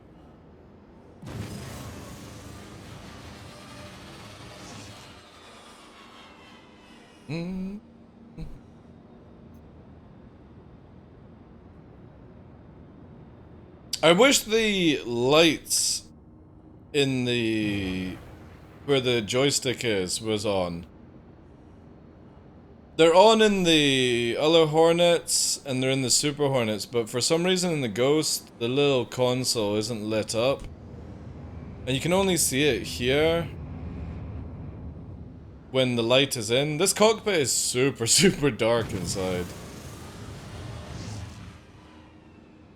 Do you know whether it's a bug that you get your ship gets restocked with stock missiles? It's a bug. It's basically the server just doesn't know what...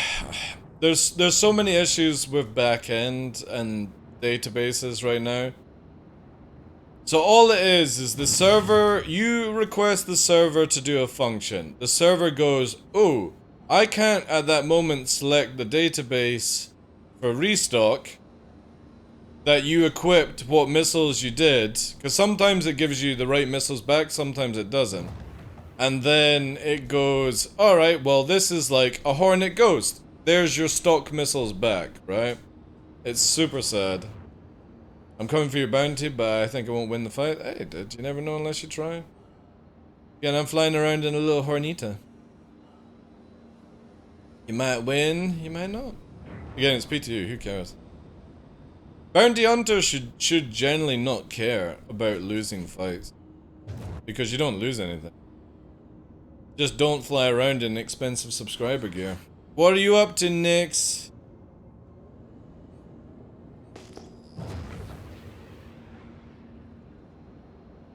Don't look soppy like that. You were doing something. Better stay away from my shoes. Ah, we got contact chat. Are you in a fucking Andromeda? Is that you, Cloudy? Are you coming in an Andromeda to get me? That's not you, alright. Oh god. I think we could actually take it. Let's see. I don't know if it's after me or not. Oh, it is. Maybe? No, it's not. Just cruising.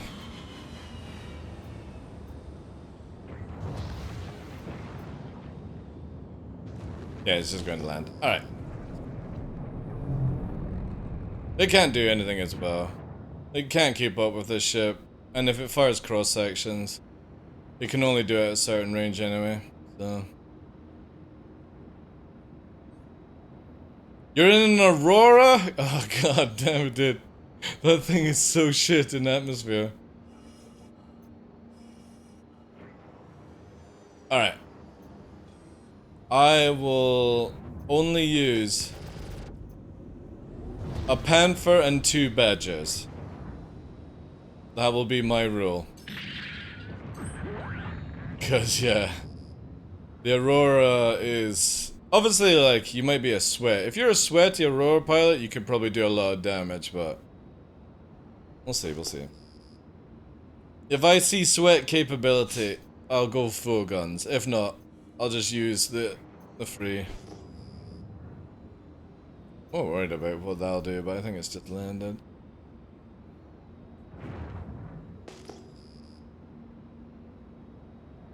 This thing flies how I wish the Arrow flew.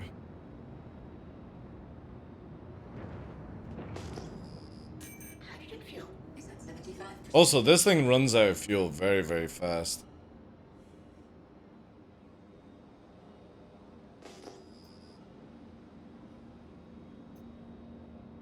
More dots?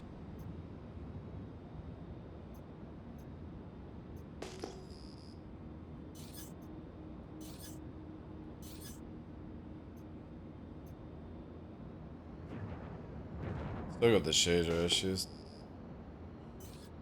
I do like this. See, I think what I'll actually probably do when I'm flying around is I'll do this as comms. But I'm also going to have this as a sub-targeting. So when I'm turning hard like this, I can just do that. to look down here.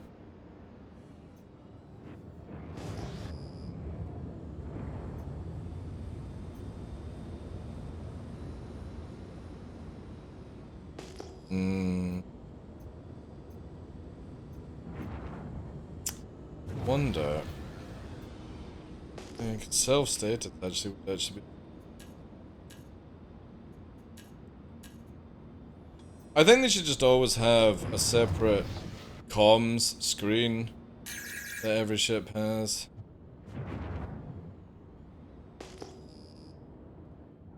What trails does this thing make? Oh, a little bit of a trail. Not much though. His emissions are pretty good.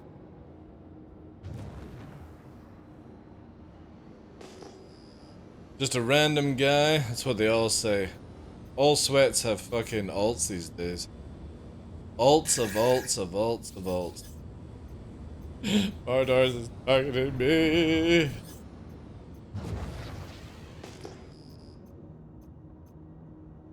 Secondary ship. There's the Aurora. Alright.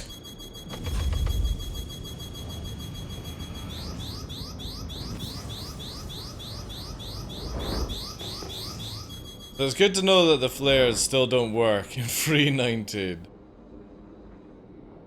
Evasive maneuvers are gonna be more potent. Right, we need to slow down, but we also need to watch our G's so we don't lock here.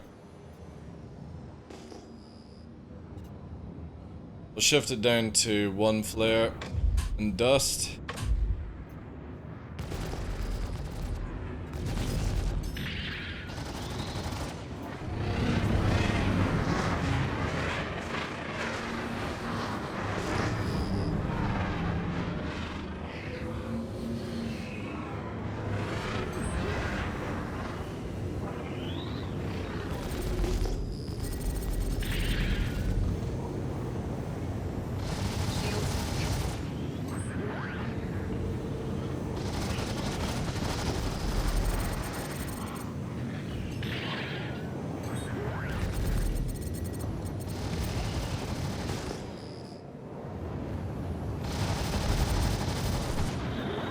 There, we got shield down, you got shield down. Let's recover.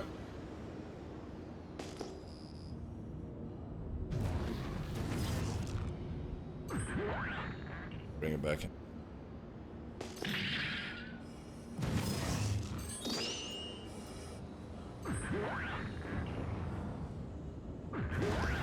Oh! Watch that spin.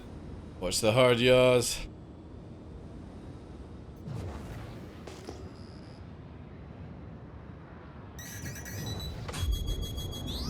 Cheeky monkey!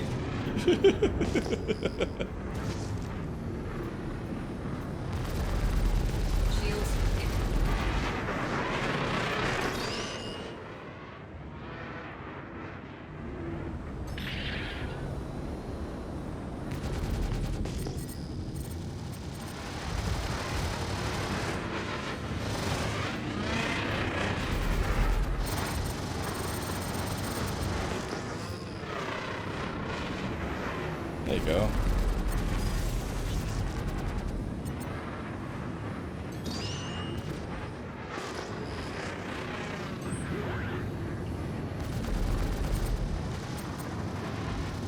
This is where the fucking Hornet definitely has to have a faster regen than the old capacitor.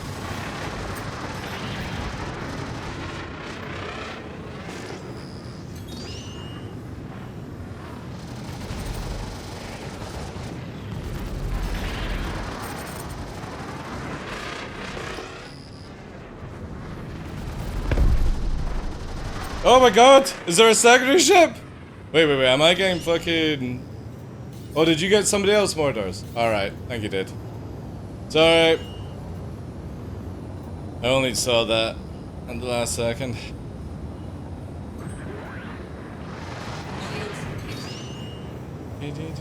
Oh, there's another blue coming in. Maybe?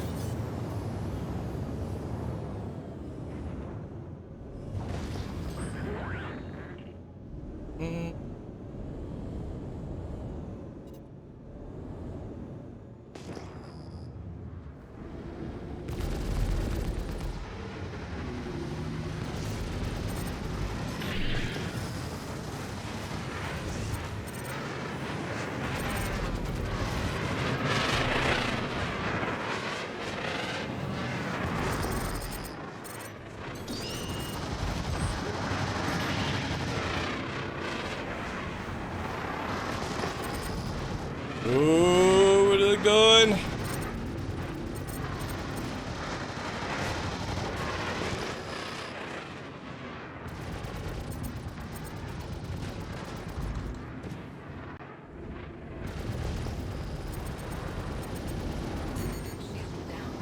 Shield down, I know.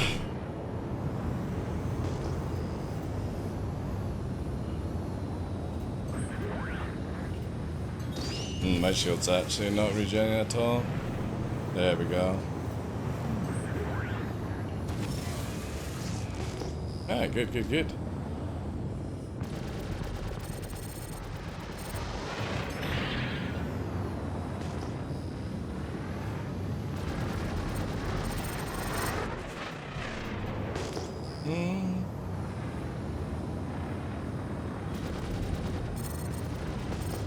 Don't drift too far, dude.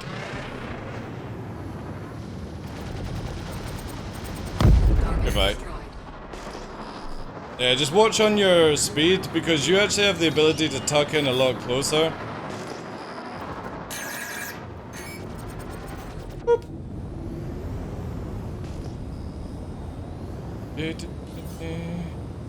Who's the secondary?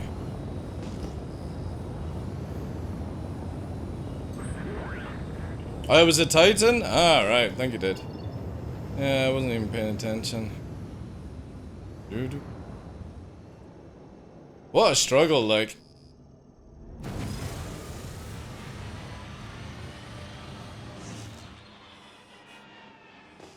One Panther and two Badgers is just so weak, man. Ah, thanks, Claddy. Could someone help me identify which targeting hotkey I need to bind on my sticks? I can't seem to make it work. So many targeting settings. Is it lock? Are you wanting it just for... What, like locking target in front kind of thing? Let me check for you. I can't remember what it's called. But yeah, especially if you're in the Aurora, you've got... Because your guns instantly regen... All you have to do is literally switch to weapons regen all the way to power and use the afterburner and speed to try and tuck in. Because the moment you do that, the Hornet and stuff like that struggle. But because you've got the ability to instantly regen your 4 guns, you can literally, you could have easily won if you just kept closer to me. Thanks for the follow, dude. However, just remember, okay, I was only firing 1 size 3, 2 size 2s. If you're versing somebody else in a Hornet, they'll probably use all their guns. So just remember that, okay? In these sort of like little test fights, you can get a wee bit more of an understanding, but yeah, versing somebody else, they're not gonna just hold back on the guns. And that's the main thing with the Hornet, is the frontal damage is so much. However, pretty impressed though, dude. It's not easy to fly the Aurora in atmosphere. Alright, I'll check the thing for you. Prototype. So the ones I use for targeting, I use these ones to pin. These are my pin targets. Now, for selecting a target, is lock select a target to unlock it. Is that one? Don't know if there's actually one where if you press it twice, right? No. And then under target cycling, I use these ones. But to be honest, I don't really need them. I don't actually use them that much. Because what is the closest?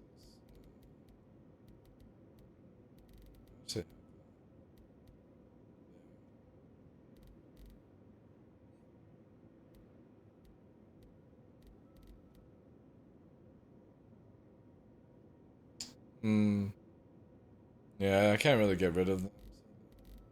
I should start using the alts though.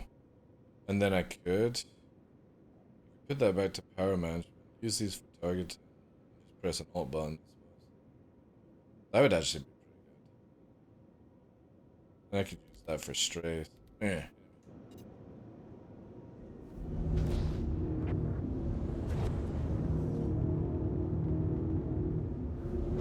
Well, I have the ability to target blue, red, obviously deselect, and then I've got in front of me, or if I'm like behind here, I can target mortars like that.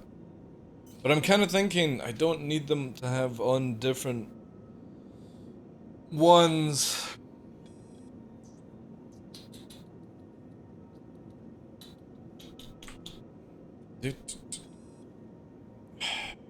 How could we do it? I kind of want this for strafes.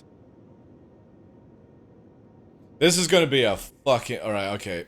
We're doing some memes. This is gonna be interesting. I want...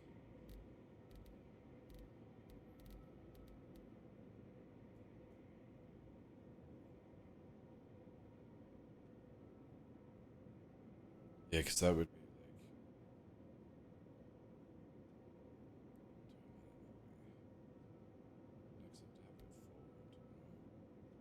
Have that as target. That would be probably more natural to have. Let's try this.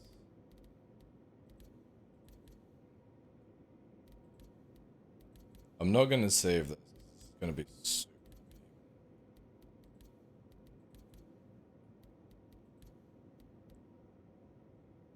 And we're not gonna have anything for the center. So that's flight movement. Then we're gonna have target. So lock selected.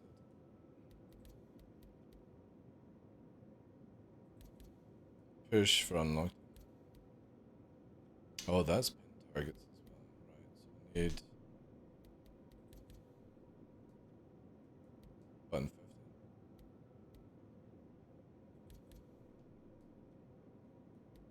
That.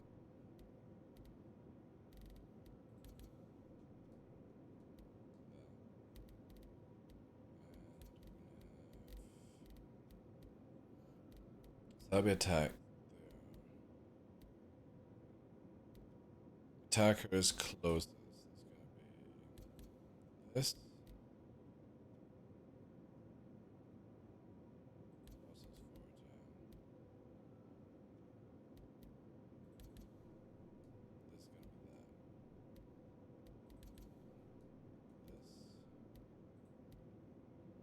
Hostiles forward. We maybe we'll have that.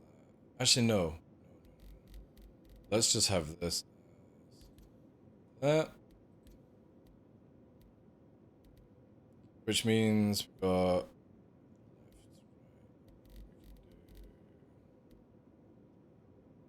Oh, we could change that as pin. Hey, Vinny. How you doing, Chief? You want lock nearest friendly, then lock nearest hostile? Why nearest friendly?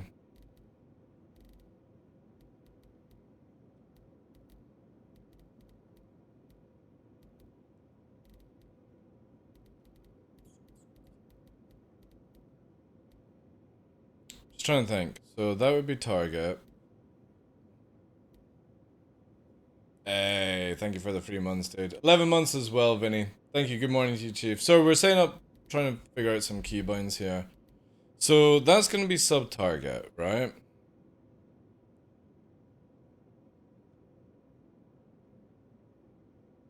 We kind of want... I'm going to leave that on that, just in case. Friendlies, forward. We want that. No, wait. Oh, yeah, because we don't want it on the altar. Do we? Let's do that as close. Oh, no, wait. Friendly's closest. Attacker's closest. Attacker's forward. Hostile's back.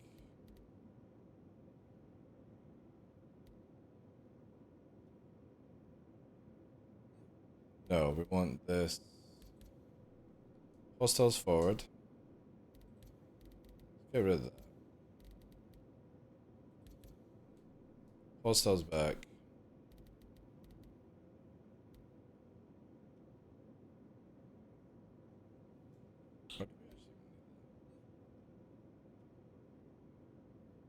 Yeah, that's true, yeah.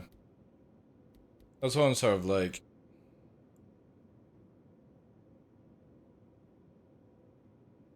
Because I could have this. Right, okay, I'm gonna do it this way.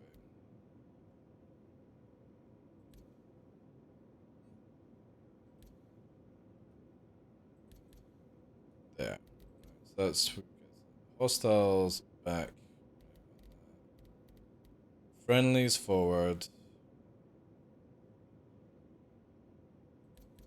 We're gonna have. Oh wait, is that on?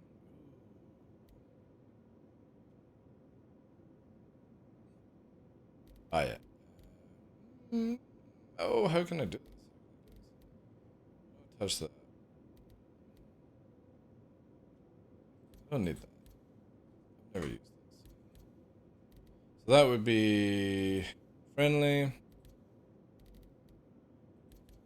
Closest. What can we have on the other one?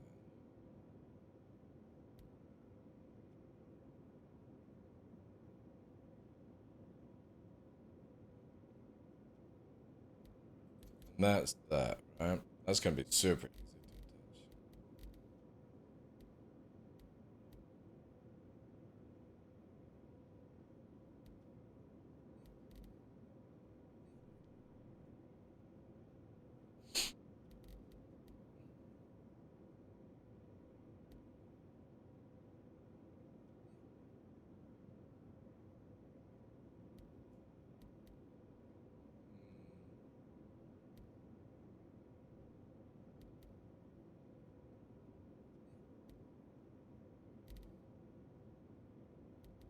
Got a few more options.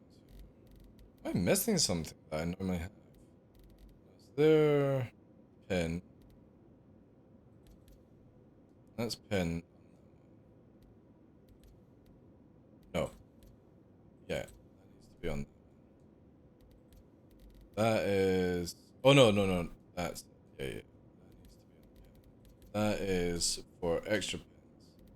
Remove all pins. Lock sec target. Yeah, that's all I need. Wow, can we actually do this on just one hat by using the 50s?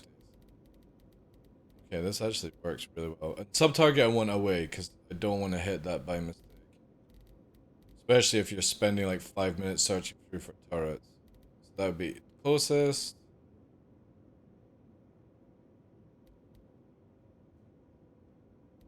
Yeah, we could do friendlies forward. Actually, I got an idea. That goes to that. That's friendlies forward. That's gonna be hostiles. Hostiles forward, nearest, friendlies. Yeah. And then you would just do back in that situation. Cool, that's actually right. Let's see what the strafe is like since we've drifted a little bit.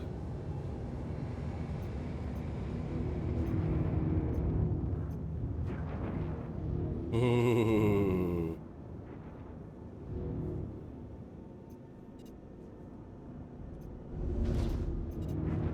I don't know if I like that. It could be kind of squirrely.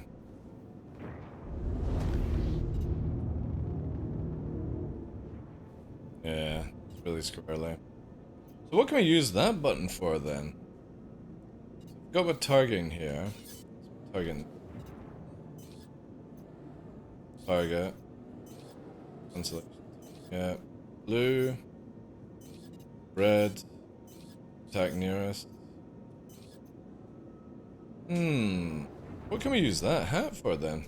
So I got there. Wonder what we can do. Oh shit, maybe switch lag to that would actually be, then I wouldn't need to move my thumb on the right hand stick. Yeah, that's what I'm...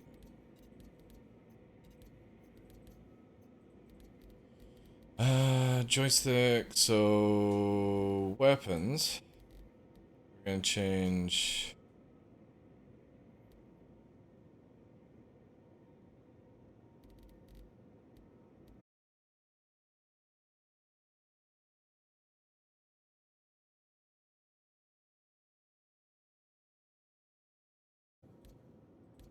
This could be a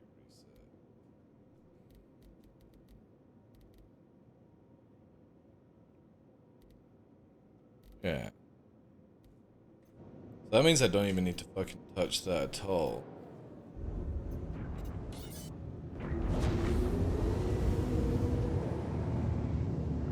Need like where's the NPC?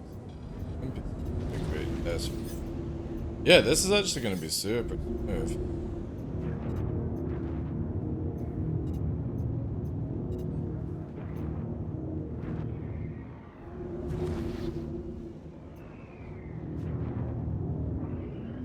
Did my internet go down?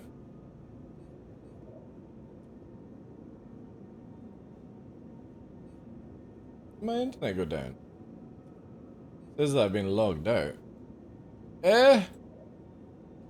No, I don't see. OBS is fine. For a second? Ah, right, okay. Maybe just Twitch being silly then.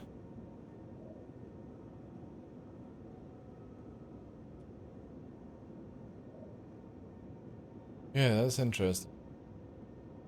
Why did it go down?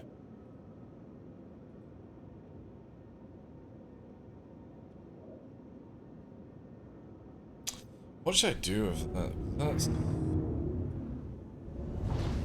Yeah, that's fine. Let's change stagger. Or maybe have it push. It's gonna be...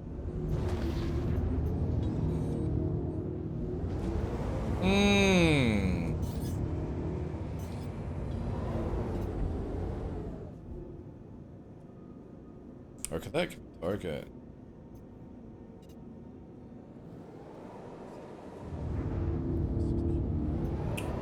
Don't know what to have on those buttons then.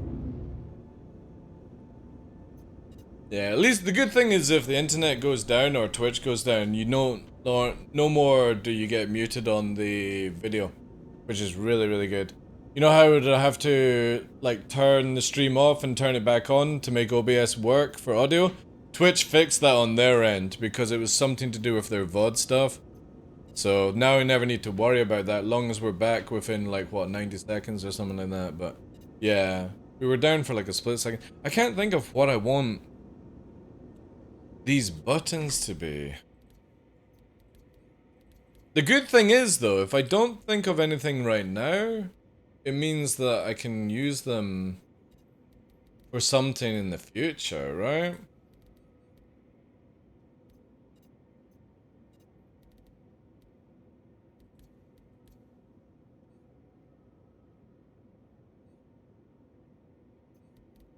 Kind of feel like that's fine. This should be, I think, that instead. So it's a push down. Because this is a weird one to use. This is definitely to switch on the fly. That's going to be really handy. Because it's just literally a... And there we go.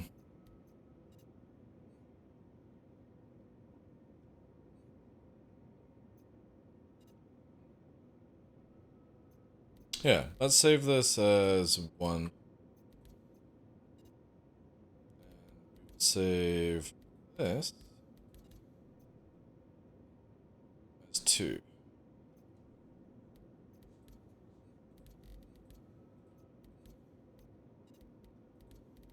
To do this stuff here. Oh, we need water as well. Game starts. We're on PT. Mordos, have you got stuff to do, dude? Don't feel like you have to hang around. I'm literally just fucking around with controls right now to pass the time. Right, we'll get rid of 1, 2. Yeah, you know what? This is gonna make... The God profile, by the way, literally changes up every peripheral. Okay. That should...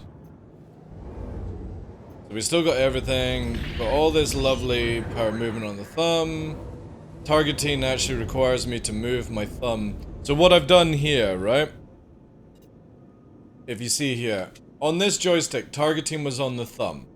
But when you're in a sweaty situation, my thumb sits here and it sometimes presses this button, which can be quite annoying. So I've moved all the targeting on the thumb here to this one here and just made it so much easier. So change power and then swap it over for targeting. This one now down here only does the staggered fire by pushing it, which is very difficult to do. And I can, when I do this, it changes out the ability to change from lag pip to lead pip, which can actually be very crucial in combat. And I had it too much where I had to move my right hand. So again, now I've got the stage where, see what I mean there? Like, look. I can change to do a bit of drift firing at the same time. And I think that's going to be a lot easier. Long run.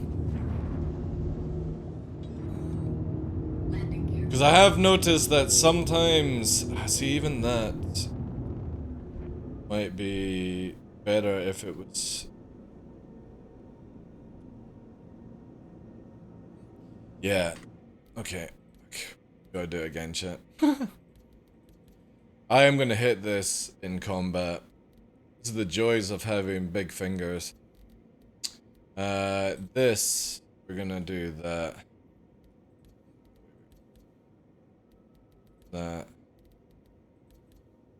That. No, wait. And that is gonna be that one. That's profile 1. Weapons. Oh no, that was profile 2.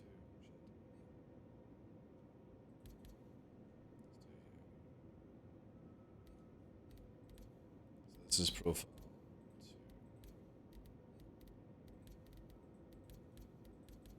And this is profile 1. The only time I ever use profile 2 is like if I'm flying an EMP ship, or like Mordor's if I'm flying QED. Just say it's so much easier than doing the silly what's it called? Grouping in the game. P2 user client 0 controls. Get rid of these two. Right, this is nice. Rename to that to 1. Rename to that to 2. Take these profiles and we put them into the live area.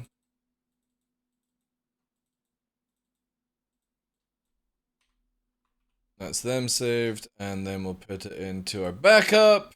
Always have a backup, chat. You never know when CIG scuff your controls. There we go. Nice. Okay. Good. You're just chilling?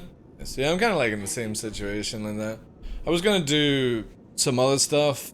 I might jump into Arena Commander, but...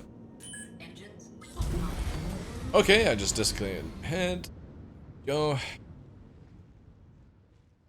Hey, No Face, how you doing, Chief? So many buttons, so few brain cells. Thank you. Appreciate that, Ashton. I feel it. I was just changing things around to make things easier last night, still getting used to it. Yeah, I'm not changing power cycling because I really like on here, the thumb here, I really like. So this is like when you're playing and literally you just tap here with all the power, then here is there. Because again, my finger just keeps hitting this shit in combat, so this would be just better where you push it and I can actually rest my finger. Instead of resting it up here, I rest it here now. And all it does is change the pip from lead and lag. Nix! What the fuck are you doing? Just go lie down. Gonna get you on the fucking sawmill for your tootsies. Shave those claws down. All I hear is him tippy-toeing around the fucking wood, chat. It's like he's up purposely on his fucking claws. Hey Nova, what's he up to? I'm gonna bring the camera up and see what you little monkeys are at. Ah, right, there's movement in the house, that's why.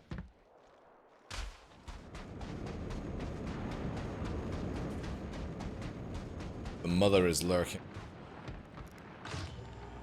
Alright, Mordos, take care, dude. Thank you again for the help earlier on. My power cycling, I was reaching far for it, so moving it closer. Yeah, you want power management as close as possible. God, shit. I used to, again, I've been re-key binding a lot of my stuff recently. I noticed the faults when I started doing the Arena Commander stuff. That's when I saw it was working in the PU, but under a more stressful environment, my control scheme was not working. Not my axes. To fix a lot of the issues I've had, I've just had to put some dampening in to certain things, which, you know what I mean, like, for somebody that's never really had to do this, it's been a good eye awakener to get these things sorted out. Because I want my control scheme, I want my aim pretty much solid before master modes come in, so the only thing is just relearning light. Nothing else really. Oh, that was a great drink. Yay! Oh, there it is. Fucking hell.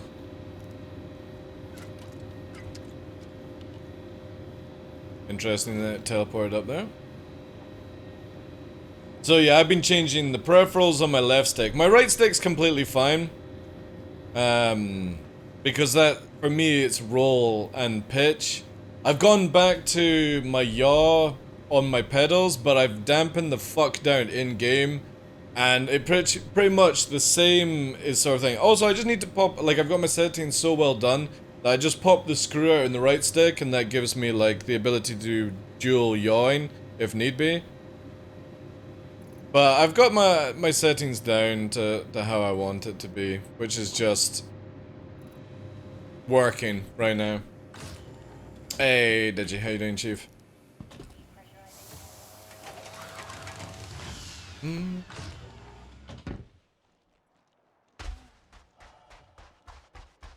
But you can see here, with the control scheme, so I've got like 75 on the joysticks, not on the Z rotation. So on the Z rotation, I've got it 1-to-1, but because I've got the hydraulic dampener, it's solid on level 15. These are all at 75. This is my right stick, which stays at 1, but you can see here that all I've added, I was using recommendation from Virgil at 1.7, and what I did was I brought the roll back from 1.7 to 1.5, and I put 1.5 on the pitch, and that just literally added in so much difference that I've never had before. So I've got it set up exactly how I want, and again, if I'm up against somebody super sweaty, I have to understand that I'm aiming with my feet. So, with the yaw control, also, who the fuck is running around? It's Cloudy. God damn, you looking at my ghost, Cloudy? I'm always aiming with my feet, so I don't care about going up against sweats, because for me, spending all my time in atmosphere, I'd rather have the yaw control than the AC sweat aim kind of thing. And it works for me. And this is where I'm just sort of leaving just now. Oh my god. It's another Scotsman. I didn't tell my welcome in, Chief. Thank you much for the raid, dude. Yesterday there was so many people like DM me, Skylum DM me, I was like, oh man, this guy's got a really strong Scottish accent. It's like, his name is Scottish. He's fucking English. How you doing, Chief? Thank you very much for the raid. Appreciate that.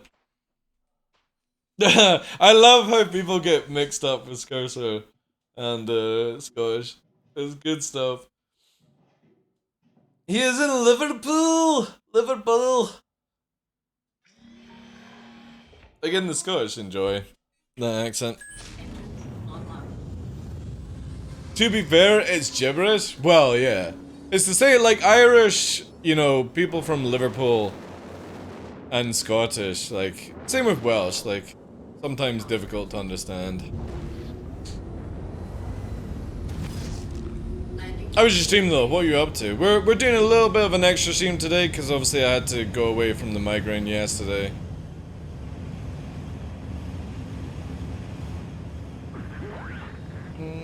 It's because nobody can understand either of us. Yeah, no.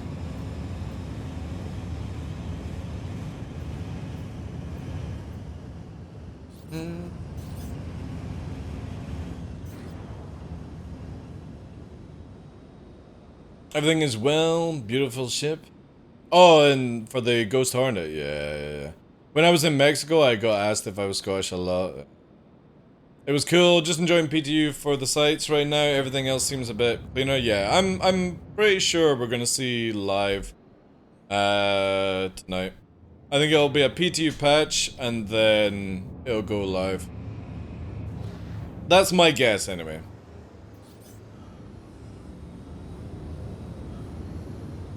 That is my guess.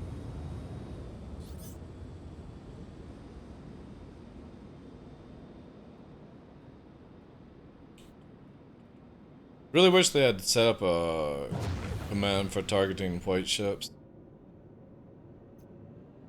That would be the last thing that I need added in. Oh my god, we've been targeted. Who is it? Cloudy on drugs. Dude, you got a really bad, like, damaged ship. Were you fighting Mordors?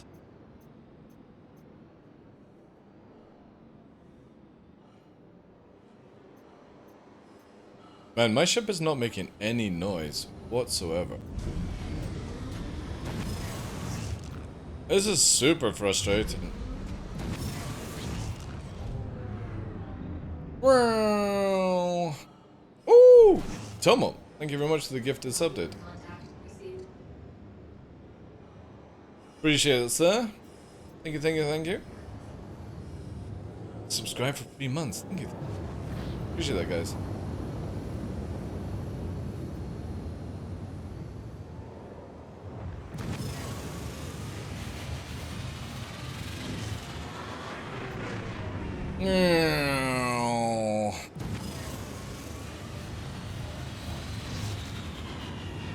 Let's go run. Alright, thank you, dude. Appreciate that. Also, thank you very much for the gifted sub, Chief. Thank you. I will return the raid to you next time, dude, if I see you on. Because normally I finish around about the time that you're still on. But if my guys, you're not following Tomo, please check him out. We don't really do follow shoutouts on this channel because it just never helps any content creator. Word of mouth is better, so if you are not following, check him out. We have raided him a couple of times recently. He's a good lad. He's funny as fuck, he does a lot of dancing, gets hyperactive. Good stuff.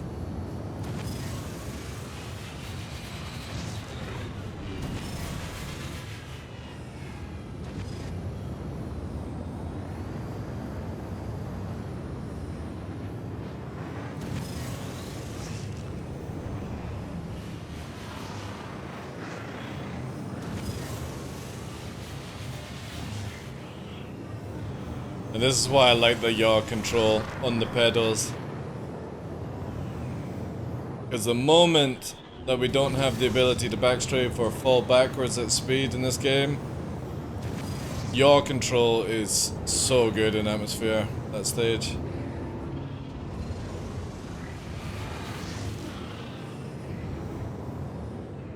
But yeah, look how long it takes for the Hornet to regen its afterburner. It's too slow. It's the same with the Saber. CIG cannot leave the medium fighters out of afterburner like this all the time.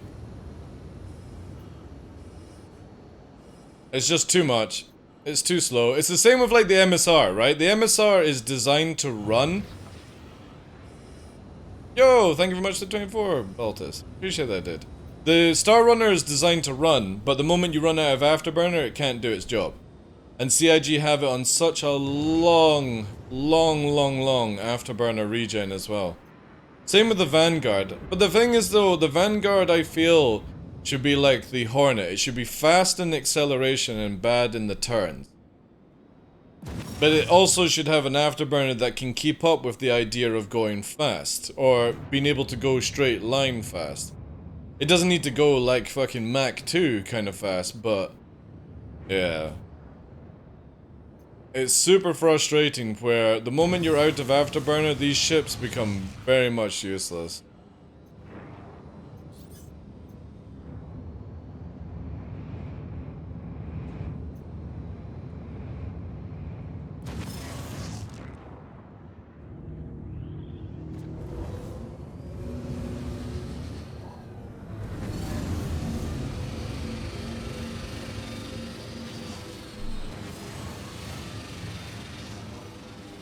Reverse the nose again.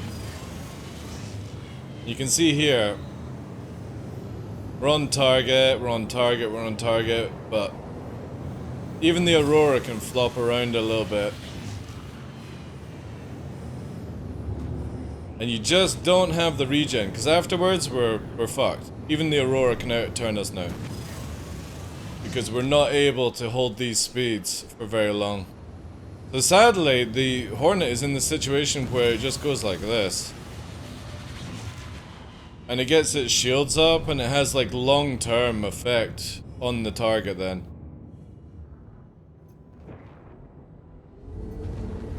Because the guns regen fine. The afterburner is just really, really slow. Don't know why CIG have this. All afterburners should be the same speed, in my opinion. Afterburner, capacitor should always be the same no matter what ship you're flying. Always the same speed.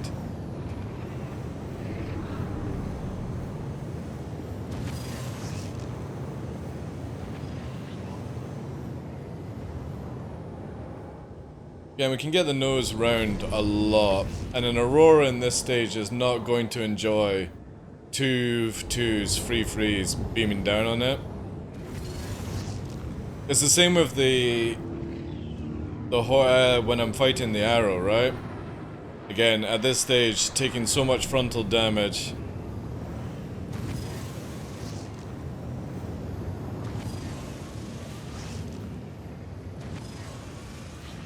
And it lifts up nicely, like you can see here that we're struggling at the speed to pull up, but doing a little bit of pulsing. We're up to 800 meters a second, like this thing is no joke in speed. It can disengage, get its shields up anytime. But it is pulling some serious fucking G's. What's the Aurora there? We'll take it more into the vertical at this stage. We're out of range of guns. 2 kilometers there. Again, this is where like it's dangerous as fuck to be in that situation for the Aurora, because you've now got all the guns coming down, beaming through, does damage, and it just kites through, back up into the vertical, out of your gun range already. This is how you would play the Hornet, basically. They would get their shields up, you would get your shields up, but you would be able to do 2 bursts, I think, and then disengage, beaming down again. And you're still in a slot here where this is a lot of frontal damage. I can hold the nose here, yaw effect around. Yeah, the Hornet's in a really good place. It's a lot of damage. The craziest thing is going to be when ships can't go backwards, you can't sort of drift backwards. How knife fighting will actually look. Will you actually be able to get behind on somebody? Will they be able to roll out of it?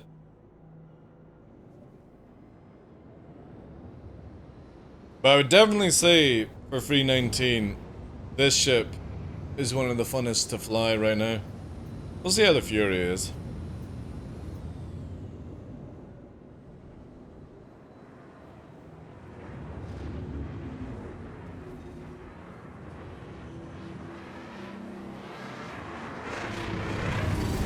Yeah, see there, into a perfect like merge for master modes. Where at this stage, you're not going to be able to turn around as easy. Yeah, so that would be full dead right now. Because what you've just done there is not possible in Master Mode. You can't just turn around like that. And that will be the biggest thing that will catch out so many people when they think they can do this. This kind of movement will be gone from the game. And I'm pretty sure when somebody gets behind you, that's it, you're dead. So it'll be all about this sort of like look off like we are just now. But a lot of pilots are very, very competent at it, where they can get in these sort of movements, pushing you.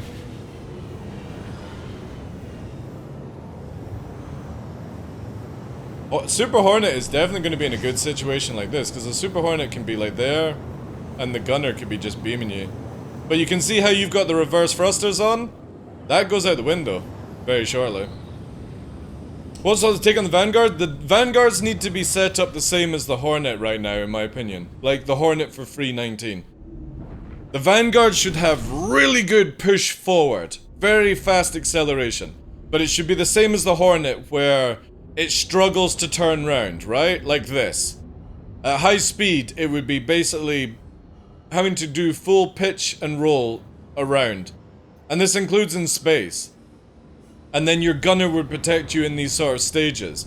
And then you're coming in, you're capturing the target, you're doing high damage, high damage, high damage. You go through for like a shallow turn, using a bit of vertical, horizontal, and bringing the nose round like this. Whilst you're doing this, you're basically doing a cartwheel in midair, and that lets your gunner beam on your target, right? And that would be great, because what this allows is the Vanguard to be very, very powerful if you've got that sort of gunner situation. But if you're by yourself, and somebody gets behind you, you're screwed, right? You can only then run away. Which is what these ships should be able to do. They should be able to pull away. You've got a couple of light fighters on you and you don't have a gunner. Yes, you can maybe outrun them with certain scenarios. You're very, very fast. But without the gunner, you're screwed, right? That's how it should be. Simple as that. Any multi-crew ship, literally Hurricane, Connie, Cutlass, anything like that that allows you to have gunners, the strength should be the gunners, not the main pilot's guns. Now, obviously, that would contradict that sort of formula on the Vanguard, because that's where the size 5s are going to be. But we want it where you can't just beam somebody down and out-turn them, all as, you know, it is, right?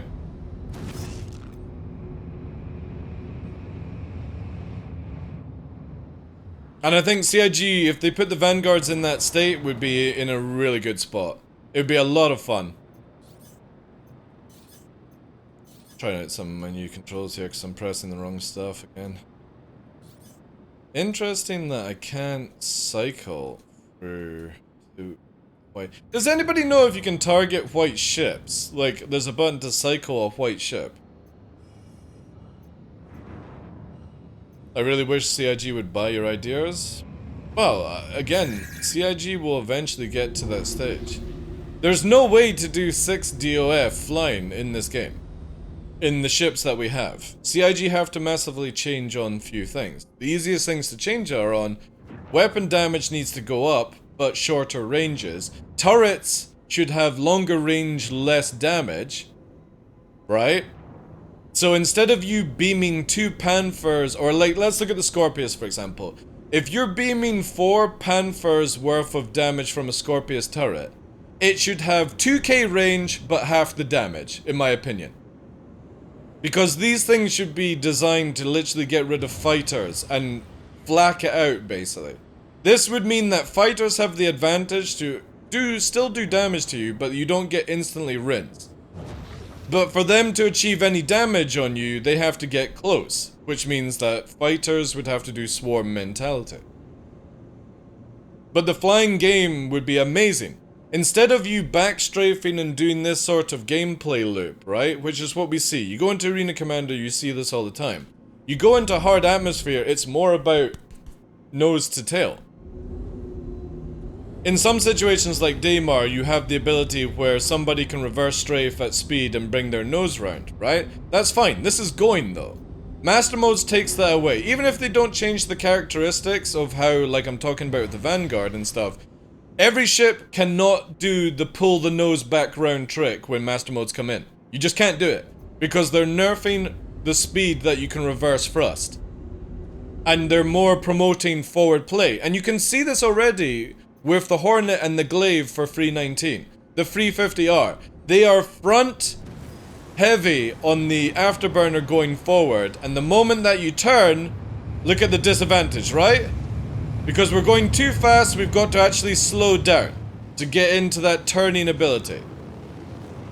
And this is how it should be for all ships. Then what you need to do is have it where some ships, like say the light fighters, can't catch up in the front, but they can catch up in the turning. Light fighters should be able to dance around the target, but it should not be able to outrun you. That's what an interceptor role should be. So the M50, the Furies, or whatever they're going to make as an interceptor role, the interceptor should be the one that chases you down. It's like a hound dog, right? Let's look at it like in typical hunting situations, medieval times kind of shit. You would have somebody holding the dogs would be leading to the target, and then you would have the slower troops sort of going behind. Right? You'd have your cavalry, who would be able to charge in and do certain things, and then you would have your shields and boards and all these things. This is where Star Citizen needs to get to this point. It needs to stop being where an arrow and a gladius shits on everything. Now, it should shit on stuff, but not in every scenario. 2 gladius versus a 2-man Vanguard, the Vanguard loses. 2 gladius versus a Scorpius, the Scorpius loses because of just certain features right now, right? So I want it where the mediums come in and they are big damage. Don't fuck around, dude. Like, I have no time for people that do that shit. Because it always ends up in a mistake or an accident. So yeah, you would have your interceptors that can catch and do mediocre damage, but you can't outrun them. You have to deal with them. You would then have your lights, which are very agile, but they don't have good frontal speed. Your mediums, which have good frontal speed to catch up with the fleet, but whilst the fleet's going off, they have to sort of come round, sweep damage, and rotate it around the field, instead of just going like a turret, right? And then you would have your heavies, which again are even faster for their weight class, pushing in, but again, they've got big guns, but they can't bore them around. And then we move into multi-crew, which then would have turrets, which are going slow. They're not able to move fast, they're tanky, but they've got the turrets to deal with the flak, right? So instead of you rolling around your ships out of control and high speed movement, you would be a behemoth moving around, tanky, and your turret does all the work for you. You can kill frontal damage, but you're not like swinging around VTOLing and fucking going batshit crazy. And the bigger the ship goes, the slower it goes, and it's more about, I have huge amount of HP, I don't have any speed or mobility, but I'm like a flying fortress at that stage. And then when we move into capitals, even slower, even tankier, and bigger guns. If CIG went this way with the game, it would be so much fun. Interceptors should be chasing down and dealing with interceptors. Lights should be dealing with light fighters and whatever they can pick off on the outskirts of the field. Mediums start to brawl it in. Large starts to brawl even more. Into multi-crew. Large ships, brawling. Capital ships, literally in the center of a fight, getting fisted every direction and laying out the fists themselves. CIG do this, combat would be amazing. It's so boring that a light fighter can deal with most scenarios. It's so boring that somebody can jump into a Connie and just spam missiles at one fighter and win. It can't be this way for Star Citizen. It has to be more logical. And the easiest way to do it is just get ships into roles correctly. Your light fighters and your mediums should be your dog fighters. Your interceptors should be your high speed, disabling kind of ships. and you should have a fleet fight where it's like a American football lineup, right? Your big ships should be your fucking line. I don't watch American football, so my terminology for it is dreadful. But your front line, like rugby, your forwards, that should be your capital ships and your large ships. Then as you... Is it with American football, where the further you go down the line, these guys are the more faster, able to run and do shit and stuff like that. But they're not as chunky, you know? Same with rugby. If we look at rugby, you've got your forward line, then you've got your scrum winger, or like your line goes down right to your wingers. It's what it needs to be for Star Citizen. Your big ships should be slow and tanky and deal a lot of fucking damage. Then as you go down the line, or the roles of the game, should be the lighter you go, the lesser damage you achieve. Arrows and Gladius shouldn't have size 3 in my opinion. They should have size 2. They should be dealing with light fighters. And if you're coming across a medium fighter, you should have to need 2 light fighters to deal with 1 medium. 2 mediums to deal with a heavy. Kind of deal. Or 4 lights to deal with a heavy. That's how it should be. But make it where it costs more to run the bigger the ship. Because right now it doesn't. Missiles should be more expensive the more you have. The more fuel you have, the more expensive it should be. The more hull you have that takes damage, you should have to pay more for it. To force people to stop flying around in big ships. All the time.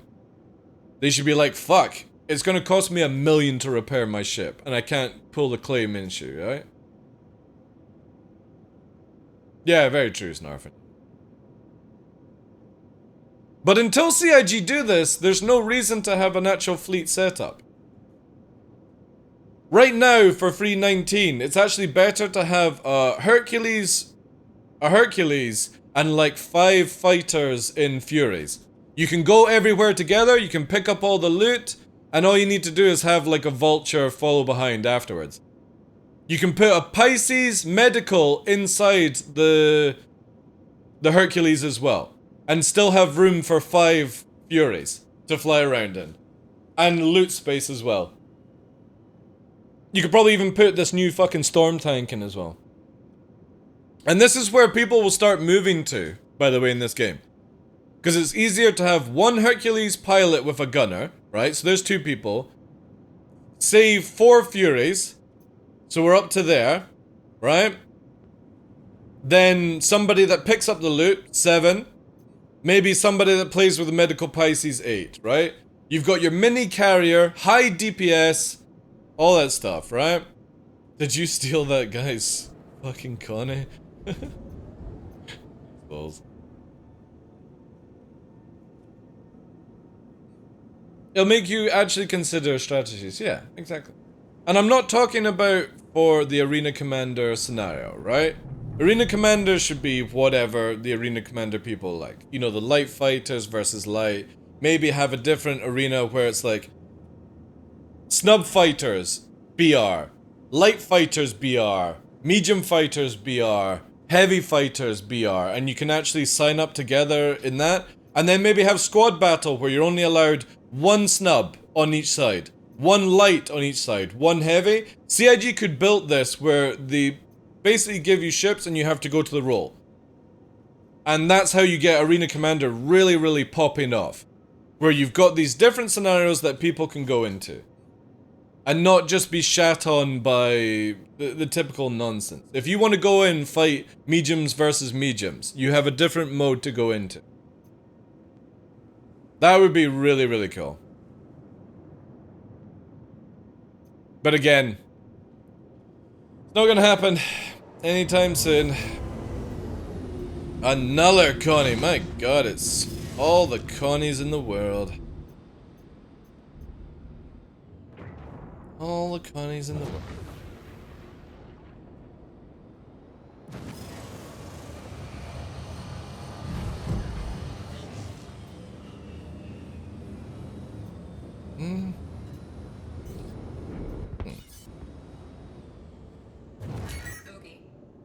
Oh, we actually have 2 reds. Oh, what's that? Alright, Cloudy's on the other one. Missiles going out. There's... What the fuck is that?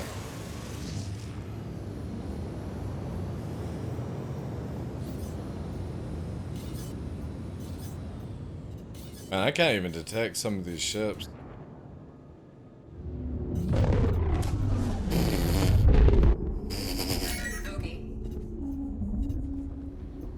Oh my god! They've all died!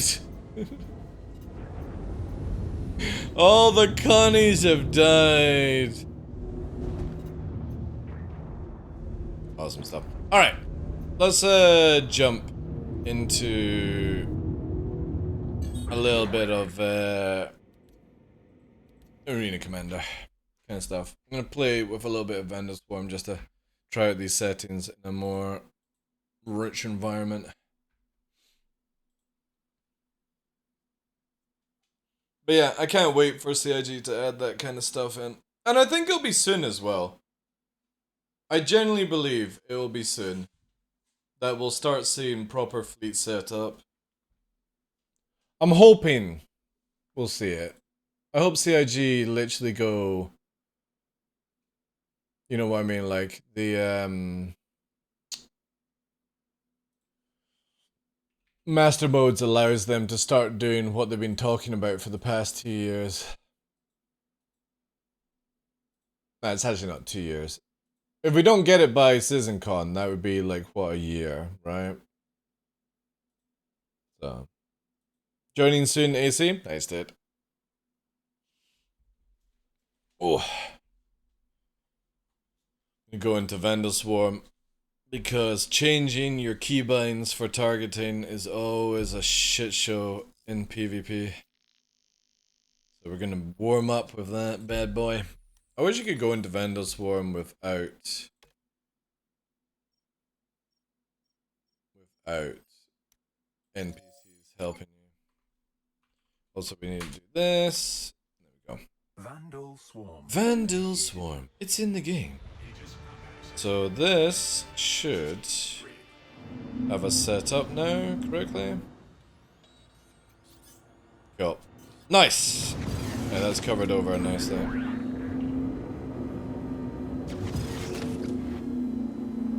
Warning. There are multiple hostiles inbound. There are multiple hostiles. Okay.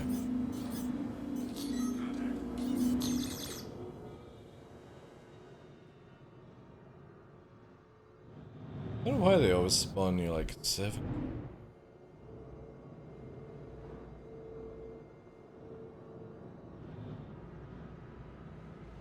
Need to get it where... Ooh.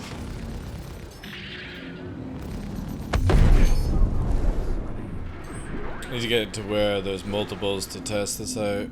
I've got the ability to do the blues. Like that. There's the red. Sub-target. Clear sub-target. Unlock. Red. Nearest hostile. Red. Target pip.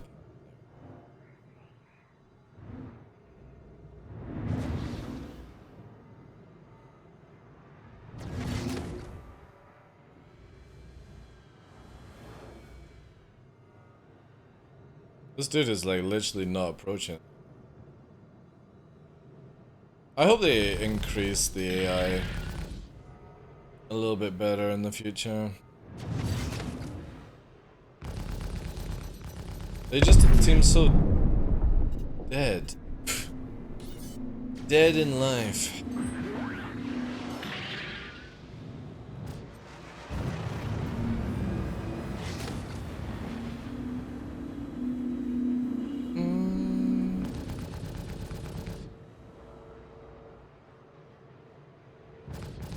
I also wish CIG would just make it where the pip doesn't show until you're actually in 1400 range.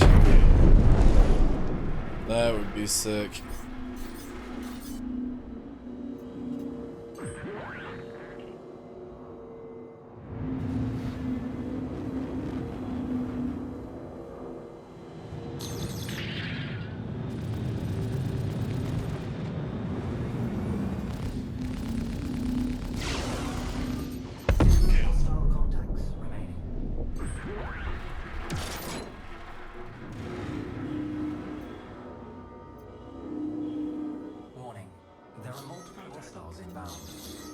Warning. Multiple hostile.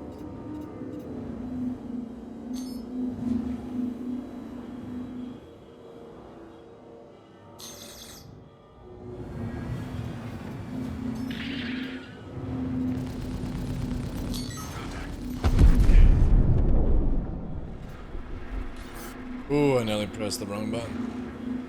Managed to recover that.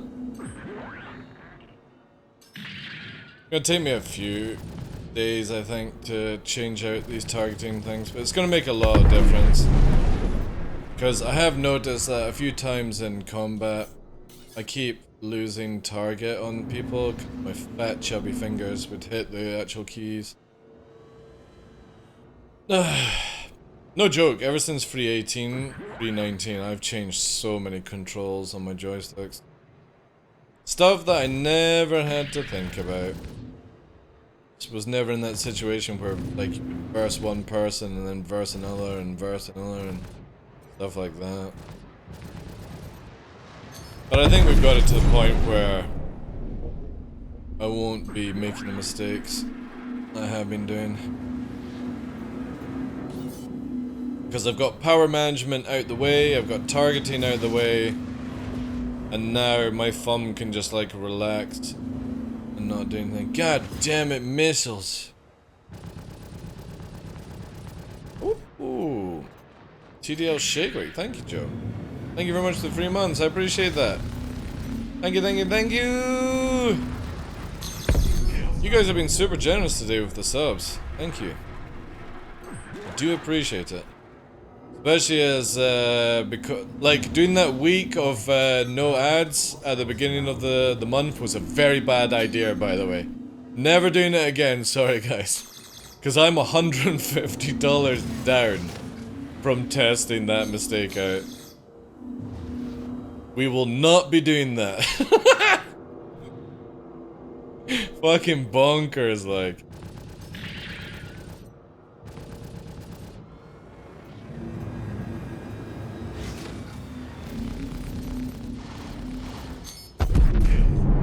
However, we should make it up next month with the extra streams we're doing. We're doing a lot of Diablo stuff, guys. If you guys are playing Diablo, you're welcome to join the clan as well. If we get enough people that are actually playing it regularly, obviously you don't need to sweat it out. But I'll probably make a channel on Discord for people to be like looking for group or something. To be honest, actually, I'm thinking of making that channel. What the fuck? I'm making that channel anyway, I think tonight, for people like maybe looking for group in Star Citizen. Just an LFG thing, you know? Looking for group in Star Citizen, looking for Arena Commander, Sweat, or something like that.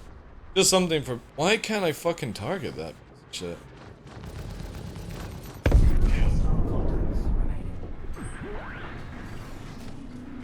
Because in Eve, we used to have it where you would X up in chat, which I think was actually a really, really fucking good thing. Whoa, what? What do you mean, Spudley? Whoa, what? Question mark.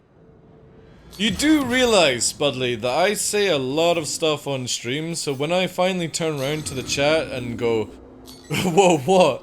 What question could that be from? I've just literally said so much stuff in the past 5 minutes. What could what be? I'm actually sad I just joined the Discord? What do you mean? Why would that affect the Discord? I'm not closing the Discord down. No, we don't have it yet, but we are doing like a community. God, you're freaking me out, dude.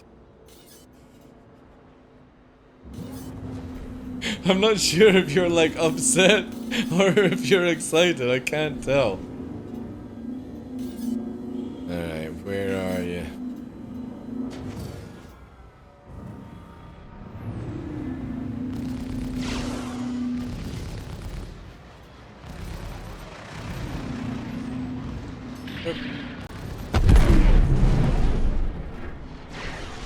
All right. Just a second. I need to get more involved out of it. Oh, no, dude, don't worry, guys. Like, right, look, we're in recession, right? There are so many other things going on in people's lives. Like, that's the good reason why we have exclamation mark VOD chat. So if you ever miss any of the streams, you can watch on YouTube for free. The only perk we give for subscribers right now is that you get to watch the VODs on Twitch. Why can I target this guy? Oh yes, he got rid of Warlord. Fucking awesome. I give it where subscribers can see the VODs after the stream ends, but then everyone can see it when we it goes live on YouTube 24 hours later. I think this is just a small thing I can give back to subscribers. But yeah, we're playing Diablo 4. We're going to be streaming quite a bit of Diablo, where it starts off maybe like 1 or 2 hours a day Star Citizen. If Star Citizen is boring or quiet, we'll go to Diablo earlier. And then the afternoon will be like 4 or 5 hours of Diablo gameplay. But yeah, the idea is to make a clan for people from Star Citizen for Diablo. And all it is just a place to be like looking for group kind of thing. For end game kind of stuff. Obviously if you want to play solo and you want to be in the clan, that's up to you. You don't need to actually join in. But it just gives people the options. Because there's no perk to a clan. It might be just like where like find somebody to play with for the day or something. Again, we'll see how it actually pans out.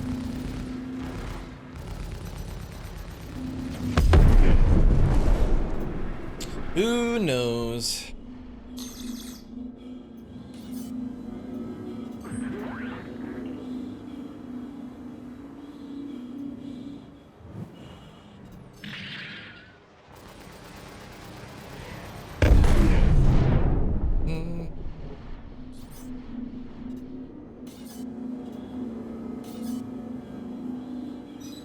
Oh no, none of the missiles. Wow, I didn't even need to actually... I pressed the flare button. Give me that. Why are you unable to be targeted, you little shit?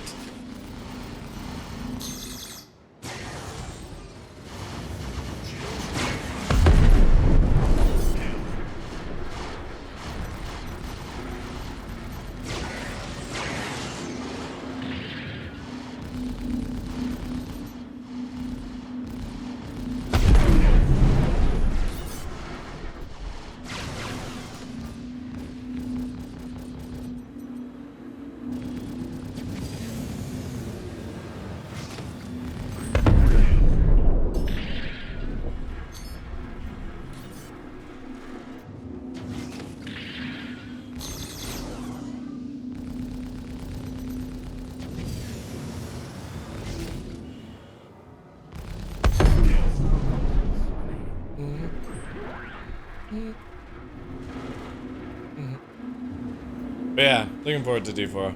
I'm at that stage now where Star Citizen for me will be like Arena Commander, a little bit of PU work, and then D4.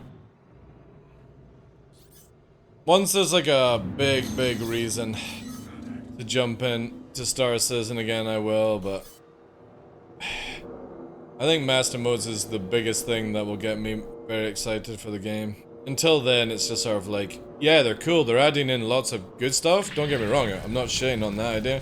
But there's just not many things for me to do, apart from Arena Commander right now. The microtech stuff should be actually pretty good.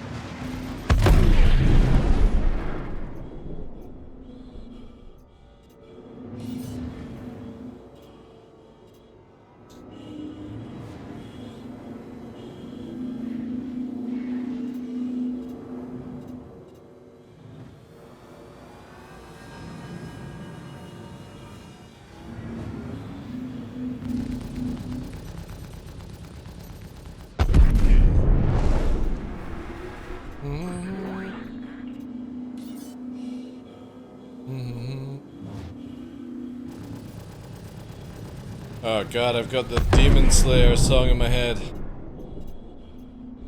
Ah, we're gonna have to listen to it. Fuck. How's the headache? It's gone, dude. Yeah, I got good sleep last night. I drank a fucking energy drink before going to bed. Man, my dreams were pretty fucking crazy.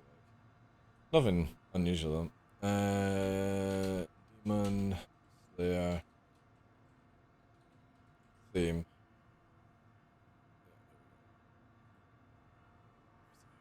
Shit. I think this is the song, right? Yeah. That's...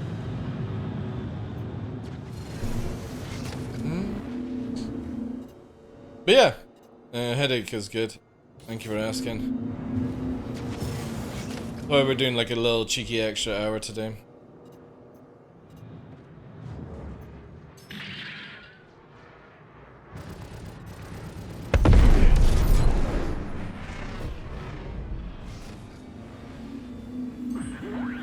Demon Slayer's animations is fucking absolutely incredible right now. There are multiple hostiles inbound.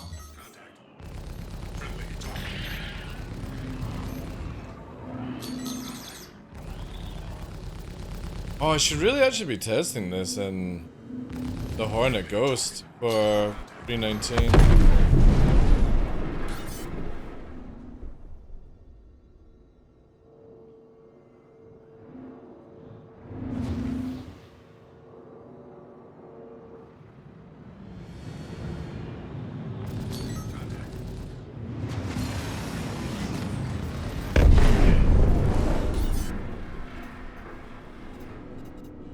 Nice, now we're circled up.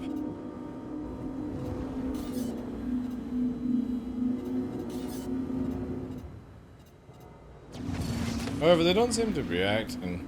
Oh. Also trying to target them is a pain in the ass.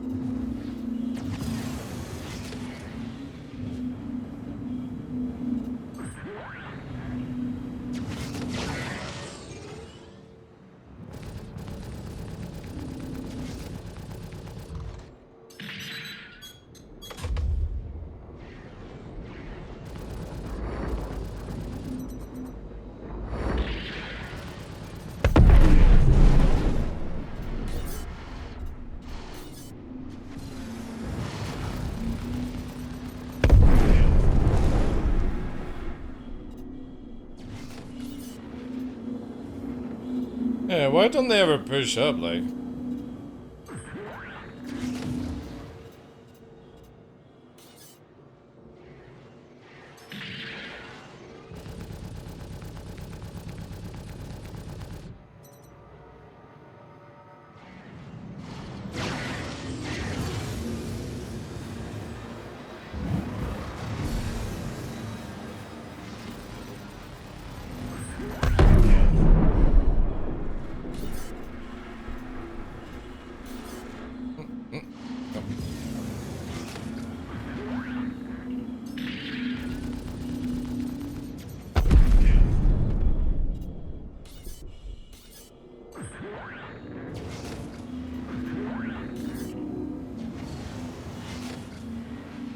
Watch out for the laser!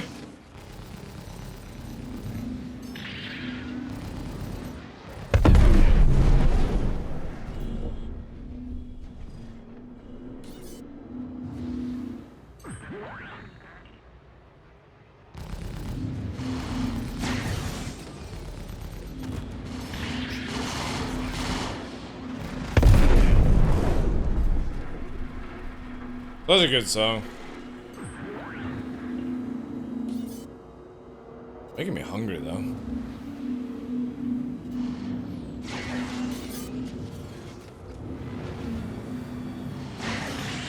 Ooh, insert.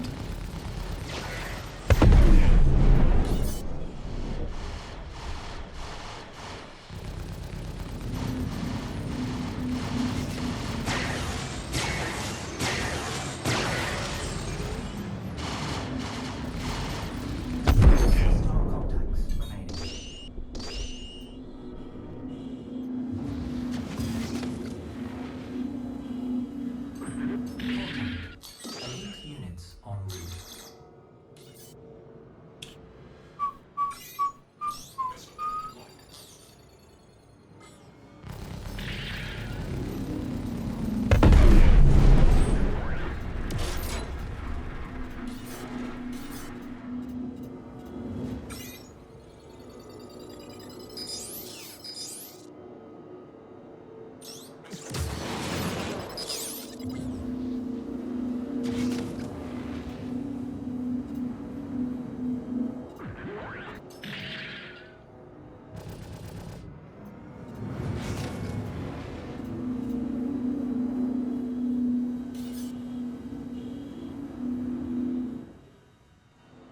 Yeah, radar is super weird with these guys. Like, it looks so close range. This is the one. Oh.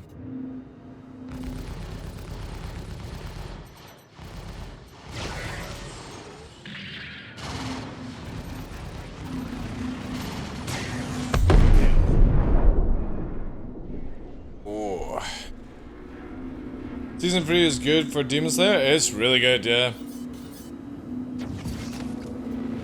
Really good. I've also been watching Paradise Hell or something like that as well. That's actually been really fucking cool. I like that one.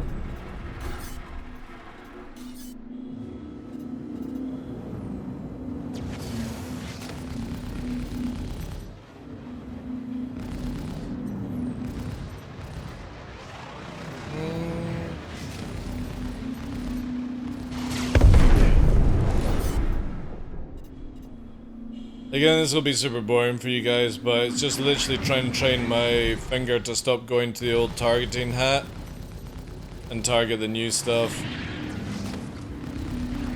Because I'll get slaughtered. Even more so if I can't target properly. So I'm just trying to gain a habit.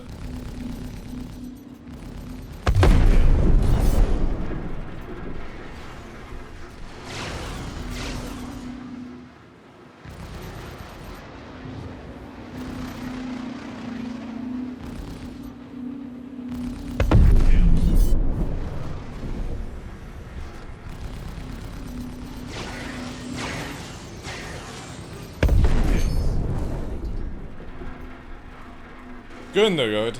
Good. Good, good, good. I think I've made about 5 mistakes in this match so far, so... yeah. That definitely helped. Many times I'm clicking the old hat, trying to target stuff, and then it's like, oh, fucking moved it, so... it's in a much more relaxed position as well.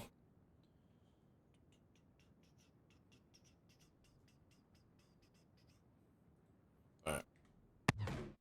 Oh, I got hiccups, chat. I got hiccups.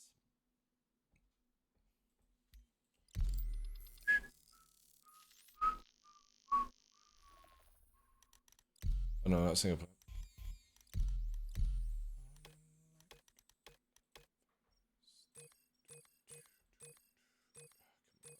Please. Can they just please fucking sort this shit out, like? And if it goes live today, that means also no more of that stupid red map kind of nonsense. Check out today's most watched reels. Ooh, no thanks. The Dark Law. A bit too early. We'll see Free Flight. If not, I can go and test the Hornita in P2.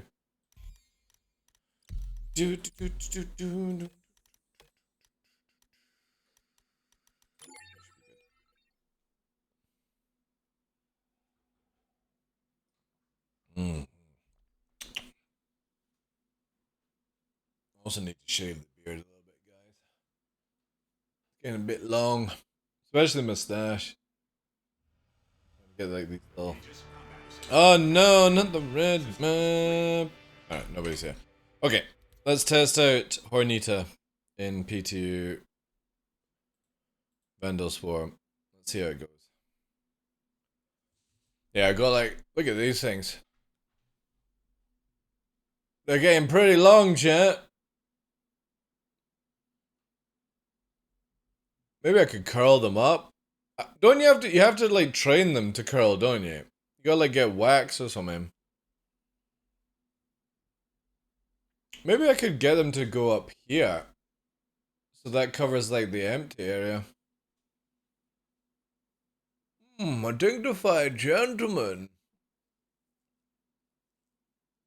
Yeah, I'm pretty sure you gotta get like train wax or something to train the hair.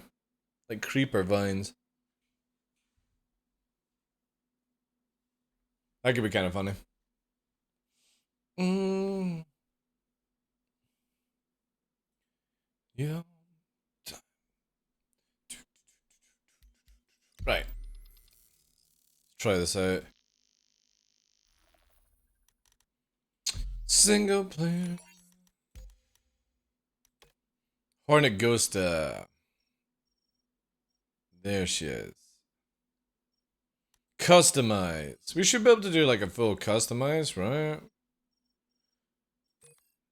Yeah, there we go.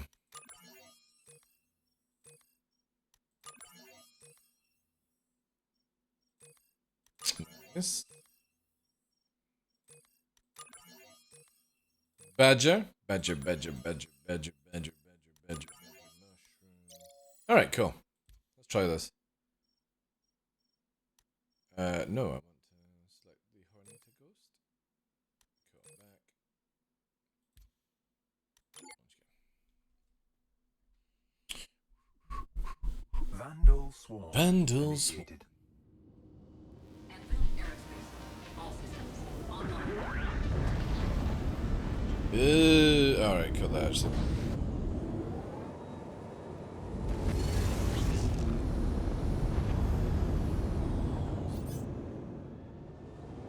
Warning. There are multiple hostiles inbound. I gotta kill Vixen. Okay. Gotta kill Vixen and Warlock. Again, this is where they need to make it where you can not spawn with NPCs.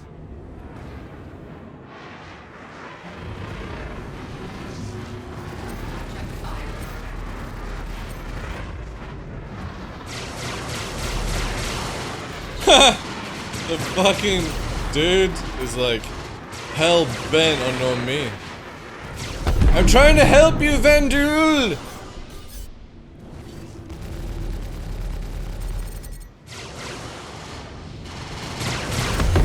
Boom. Let's get Warlock down. I want all the NPCs to go on me. That's a lot of fucking damage, boys. It's a lot of damage.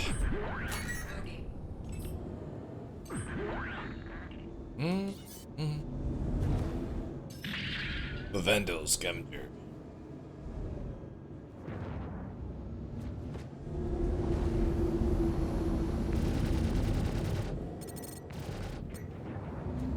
God, the frontal speed is just so good to counter, push in. Oh god, it's sexy.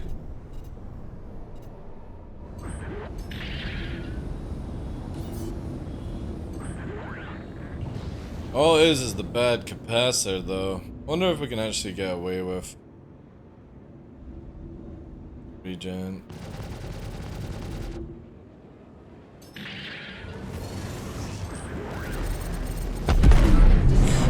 It's just so vicious.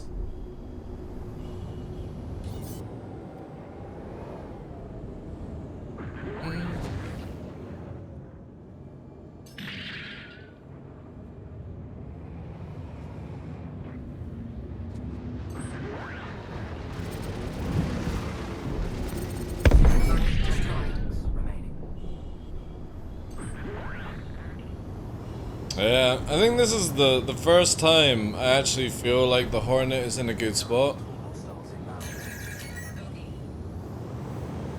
Especially for space control, it's really nice.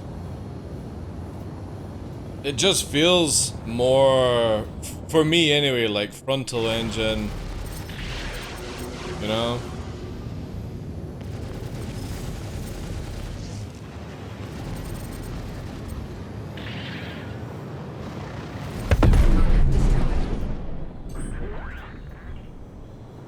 It just feels heavy, really heavy, but in a very satisfying way as well.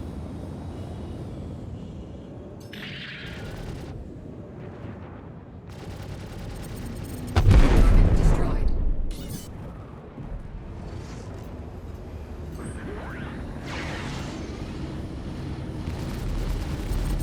Shields hit. Target destroyed.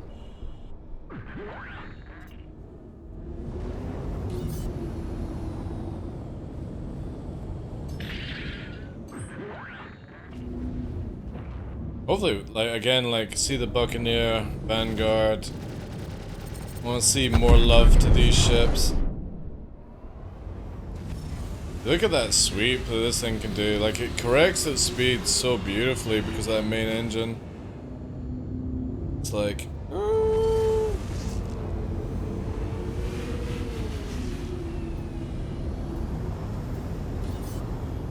Even though she can't turn very well, she can definitely slide better into position than before. It's amazing where it's just acceleration has done that. Target destroyed. Like there, 600, 500, 400, 300, 200. Like, really nice. It kind of reminds me of old school Star Citizen, to be honest. We used to be able to go in every direction at every speed. And it was fast. Like, you would fast accelerate, then you could fast de-accelerate, and that's what performed the Gs.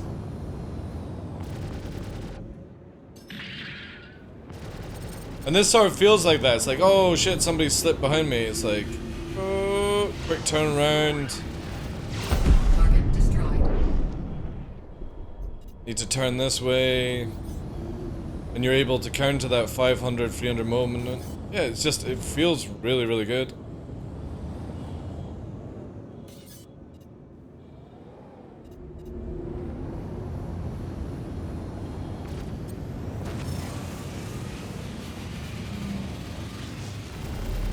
Target destroyed.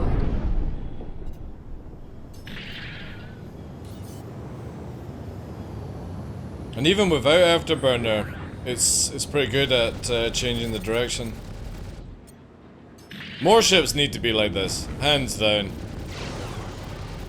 The Ares needs to be like this as well, because this would help counter those turns if the Ares just had a little bit more acceleration. Acceleration is the key. Target destroyed. Like, bruh, I'm up here.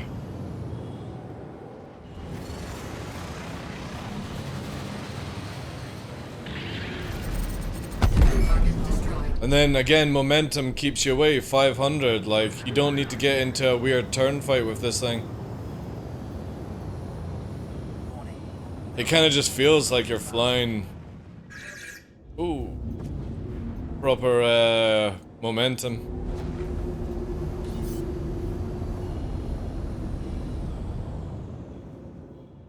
And again, it's all that main thruster that you're doing it with, right? Which is so lovely.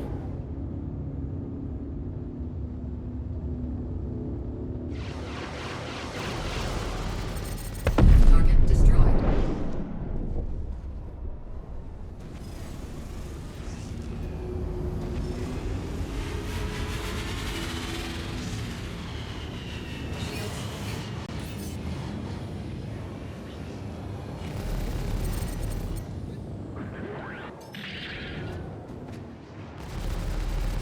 Ooh. Not sure where it's going.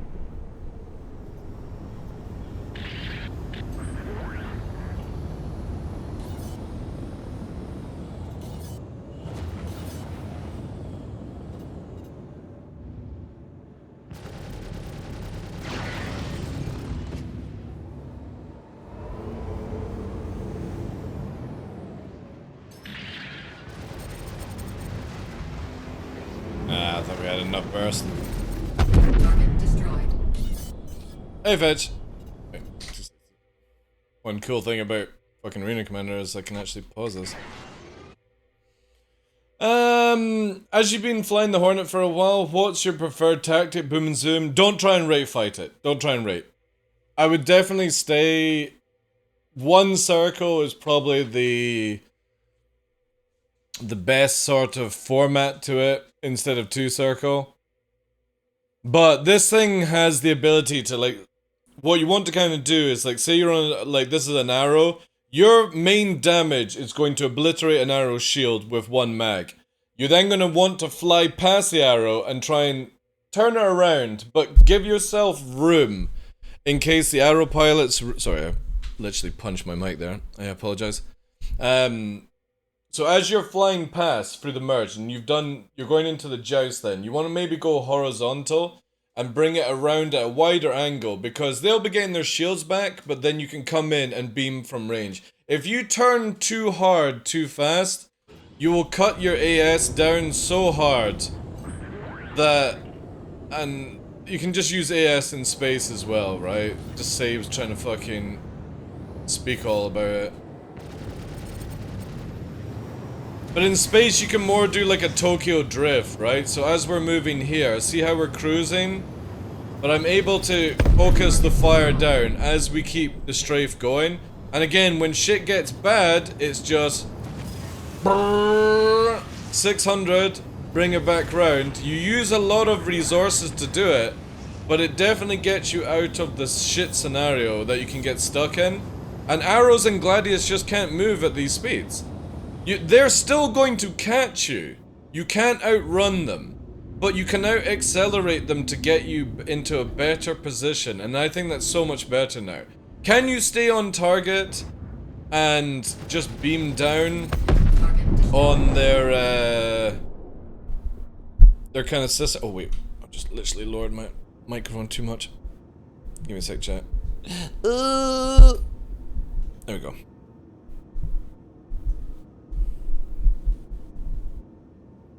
Yeah, they will be able to obviously get on target, keep around you and stuff like that, but you know what I mean, like, there are certain scenarios that this thing just triumphs over the light fighters.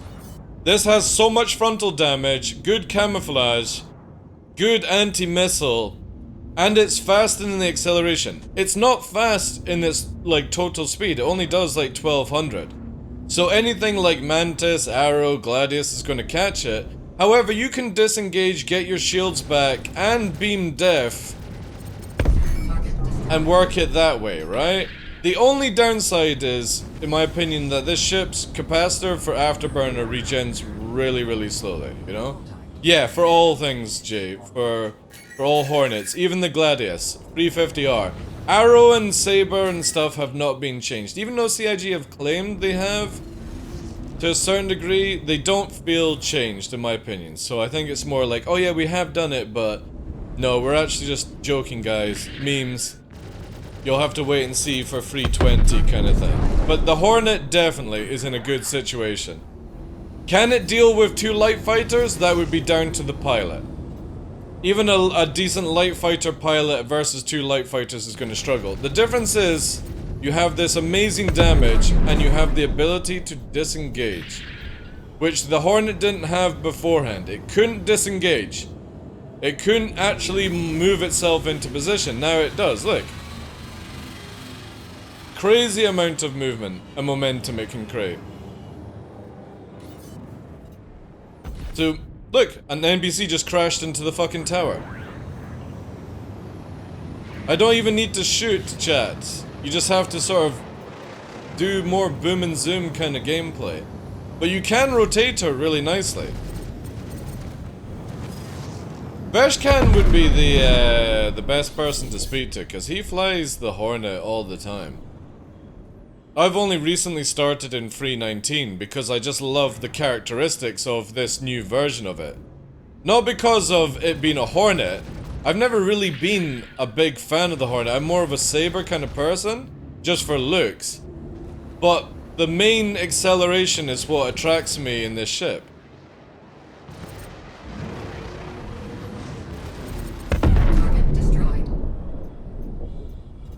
It just feels really, really good. This is how I would want more ships to feel. Again, instead of trying to like outrate and stuff, we're gonna basically just go into a nice circle fight. Beam def, right? And then, oh, they're running away? Nah, not on the fucking Hornet's job, dude, because we can accelerate and catch up. If they get to their top speed, obviously we're fucked. But the Hornet has really good acceleration in the front.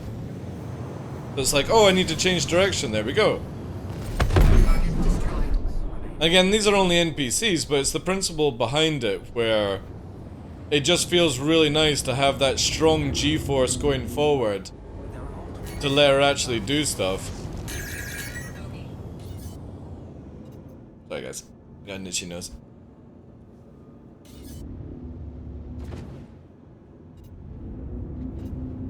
69. But I'm definitely going to be spending a lot of time in the Hornet. Target destroyed. I've had a lot of chats around where I'm like, I'm so bored of flying the same shit day in, day out. Now, after the testing that we did today with Mordors, I feel very confident of using this as a solo player. Target destroyed. Especially if a fleet comes after me on Daymar. Because this thing has the ability to disengage, deflect missiles, do a lot of cool things. Target destroyed.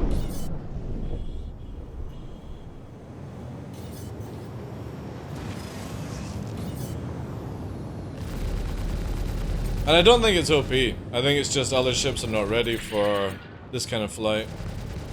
That's all. God, I hate these targets.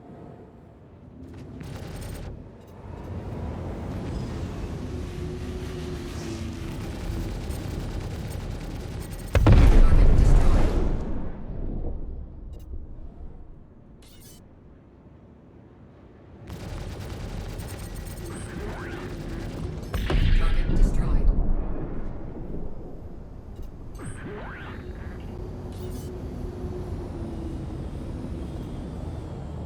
Well, the tracker will be good as well.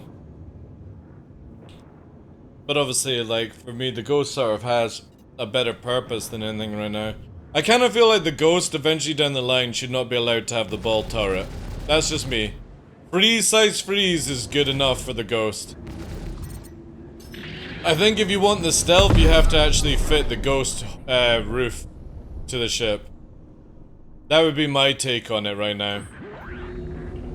Because it has so much damage. It's like the damage of 4, size 4, right, freeze, like, and a little bit more.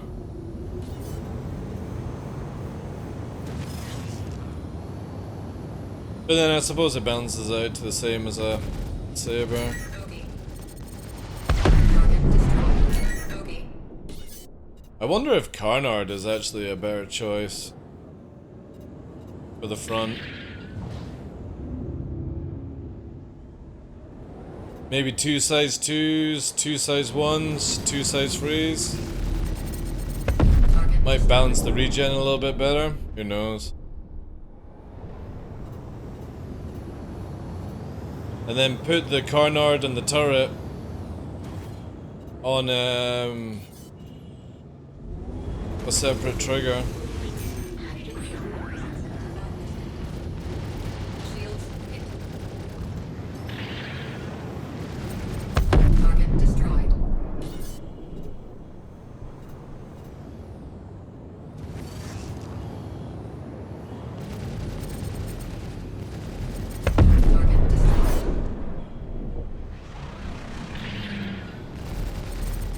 Target destroyed.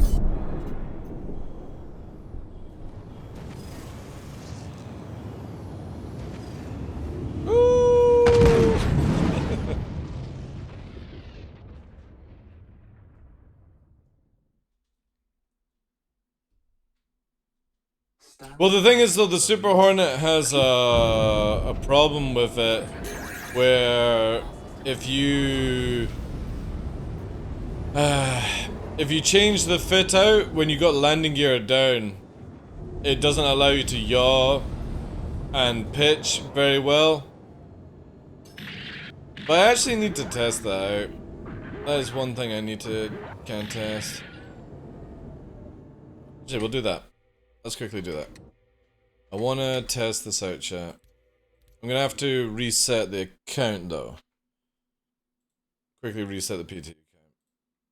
Let's see with the Super Hornet. Long as you don't change the ball turret off, does it keep it broken? Because that's a big thing if that's the case. That means just don't use the Heart Seeker. Star Citizen website. Because the thing with the Super Hornet is the turret dude actually gets a little bit more shots. But you have to coordinate with the pilot to do those things.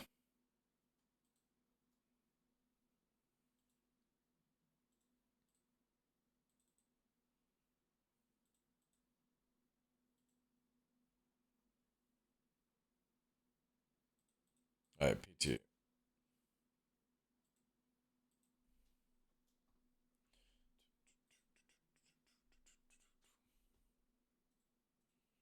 We'll quickly stop off at the Fury as well, because I only need to test default and stuff like that. I think I've got enough time for that, guys.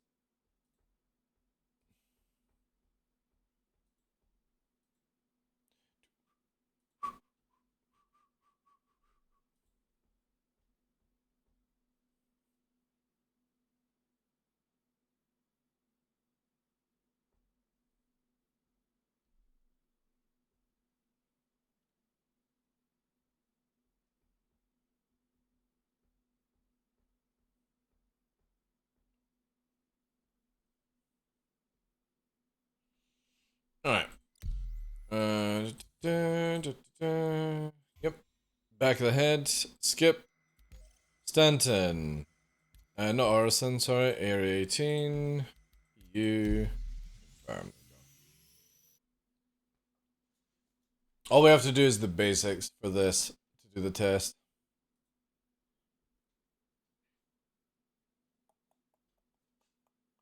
Then I think I'm gonna get myself some food. I don't know what I'm gonna eat tonight. I think it's gonna be a tuna wrap, to be honest. I'm not going yet. You must be listening out for keywords. You stay there, cheeky puppy. Ugh. Go on, go lay down. Go down. No, we still got 45 minutes, pup. Then we're going out. Then we're going out for din-dins. Which is going for a walk and then... Actually, it might still be raining outside.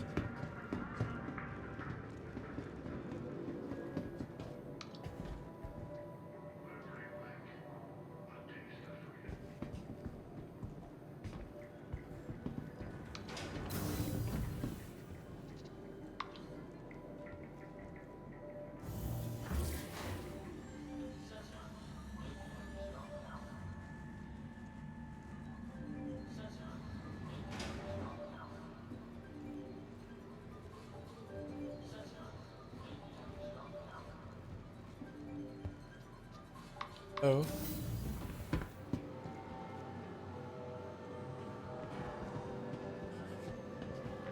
Freaking NPCs.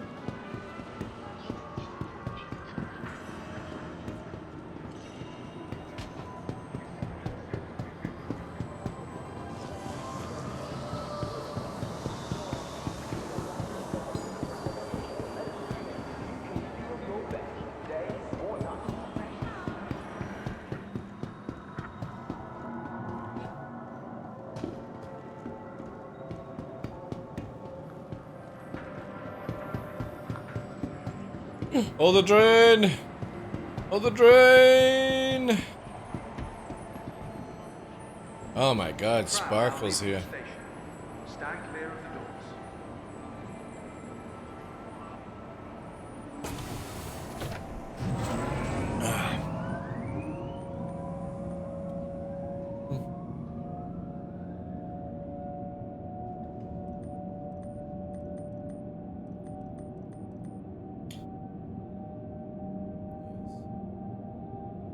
Here we have typical Becker. He's also a child at the age of 50 years old. Look guys, look at my flashy light I can fire off in a game. Quickly. Peter Pan, boy that never grew up.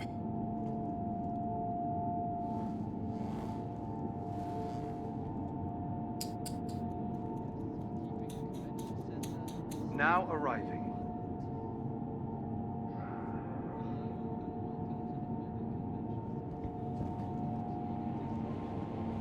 Alright, let's quickly go and check out the Fury. Oh.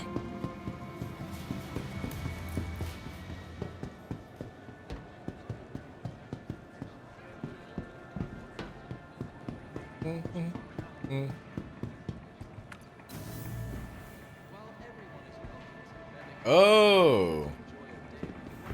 Oh shit, is it being disabled?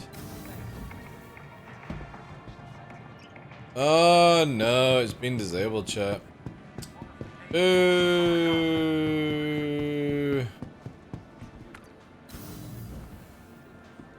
Oh well.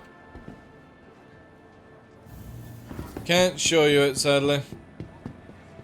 Sag. Right, let's go to Spaceport.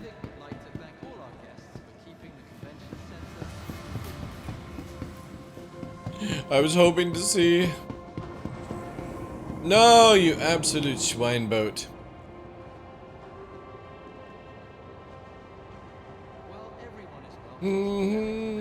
City Flight reminds you that when trash goes in the bin, we all win. Your help keeps our track now approaching.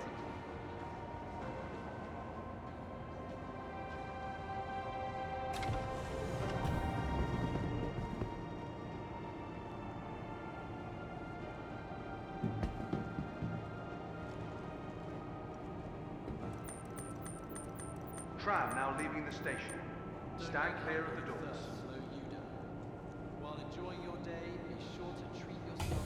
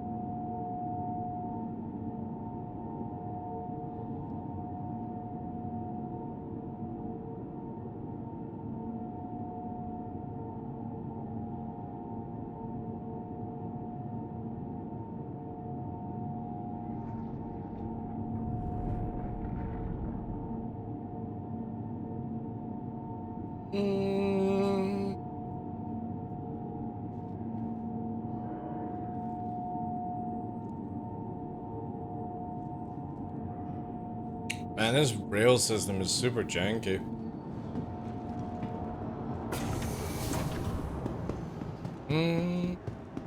Alright, let's quickly test the Super Hornet. If the Super Hornet works, that'd probably be the go-to. Right. I don't know why they just didn't get rid of that when they changed this up.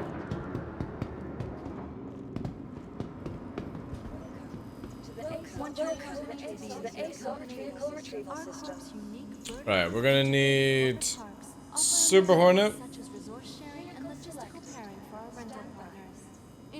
And we're gonna need Valkyrie.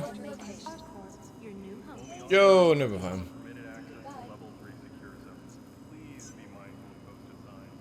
Thank you very much for a very 7 months, dude. How are you doing today, Chief? Right, so we got Liberator. We'll need... Your personal belongings are your personal responsibility. Monitor your luggage Remember what else? at all times.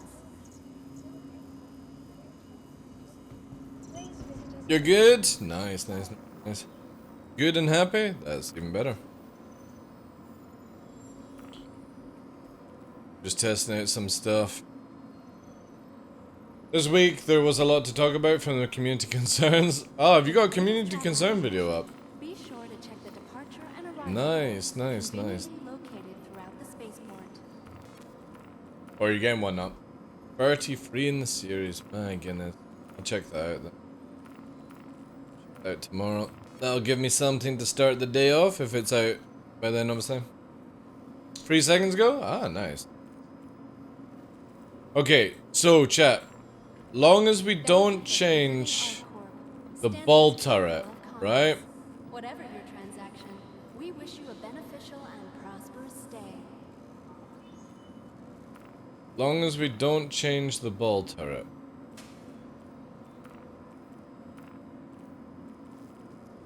Let's see if this works. If this works, that means we can actually use the Super Hornet in 319. Security and customs personnel at all times. So you get the ball turret with the Super Hornet, and you get the Flashfire mount with the Heartseeker. Delivered to the following location. It takes all of us working together to keep ArcCorp safe and secure. Be vigilant. But I don't know why they just didn't make it. But you can't swap. So we found a bug where you can take all the stuff off the Super Hornets and put them on the standard Hornets and it works fine. The moment you you change the ball turret to the other turret on the Super Hornet, it can't yaw or pitch when it's in landing mode. So we're testing just now to see a stock ship where all I've done is change the other guns to see if it works. That's more than a bug, yeah. So again, all we've done is leave the ball turret, and let's see if it works. But if we were to take the ball turret off and put it on the size 4 thing, it doesn't fly.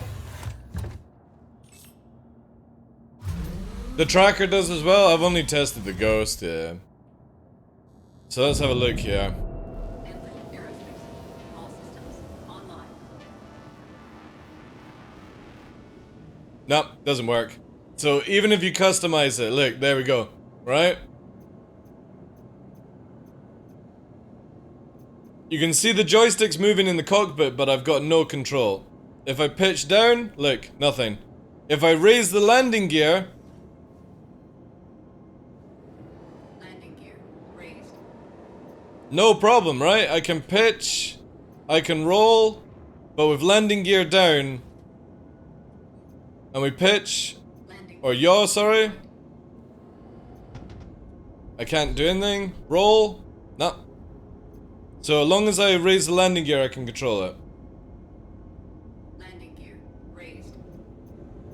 Flashfire is a ball replacement, has a single fixed mount. Yeah, if you're talking about where you can have the size 4. So the Super Hornet comes stock with the ball gimbal. So yeah, even if we leave it, it's still scuffed. No! Oh, that was the other thing we're gonna change. Right. Let's see if it's joystick controlled. So we're gonna go movement. Because somebody was saying in chat earlier that they got it to work, but they were using mouse, right? Now I don't ever use mouse controls. Let's see if mouse control works, and it's just a joystick issue.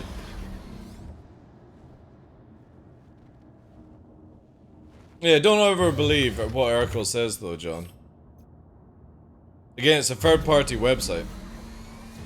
Okay, so engine's on. Engines online. Razor up. Takeoff complete. Pedals are not working. Mouse is not working. Raise the landing gears. And mouse is working. Landing gear. So it's nothing to do with joystick or mouse. It's literally just scuffed. Let's do PP-1.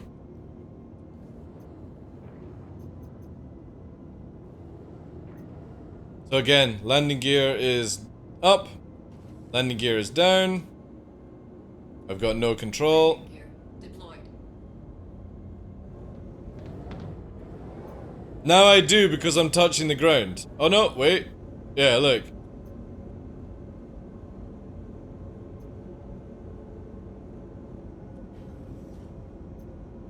The size 5, yeah. Yeah, that's what it used to be called the Flashfire. John.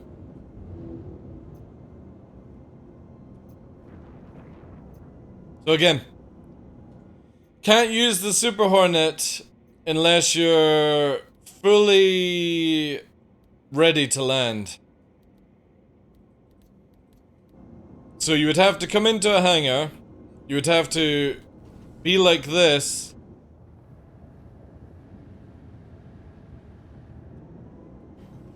Like this, basically. You can navigate around, you can do everything. You would have to hover in couple mode, and then lower the landing gear, decouple, and then just fucking dunk it down. Landing complete. That's it. It's so sad, man. And the Super Hornet's really, really nice in the cockpit as well.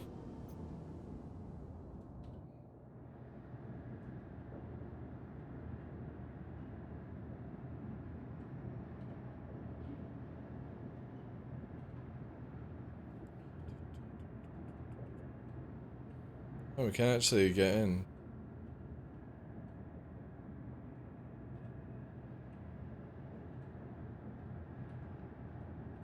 It's so old as well. Boo.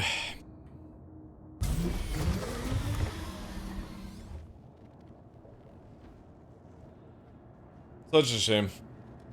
So, does anybody know if the normal Hornet's working? The Ghost is definitely working. Super Hornet's broken. The Heartseeker's broken. You're saying the tracker is broken when you put the ball turret on it as well? I wonder if you take the ball turret off, what happens?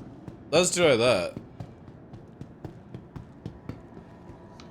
I wonder if it's just having something mounted there. Fucks up.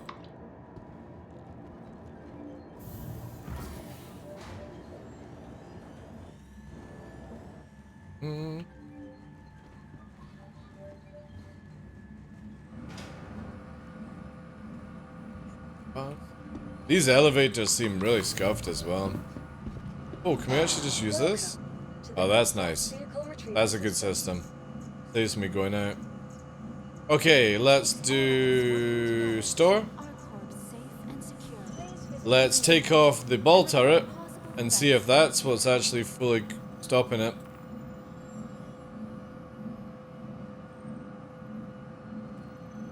Oh no, please don't do this. This is the wrong place to have this bug. No. Oh, I think that'll be the end of testing then, chat. I should have really started this at Grim Hex. We hope you have safe travels wherever your final destination may be. Come on, just give me... Relogging onto the server fixes this one. The power generator is insufficient, maybe? That's actually a good take, right? Let's have a look. That could actually be a really good take. Let me look into that one. I can do this right now and test that. Alright, Nate, take care, dude. Thank you very much for the bits and your time today. Appreciate it. Let's see what happens if we turn weapons and shields off. Be sure to check the departure and arrival boards, conveniently located throughout the spaceport.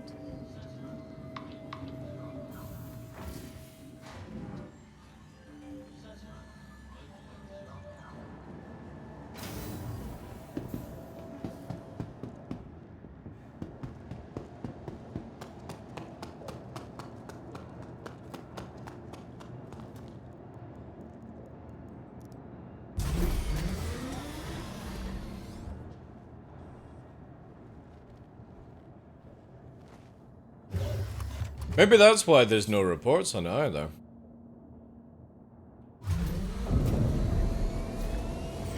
Alright. Shields off. Weapons off. All power to engines. Razor up? Nah. So there's nothing to do with power. It's literally just fucked. Again, you can see the peripherals moving in the cockpit. That's my pedals in real life. I raise the landing gear. Let me put in couple mode. Raise the landing gear. Full turn to the yaw. Full turn to the yaw. I can pitch. I can roll. And I can do all the strafes. The only thing that works when you landing gear... See, look, there. Like, I've got no control over my pitch whatsoever. You can see the joystick moving in-game. It's not doing anything. It's gonna just spin around. That's it. That's your ship right there. A fucking rocket. Yeah, she's super scuffed. But yeah, it's not power, it's something to do with something else. Again, the Ghost does not have this problem. The Ghost, you can put the ball turret in, and you can have 3 Panthers. So on stock Ghost, you can have 3 Panthers and 2 Badgers running. Has zero power problems. It's something to do with these Super Hornets, maybe the tracker or the ball turret in general. But if I can't actually take the module off the ship, I can't do a full test here.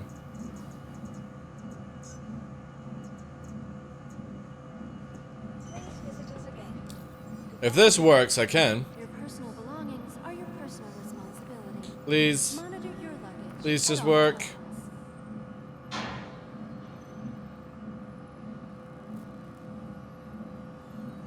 wonder if you go to like next, mode trader, do this, press I, jump up on a chair, jump up beside somebody, It jump takes back all of us over, working together touch your to keep toes, safe and secure.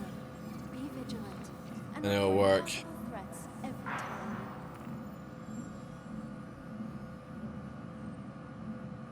No. Alright, well, we won't know because I have a feeling it'll go live tonight anyway. Obey all security and custody Crap, personnel chat. at all Crap. times. Sorry. Your job is Somebody yours. else will have to find out for us. But I'm not going back and running back and all that jazz. I might do it off stream. I might post my findings, but it won't be till this evening anyway. Which sucks. Anyway, hopefully we'll be going to live tonight, so. But anyway, Ghost Hornet works fine. I think the normal Hornet works fine.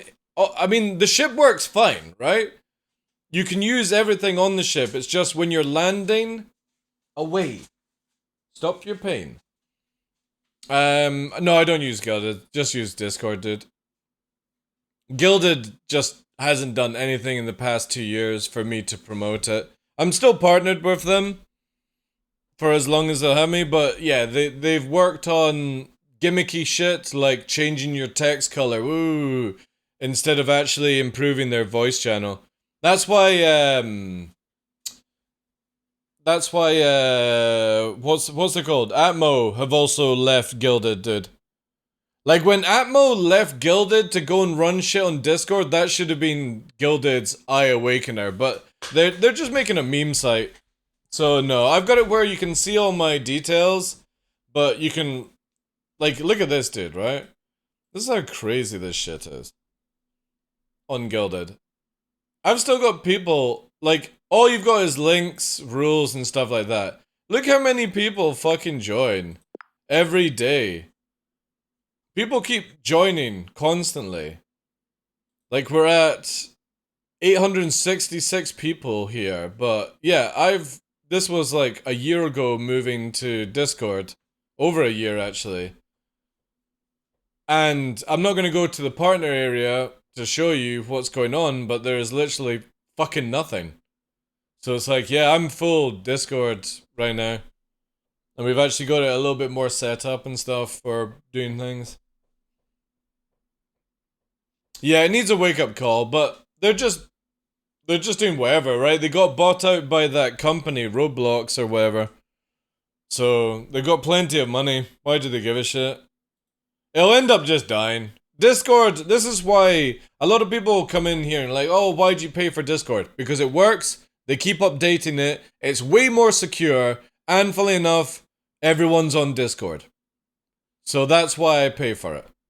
Because I would rather pay for something that just fucking works, instead of a hassle.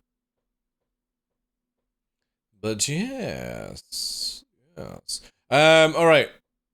I'm sending you over to the beach. The beach. No, wait. What's she up to? Oh, no, she's playing Link. No, we're not going there then. Not going there. Cutlet is online. Let's go to Cutlet, guys.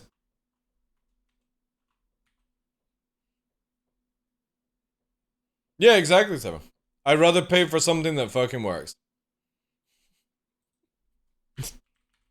That is pretty much it.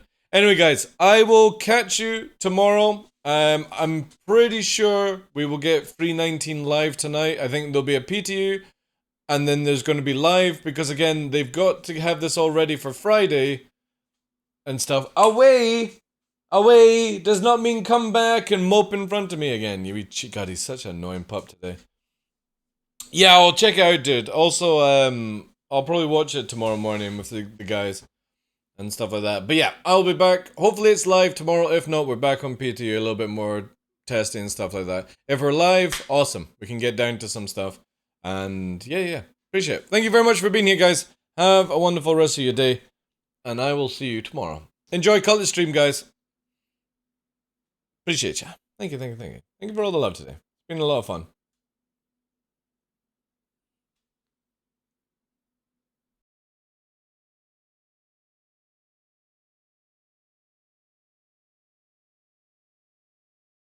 Take care, guys. Vinny, take care. Jay, Noobifier, thank you very much for being here. Sleever, thank you. Nate as well. Lai Pick, John, everyone else lurking in the background. Have a wonderful day. Take care, guys.